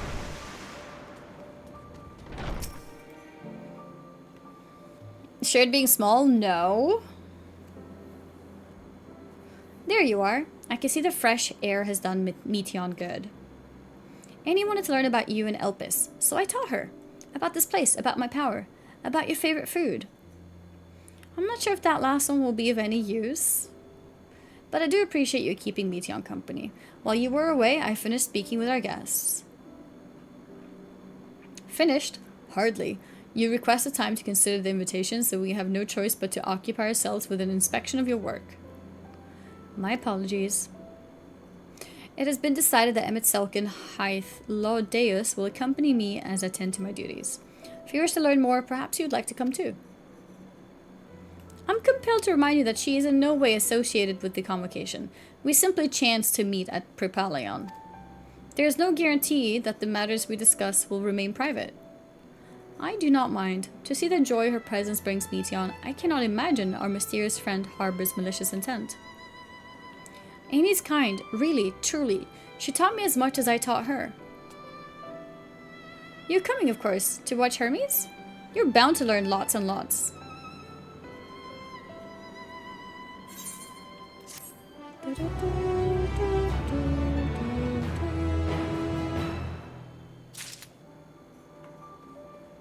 I want to take a small break to eat some food.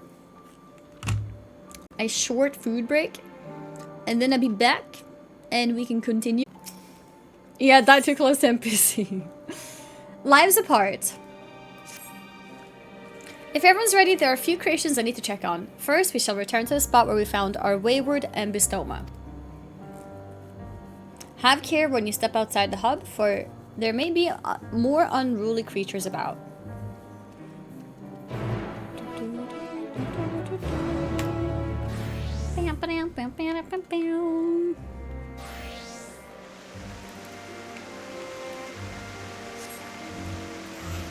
Oh, this is the Twitch drop mount. It's pretty cute.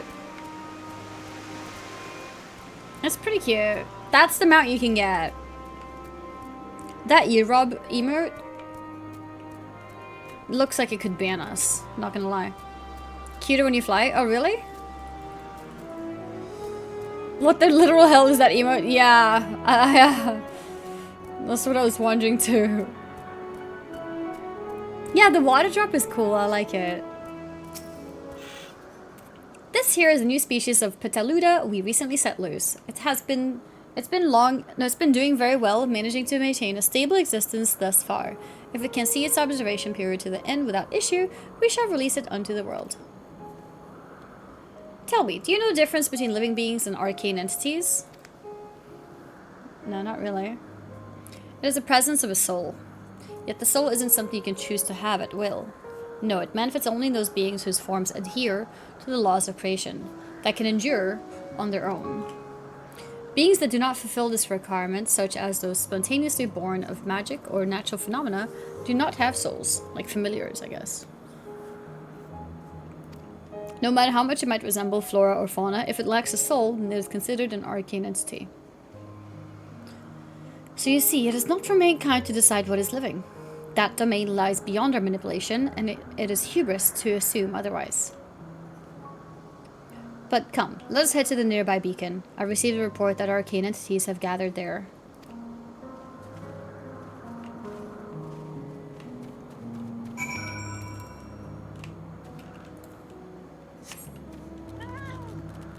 Fatter cat.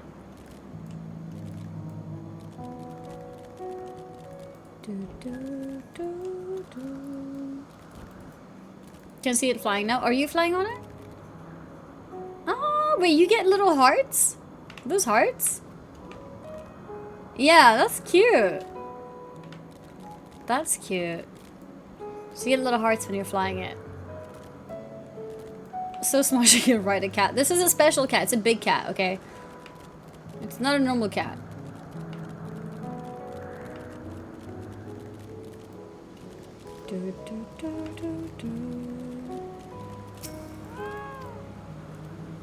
Although we call this structure a beacon due to its form, it's in fact a magical device.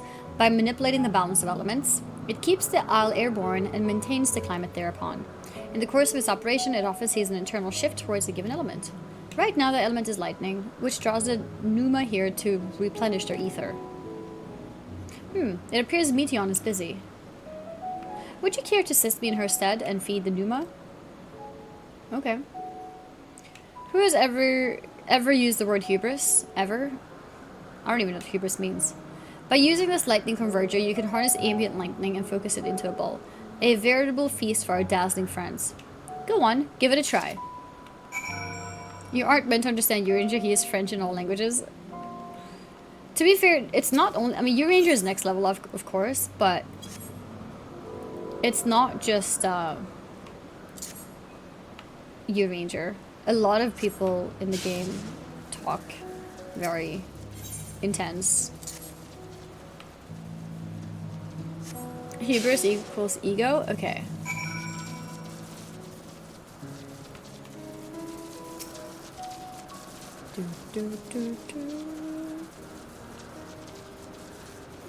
Perfectly done, Annie. Look.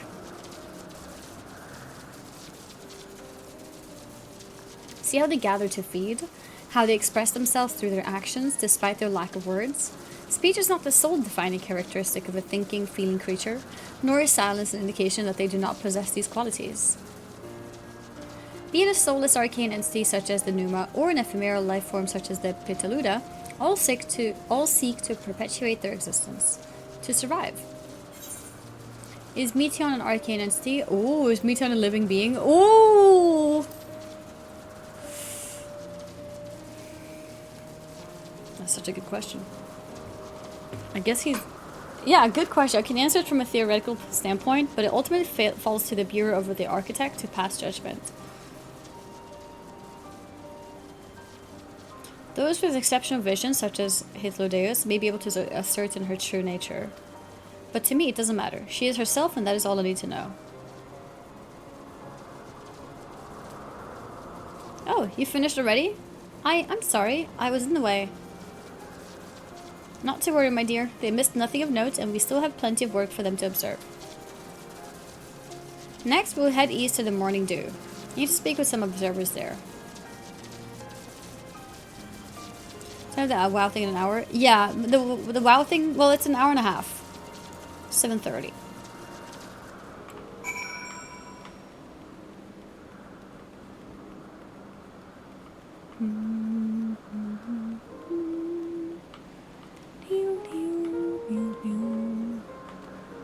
Okay, we can mount up and go here.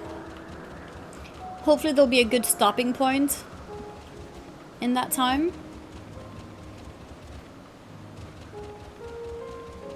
Palm friend. Pom, pom, pom, pom, pom, da, da, da, da, da, da. That like a creature. Mwah. Brah. A lot of rows of teeth. Amazing, is it not? The Ampelos. The One of our Ampelos. newest subjects. We see plenty of these on Aetheris, right? So, how are we coming along? How are we coming along? For today, you don't need to worry about stop point, just stop whenever, and it's pretty okay. There will be good stopping points. Duality. The flower! Elpis. Pick it up.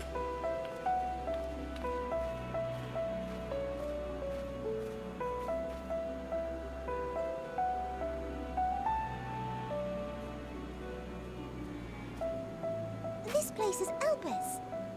Those flowers. Elpis. Entelekis. Like me. Entelekis.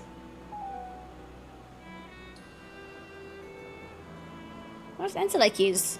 They are a product of Elpis, and so named for their birthplace. A happy accident, born of the hands of a former researcher who loved beautiful blossoms. Oh, from a former researcher? Who? Unique for how they change color, to reflect the emotional state of those nearby. Though be it here or elsewhere, they are seldom seen in any hue save purest white. Reflect the emotional state, you say? By what means do they achieve this? In creation, there exists an energy wholly apart from ether, one driven by emotions. Asaka? Or Akasha? In like manner to how we manipulate ether, this flower is subject to the influence of said energy. While it has no will of its own, it is sensitive to the prevailing emotion in the vicinity, and reacts by altering its color and vibrancy. Asuka? Akasha.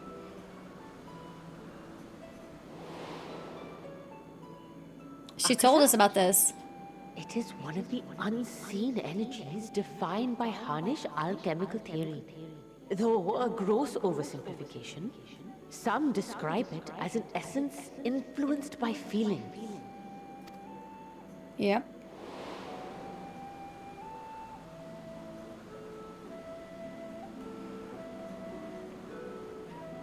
Akasha. Though I'm not familiar with the term, your description suggests it is the self-same energy. Dynamis, we call it. Dynamis. Okay. And those entities like the Elpis flower that have the ability to interact with this energy, converting emotions into tangible phenomena, are Entelekis. That's me! That's me! An Enteleki! Wait, what was the description of it? Those entities that have the ability to interact with this energy.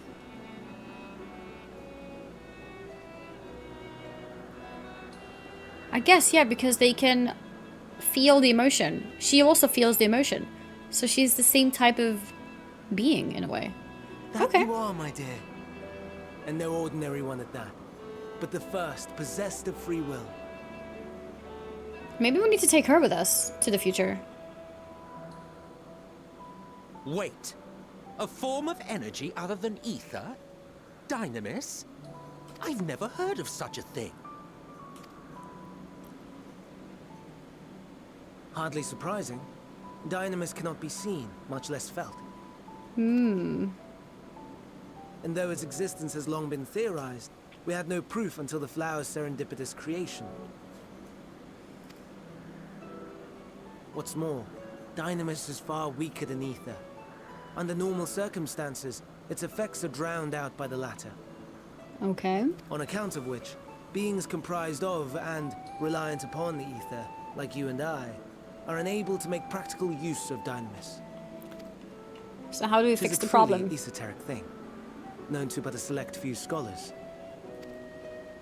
Intriguing. Then, given the limitations you described, why create Meteon? True.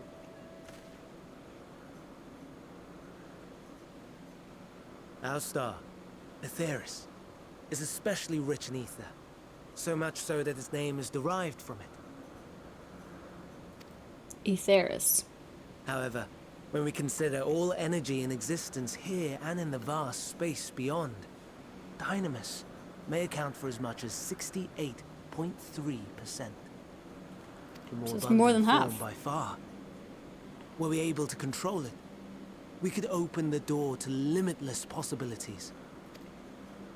'Tis not unlike a gently flowing stream, unable to break through the dam of ether barring its path. But if we could imbue the stream with the vigor of a raging river... Is this the start of the dangerous thoughts?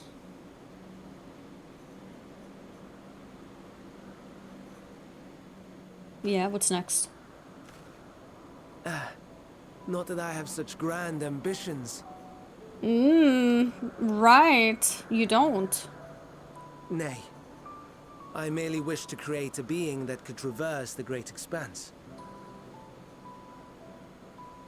Okay. The relative scarcity of ether beyond the bounds of this star was a concern. And so, I looked to another source of energy by necessity. Okay.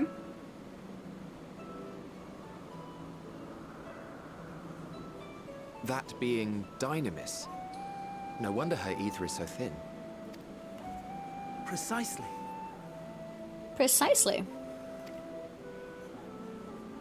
Yours is thin too. Like an entelechy. Like me. So, are we the same? Intelleckies. I don't think I can feel anything. Sure, I don't see why I couldn't be one. Well, I have been known to transcend my limits with nothing but determination.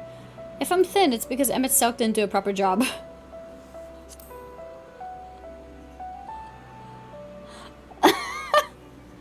Well, aren't we ungrateful? Mayhap I should revert you to the pathetic, faded thing you were. Okay, calm down! That's not what I meant! Jesus. The deficit of ether alone does not an entelechy make.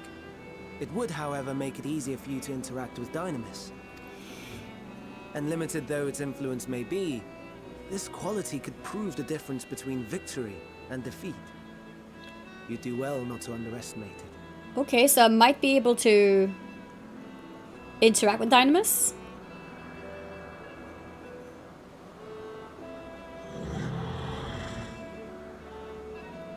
Oh dear. I'd forgotten about the poor fella. You must excuse me a moment while I go and verify a few more things. Okay.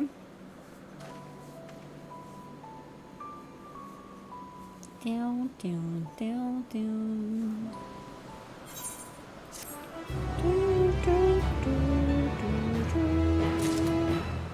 Another quest completed. Anybody have a negative riz with Emmett? I don't know, like he's being annoying right now, okay? I didn't do nothing. Not that I or anyone else would be able to make use of it even if we knew, but it irks me to discover that there's an entirely different form of energy. And no one told me! That personal annoyance aside, Hermes' knowledge is undeniably impressive. Given that there are none among the 14 who specialize in the Celestial, he would be an awesome addition. Assuming he can be persuaded to join, that is. I still can't understand his hesitation. Why did you join the convocation? Oh ho, you wish to know why Emmett Selk was chosen for the convocation? I should be glad to share the tale. It began when... Not another word! Lest you've forgotten, we're to learn about Hermes, not me. My misspent youth is not your concern. Okay, well, he's a bit cold. He's a bit cold.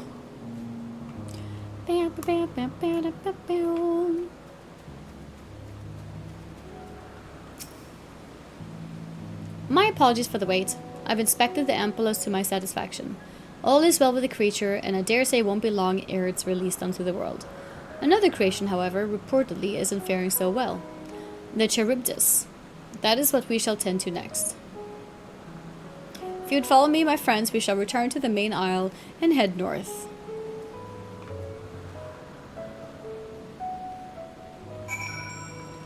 Okay, let's see. It's pretty close. I can mount up. It's fun to harass Emmett. True, but it's not fun when he harasses us back.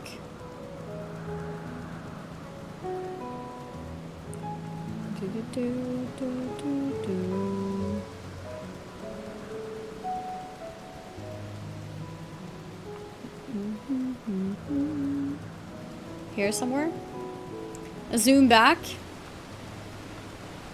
I think I'm feeling a bit of food coma. I haven't been tired all day, but then suddenly now I'm like, ah.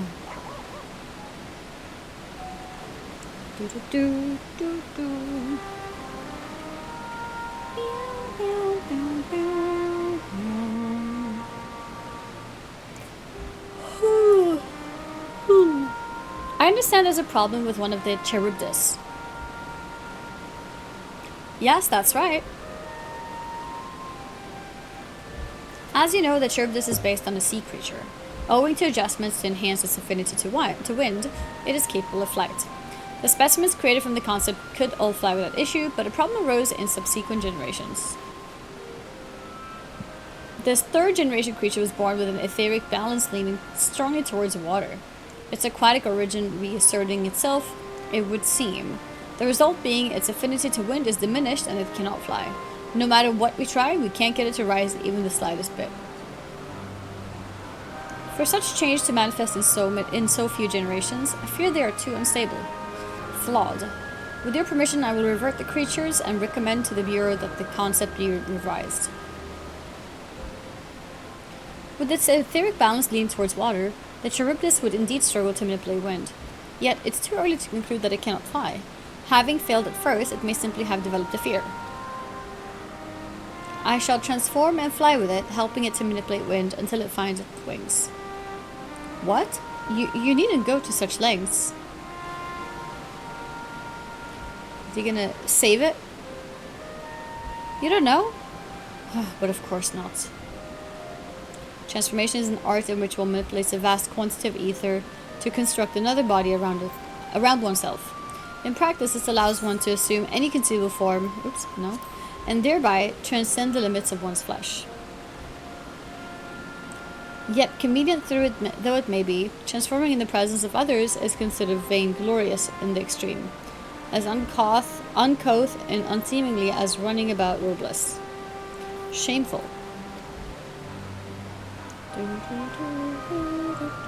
Am I to understand you make a habit of this?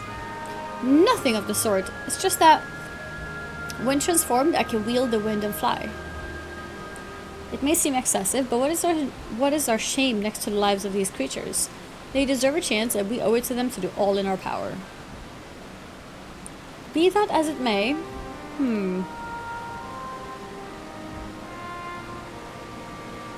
Yes, I believe I have a solution. Emmett Selk, may I trouble you to move that Charybdis away from its fellows?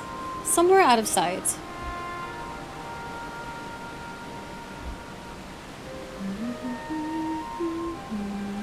Meanwhile, I'd like the rest of you to help me prepare here. What mischief are you scheming now? No mischief, I assure you. I would but spare you the need to report to your colleagues that Hermes committed an indiscretion. So we'll have a little faith and run along. I like treating Emmett like this. I trust you don't mind.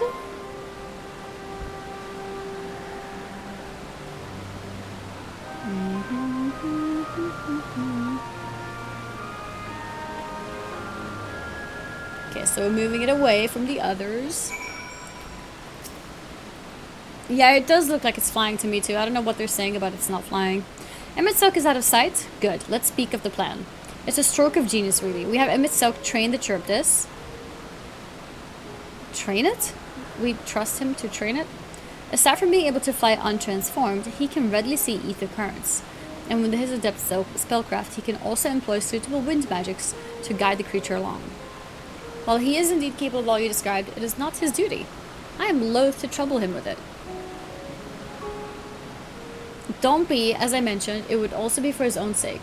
With that settled, let's begin at once. Annie, I want you to go to Emmett Silk. Tell him that you have a favor to ask. He'll be disinclined to cooperate at first, but you mustn't be discouraged. With our friend, the trick is to be unflaggingly persistent. Off you go. Now, and good luck. Use the keyboard or the software keyboard to enter any phrase containing the words, I have a favor to ask. Okay.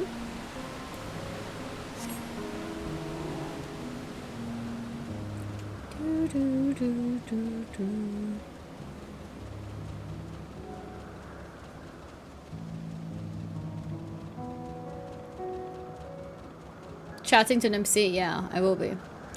I'm gonna get some monster, I think. Oh.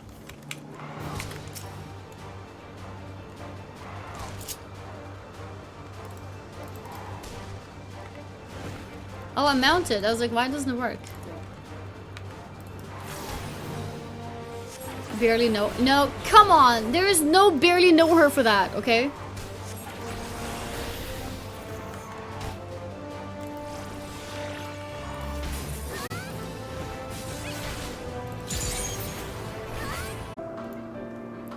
Let's get grinding. It's 44 degrees in Greece. Thank God I don't live in Greece. Oh, you don't. I thought you were like expressing how hot it is where you are right now. Mine cost 300 pounds an offer. I was lucky. Yeah, that's really good. Norwegian price, but in currency most I understand. Yeah. No, that's really cheap. Is that only the AC itself? Or did you have to pay extra for building it? And was that like a mobile one that moves around? Or is it in the wall?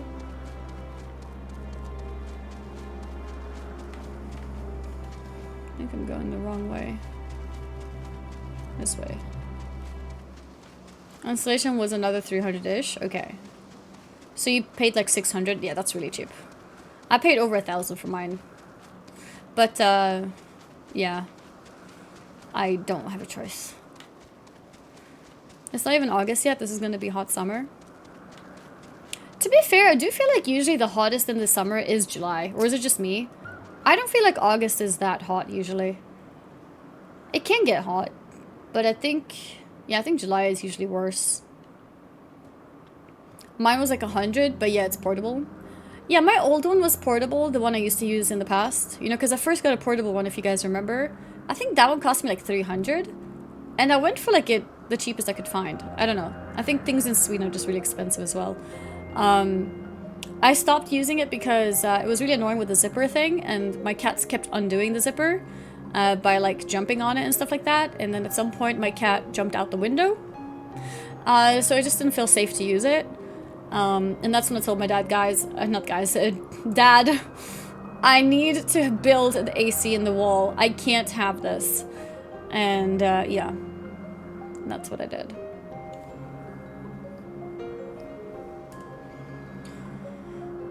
Yeah, I think Sweden is pretty expensive, but I think Norway is worse from what I hear in general. But yeah, Sweden is a pretty expensive country. Well, are your preparations for the scheme that is clearly not a scheme complete? With chat mode and say use your keyboard or software keyboard, yeah. Say I have a favor to ask. Best thing I could do for myself because I can't go out much. Live on the south coast of Norway. It gets really warm here. Yeah, for sure. Yeah, no, that's really awesome. And I'm glad you got a good deal too. Oh no, you don't. I'm not lifting a finger. Ugh, I don't know what Hythlodius is up to, and I will not be made to know. What? I don't know what Hythlodius is up to, and I will not be made to know. I refuse. If Hythlodius is to believe, relentless insistence may serve to wear down the ever-wary Emmett Selk. Please, Emmett Selk.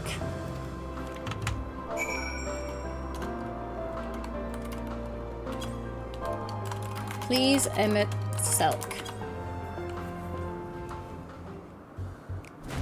She got it right first try. What, to type I need a favor? No. You think I'd fail that? Wasting this nonsense on me. Yes, yes, yes.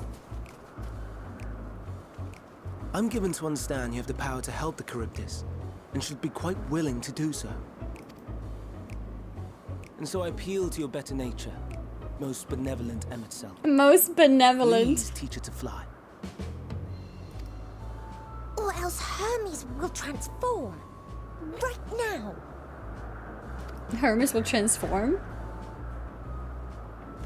Now, there's no need to go quite that far.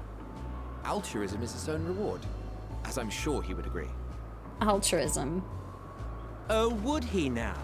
And who contrived to put me in this position, pray tell? Pray tell. Nothing so devious. I merely suggested a possible course of action. Hmm.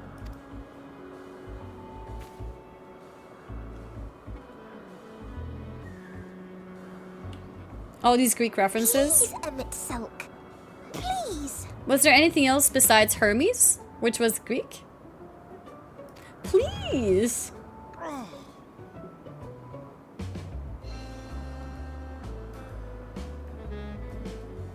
Oh, Hades was mentioned. I know Emmett is Hades, but did they mention it now? To your creations. I thank you to Because remember I don't this think they favor, mentioned it and now, let did it they? be the last. Maybe they did. I did not come all this way to play nursemaid to your creations. Okay.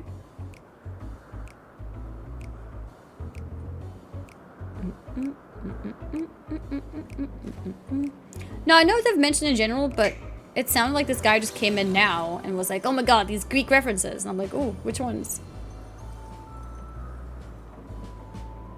What is that? I will aid it once it has taken to the air. It falls to you to shepherd it skyward.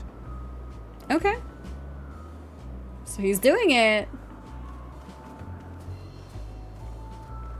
Hi, Andy. What's up, Toronto?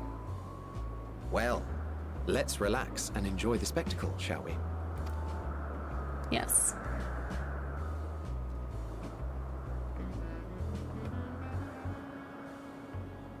Emmett has a collector edition of his own expansion. He has a collector's edition? Was that You were Shadowbringers wondering why Emmett collectors? Selk joined the convocation.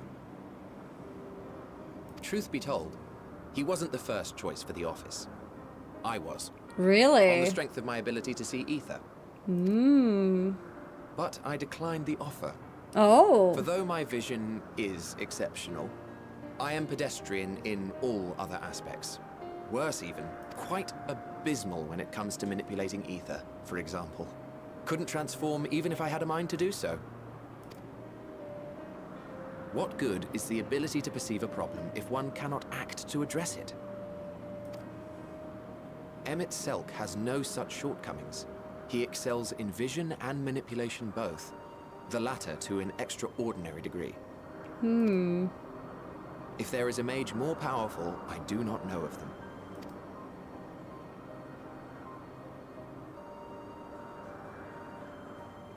Thus did I recommend him for the office in my stead. And I wasn't the only one. Far from it. Countless others vouched for his skill and character. People the world over, to whom he had previously lent a helping hand. Oh, how surprised he was. Claimed he hadn't done anything remarkable for anyone. Modest to a fault. We always liked Emmett.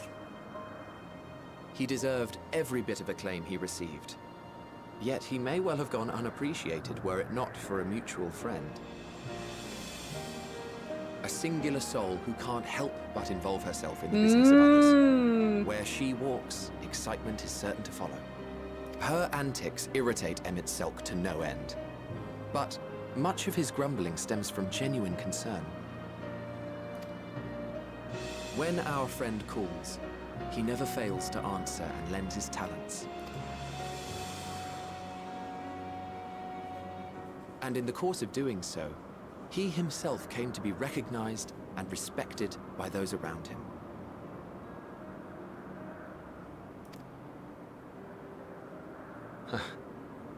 They are truly remarkable individuals, and I'm proud to call them friends. He wasn't talking about the Twitter girl, right? The Twitter girl. Yulala looks... Right? Malala looks so good. Yeah, because the camera kind of panned over her, and I was like, wait. Their dreams. Okay. This will be my greatest contribution to our world. And when they have fulfilled their respective purposes, so too shall I have fulfilled mine. And together we may return to the star. Look at me, spilling my innermost secrets. I can't seem to help it with you. What the F is a page chatter? Whenever someone compliments my character, which is fully truth, because my character is wonderful and cute and the very best, then people accuse him for being a paid chatter, as if I had to pay someone to say something like that. I can only assume it is due to the color of your soul.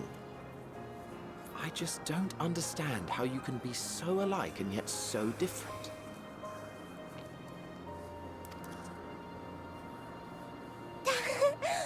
Well done, my pet.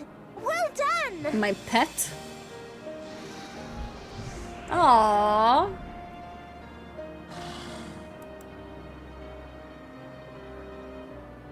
Ah, yes. I dare say the Charybdis will be fine here on. Honestly, Lala's a Why don't perfect... you go I and signal agree. to Emmett Selk. Let him know that his arduous task is at an end. Paid streamer? I am not paid for saying that my Lalafell is absolutely beautiful. Okay?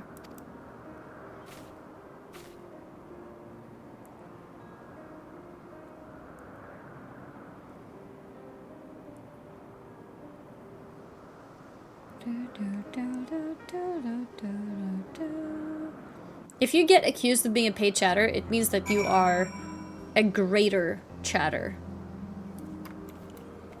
And other chatters are jealous of you. Your Lala is cute, thank you. He is flying. It's really flying.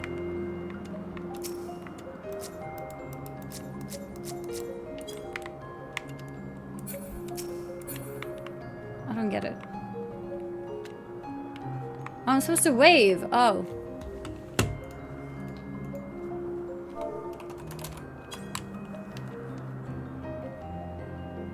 Emerging from his reverie, Emmett Selk notices you and begins to descend with the Charybdis. Yeah, I needed to type it real quick.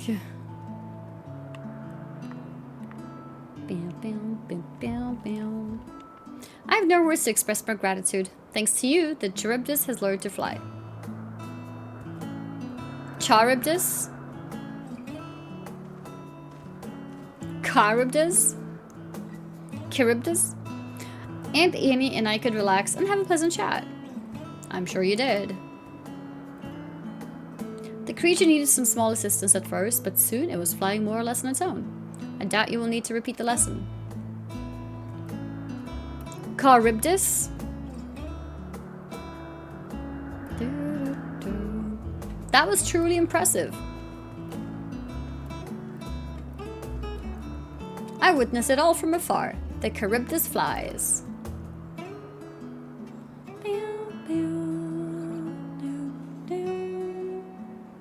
The mount that Emmett was on was a digital collector's edition mount, not the blue creature. For Endwalker or for Shadowbringers?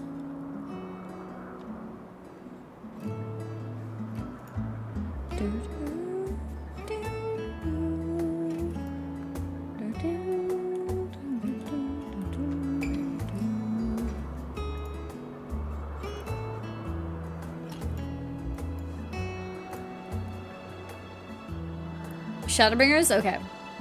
Yeah, I need to take a look. I'll take a look if I could get those, perhaps.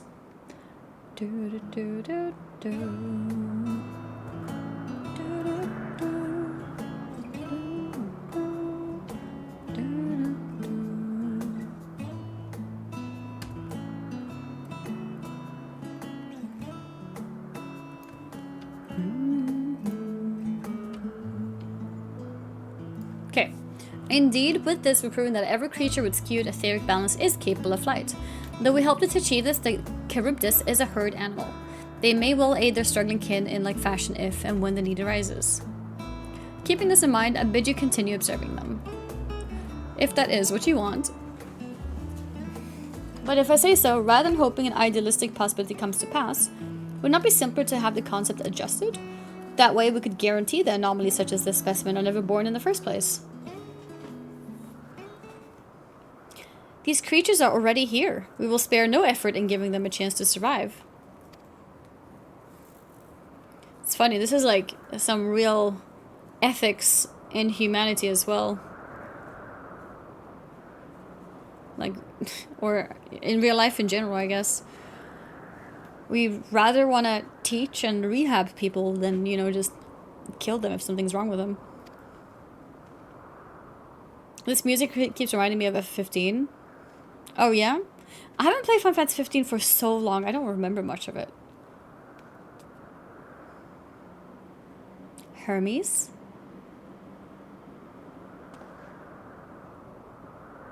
I'm fine, don't worry. Well, that concludes all of my present tasks. Kind of weird when the music just stopped. Sudden silence. Let us return to Anagnoris for now. Okay, let's go. Let's go back. I keep meaning to play 15. Bro trip cooking adventure. Depressing? Was it depressing?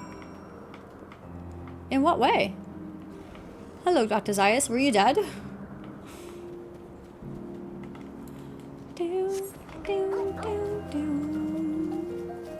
I played 15 recently. I would watch the movie before you play it, though. The movie? What movie? I won't say any more spoilers. Okay. I mean, technically I've played it, but it's been so many years ago that I don't remember anything at all. I only remember driving around in a car.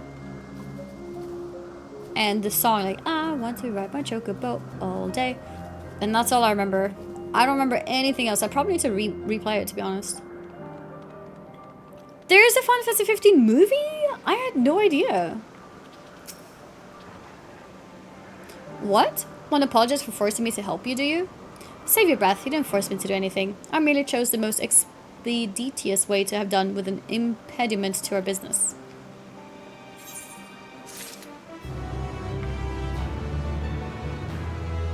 A high-budget CGI one? Really? I completely missed that. It's a prequel, and funny enough, you've actually seen it. Oh, I've seen it? Why do I not remember it?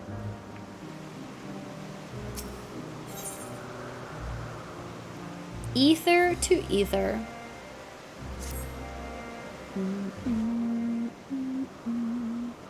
Grass in its own way better with graphical update. Yeah?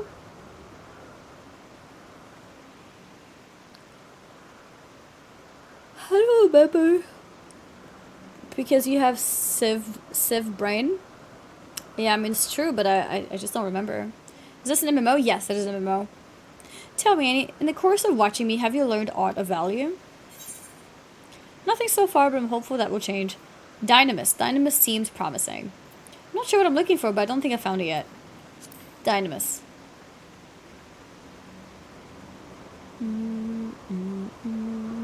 Dynamis, you say? Curious that such an obscure phenomena should be of interest to you.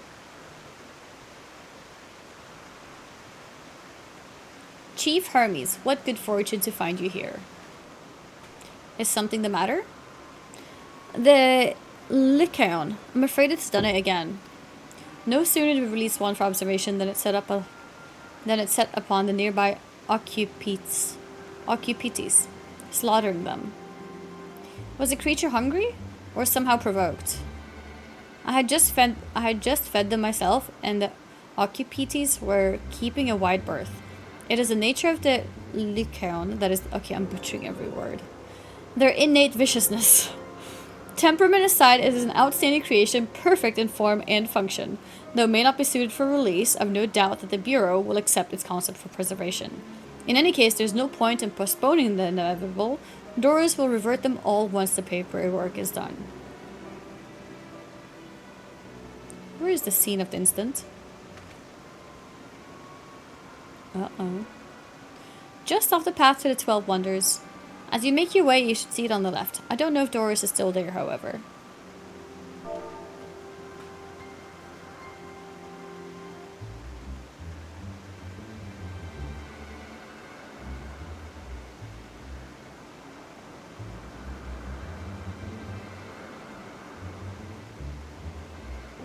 So one of the creations killed their other creation? Hermes, wait.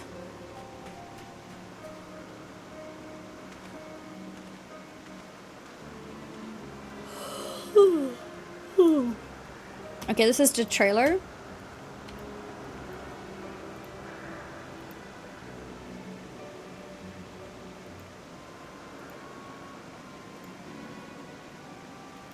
Are you sure I've seen this? I don't recognize this at all.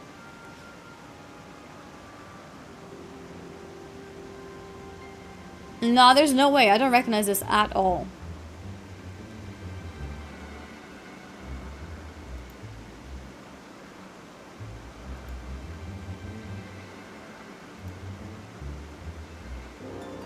I don't think I've seen it.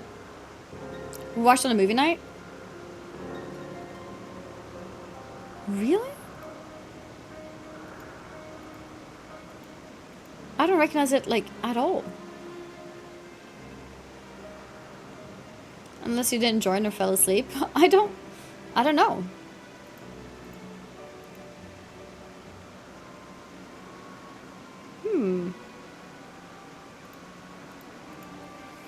Hi, new here. It's nice to find a stream that does the drops, but also don't end up spoiling DT for people like me. Hi, welcome to the stream.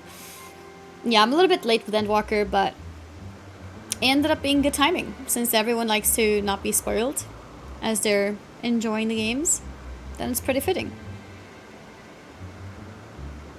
Team request this +2 more is an okay stopping point if you don't want to leave loose ends for a couple days, by the way. Okay, good to know. Let's do that.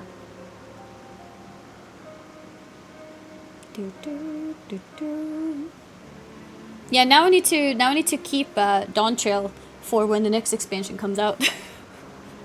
I'll always be one expansion behind. But yeah, maybe I need to watch this. Is there a way to see how long I've been watching? Yeah, if you click your profile picture at the top right corner, the little circle, you can see it there. Not playing for a couple days. Yeah, so tomorrow I'm doing a Hearthstone stream, and it's gonna be a shorter stream as I'm gonna be traveling to meet some streamer friends. So I'm gonna meet Miss Mika, Stormfall, Elias, and maybe a couple others. And then the day after is a bit of a question mark right now, but I think we might all be doing a stream together for the Wednesday. So that's why these 2 days are a bit of a question mark right now. I'll let you guys know once I've made my final decision, but that's kind of what it's looking like right now. Maybe a cooking stream, maybe something else, I don't know, we'll see. Yeah, so tomorrow will be short stream and my travels, and I don't think we're streaming tomorrow. I don't think anyone is streaming tomorrow. Together, I mean. And then the Wednesday, we'll be streaming something together, is the idea. I saw someone goes in Stockholm. Yeah, she said she was in Stockholm today after I already started my stream. I was like, sorry, I'm streaming. But yeah. Also, I think it would be a bit weird for me if I would last minute decide to not stream today when I haven't like warned about tomorrow or the day after or anything. So it's probably best that I stream today. Also, I have the WoW raid to attend to. Are you traveling back Wednesday night or Thursday? Yeah, so probably Wednesday after whatever stream we're doing together. Probably. Yeah, I think I'm gonna spend one night there. But I'll give you guys the final decision later. This is the preliminary plan.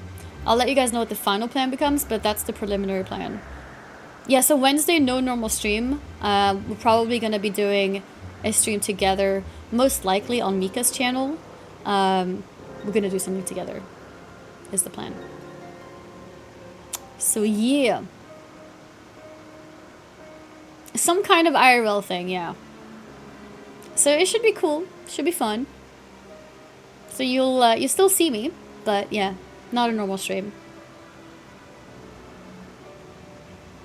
If this is part of his work, then I would observe. We follow. She should teach you how to do Elden Ring dance pad. I'd love to learn, to be honest. I don't know what we're doing. I don't know what we're doing. Maybe I should ask her to teach me. If this is part of his work, then I would observe. We follow. Oh. Oh, the Lua dance emo is so cute.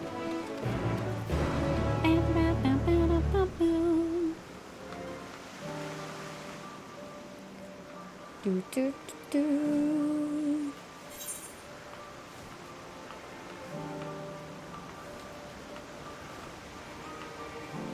Oops. Here we go.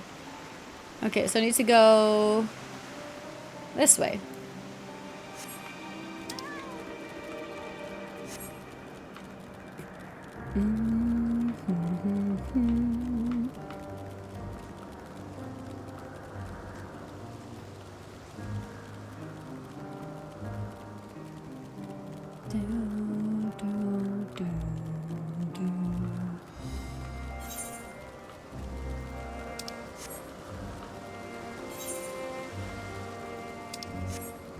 Okay.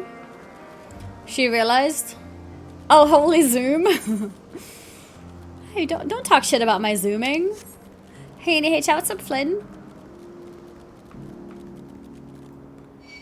Do.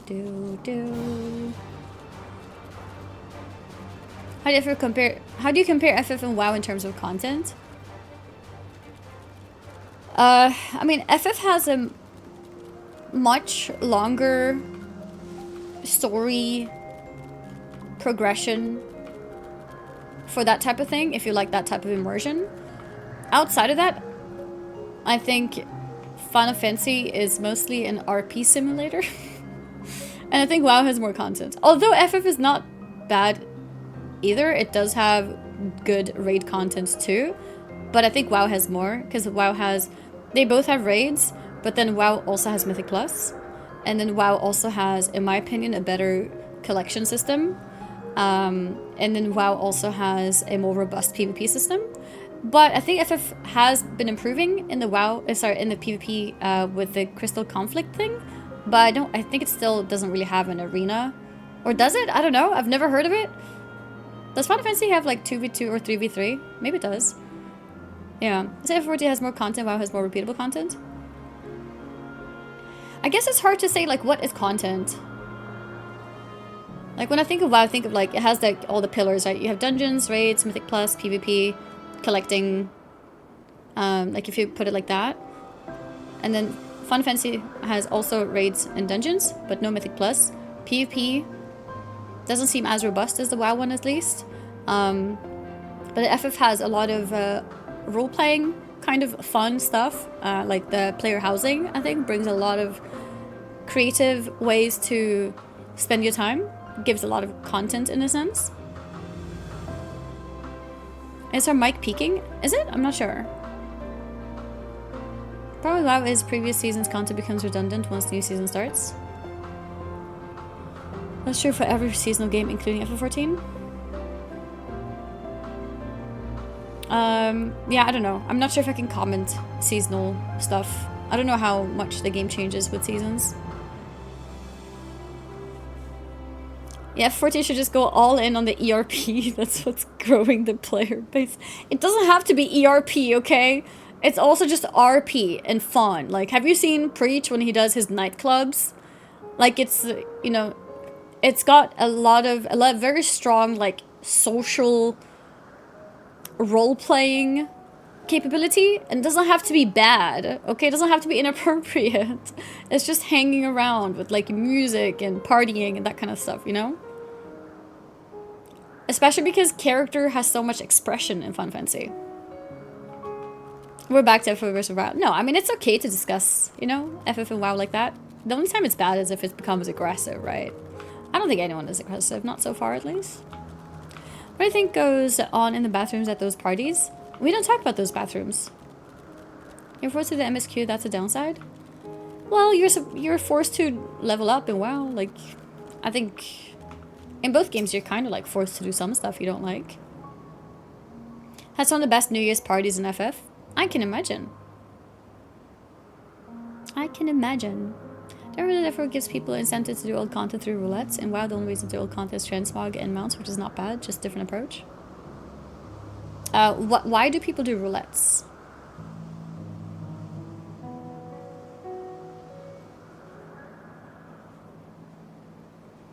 Honestly, the biggest drawback from 14 for me is their transmog system. Yeah, I feel like for collection systems, I think WoW feels better to collect things in. Because you can infinitely collect. There's no limits. Roulette's best XP tomestones for stuff. But we're talking about replayability. Like, are we really saying that FF14 has more replayability because you can do old dungeons for XP? Oh, you get so you can get the best gear in the game by doing old dungeons? Is that what you're saying? Yes. Okay, that's interesting. Not quite. No. Is that the definition of replayability? I mean, I missed the part about end-game currency because, sure, you can queue a random dungeon in WoW as well. It's just, why would you do that? Old dungeons are boring. How is that like a selling point of replayability for an MMO? But if it's for end-game content or end-game rewards, I guess it's a bit different. Best gear still from Savage Raids. Tomestone's gear is near best. Okay. Okay. So what would that be equivalent to in terms of gear in WoW?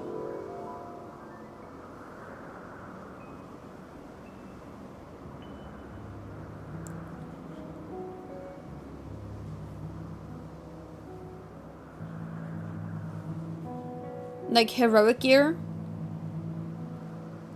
So instead of having to do another difficulty of the raid, you spam old dungeons.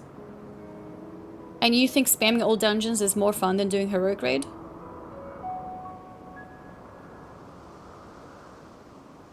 It's like 2 eye level difference in terms of stats.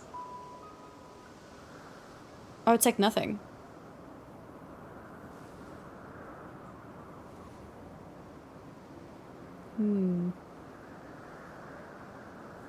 It's a good thing afterwards that gear is certain and not RNG. Yeah, I like that. I like that. Especially certain RNG and WoW gearing is horrible. I like that. More fun is subjective. For some people it is, for some people it isn't. Yeah, I mean, that's what I'm trying to get at. Like, I think farming for gear in both games is extremely boring. There is a reason I do not weekly raid in WoW, and I do not think I would be doing roulettes either. To be completely honest, I think both sounds really boring. You spam old dungeons in FF for glams. Dungeon gear is very transient. Tombstone gear is good enough to clear savage raids. Raid gear is more for those who want higher parses. Okay. We'll make our weekly raid fun by having around gambling and drinking. Yeah, but in that case, it's the company that makes it fun, right? So the content itself doesn't matter too much. You would probably have fun doing dungeons too then, right? Although raid is nicer because you can have more people, I guess.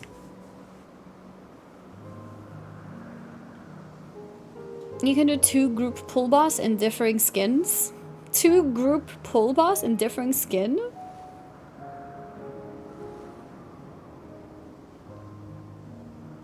Will Annie finish Dawn Chill before 8.0 and experience in-game? Yeah, I don't know. Maybe I just played WoW for so long. Maybe I'm the only person here, but I've reached a point where I don't think I can ever really enjoy endgame content. Like, religiously. Like, gear up and progress and blah blah blah. Like, I can do it with a certain goal in mind. You know, like the Uvu. Like, oh, get the girls together and like try to do a raid together. But I don't think I can actually enjoy just a raiding. I used to. Maybe I'm just getting too old. I don't know. But I don't enjoy that anymore. I really don't. And I don't care what game it is. I think I will feel the exact same. I much rather enjoyed like going through the story. I much rather farm the same boss over and over again for a mount. I don't enjoy, in the same way that I used to at least, progress a raid. It's temporary since you stream when you're playing, so you can't just enjoy nostalgia by that.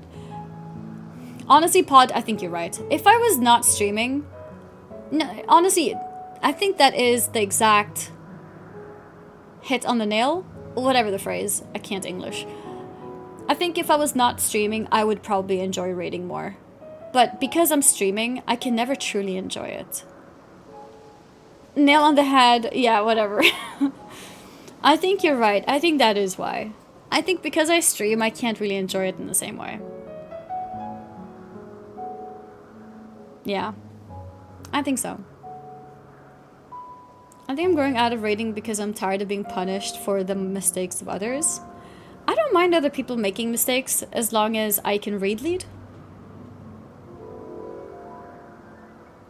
But yeah, I think with streaming it changes things a bit. I'm with you. I hate dungeons and raiding because it's just about steamrolling in that content. I never learn anything about the story involved. I honestly don't care about the story. I don't mind missing the story in a raid. Because for me, the raid is more about the gameplay anyways, not the story. But, yeah, I think it's the part where I'm streaming about it. Streaming it, I think, is what made me not enjoy raiding. If I was not streaming, I think I would enjoy raiding more. You get distracted by chat so often? Yeah. Don't understand how you can immerse yourself truly in a game. Sometimes it's hard. Other times it's easier. Raids have story and different quality like most things. Yeah, I've just never cared about stories in raids. Unless the point is the story, kind of. Like, I'm not gonna go in a raid and then be like, oh, wait, what's the story behind this? But if I am already in a story and then that happens to unlock a raid, that's cool. You know, like what kind of happens with the trials in MSQ. I think that's fun. But I wouldn't care if it was the other way around. Like, if I enter a raid and I do a cool boss fight, I'm not gonna be like, oh, like, so who is this guy? And like, why does he have this ability? Like, I won't ask those questions. I literally don't care. But if it's the other way around, where I've done a story and, you know, got immersed into these characters, and then I'm thrown into a raid, and then I recognize the characters from the story that I was just told, that's cool. And I think that's what makes the MSQ really interesting and fun when you get thrown into a trial, because it's been introduced in such a immersive way. But it's more like a secondary thing that happened to be, and not something that I seek, if that makes sense. Yeah, so I think Final Fantasy has done a really great job at making me immersed in that way. But when I've played WoW in the past, I've never been like, oh, I'm so sad, I don't understand the story here. Because, like, the story is not even on my mind.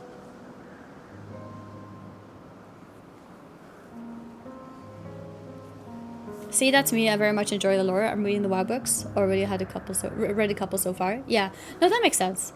I've never been a story person, but I think Final Fantasy has done a pretty good job at putting me into a story type gameplay when I've never been that person. So that means they must have done a great job. They must have done a great job, since I'm not typically that person. Don't you enjoy the challenge of clearing hard content MMOs? You do enjoy hard content in other games? Oh, I do enjoy hard content. The problem with raiding is other people. And I think that's why it's the streaming that makes a difference, Wodrick.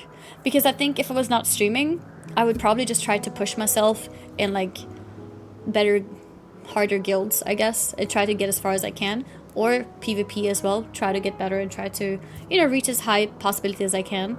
But when I stream, those experiences are so different that the only type of content that I would enjoy on stream would be solo content, and WoW doesn't have too much solo content, which is challenging. I love doing the Mage Tower when that came out. I did on every single class. Every single spec when it first came out, actually. But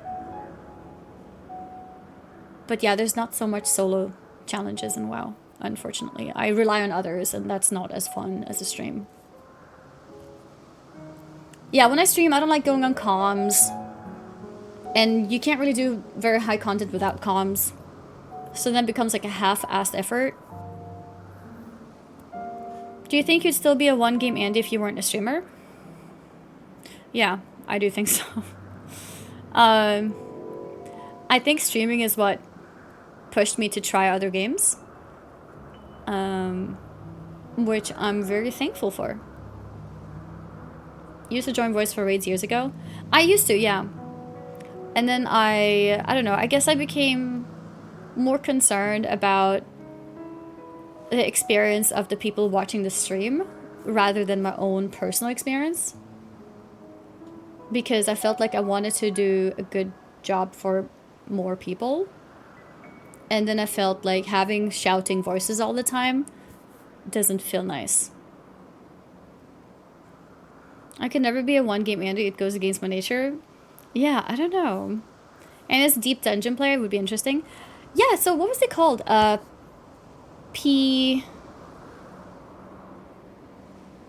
was the first deep dungeon called?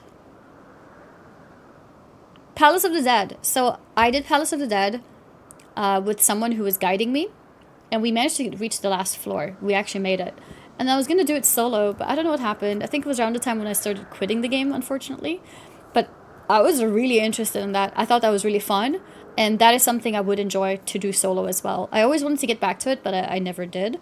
But yeah, that's a great example of something that I would enjoy. Well, it just depends on your community. You stopped doing raids, so you started getting more and more people that weren't interested in it. That's fair as well, yeah. No, that's a good point. If it stuck to the old game loop of doing raids and comms, you would have called a community that enjoyed that. And that's fair too. But I think even in those days, like, I would have people complaining about voices and stuff, and especially because I'd have like mini dramas, not dramas, but like some people of the community would dislike some people of the community because some people in the community would be too interested in talking to me. So I'd have like regular raiders who would be annoyed with like Bob here because he doesn't say much, but when I'm around, suddenly he's shouting all the time. And so it becomes like mini dramas that I have to deal with. So it's like kindergarten. So like these things also did lead to these decisions because it's like at the end of the day, there's always people complaining. So it became cleaner for everyone if I just didn't join voice. I mean, yeah, that was a thing. Yeah, it was 100% a thing. And when I'm streaming and just trying to enjoy the game, the last thing I want to worry about is like being like a teacher at a kindergarten.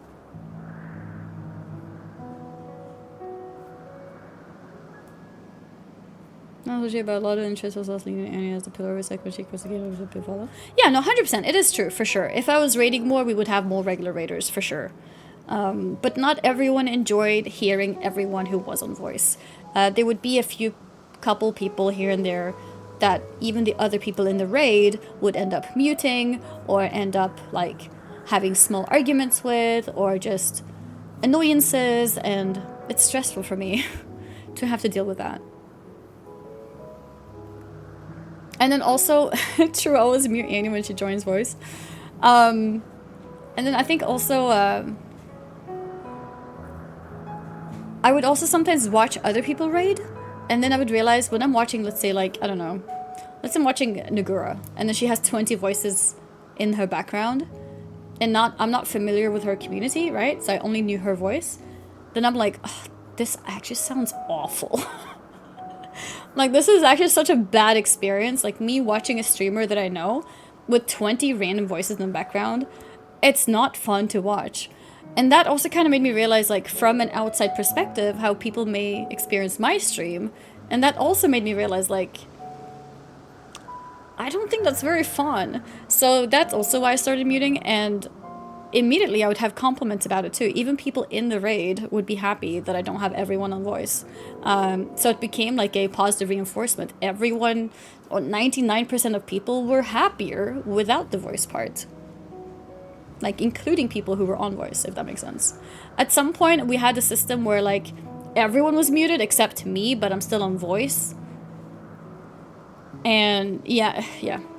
It was a lot of little things. It wasn't just, like, a overnight decision. You know what? Screw you guys. No comms. No, there was, like, mini dramas everywhere. And in the end, that kind of what it led to over months of, like, evolution. I actually went through a phase where we raided on stream, but no one other than like 3 people could talk. Yeah.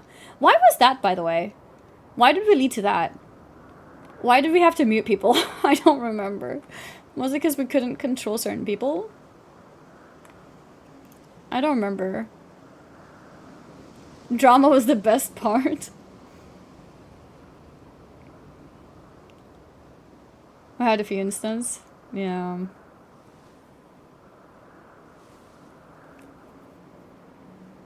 How do you get camera like that as a green screen? Yeah, it's a green screen. Might best not open that can. Yeah, I don't remember what it was, but... PvP with comms is easier to watch versus raiding. I find PvP comms also awful. Like, when I watch other streamers... That's why I like Snow Mixie streams. She's one of the fewer PvP streamers who doesn't put voice... I mean, I guess because she... 99% of the time she's in LFG, finding random people to play with. It's just her. It's not like these random like voices in the background. And I find that more enjoyable personally, but I'm not a PvP viewer in the sense I'm not super into the PvP. So maybe if I was a avid PvP viewer, maybe I'd think differently.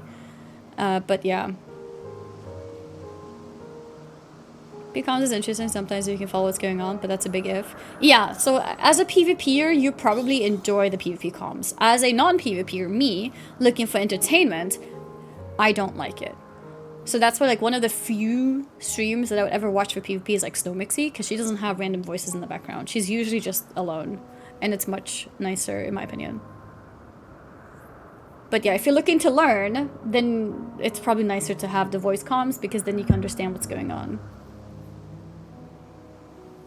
The only time I enjoyed another voice on stream was your Lua and Guzu streams. Yeah. I think because the things that we've generally done with those things is like the focus is the entertainment. The focus is not killing a boss. The focus is not killing enemies in PvP, which can get pretty like convoluted and pretty forgetting the entertainment part, I guess. Need to be in the mood for it. Sometimes alright, but others it sounds chaotic. I think the more into Mythic Plus you are, the more happy you'll be with Mythic Plus comms. The more into PvP you are, the more happy you'll be with PvP comms. The more into like, basically the more into the purpose of the stream that you are, the more you will enjoy the comms. And then there's some things like Plunderstorm when I was playing with Guzu, where you don't have to understand the game that much. You still follow along, and I think that's why in those situations it's a little bit easier to just talk to someone.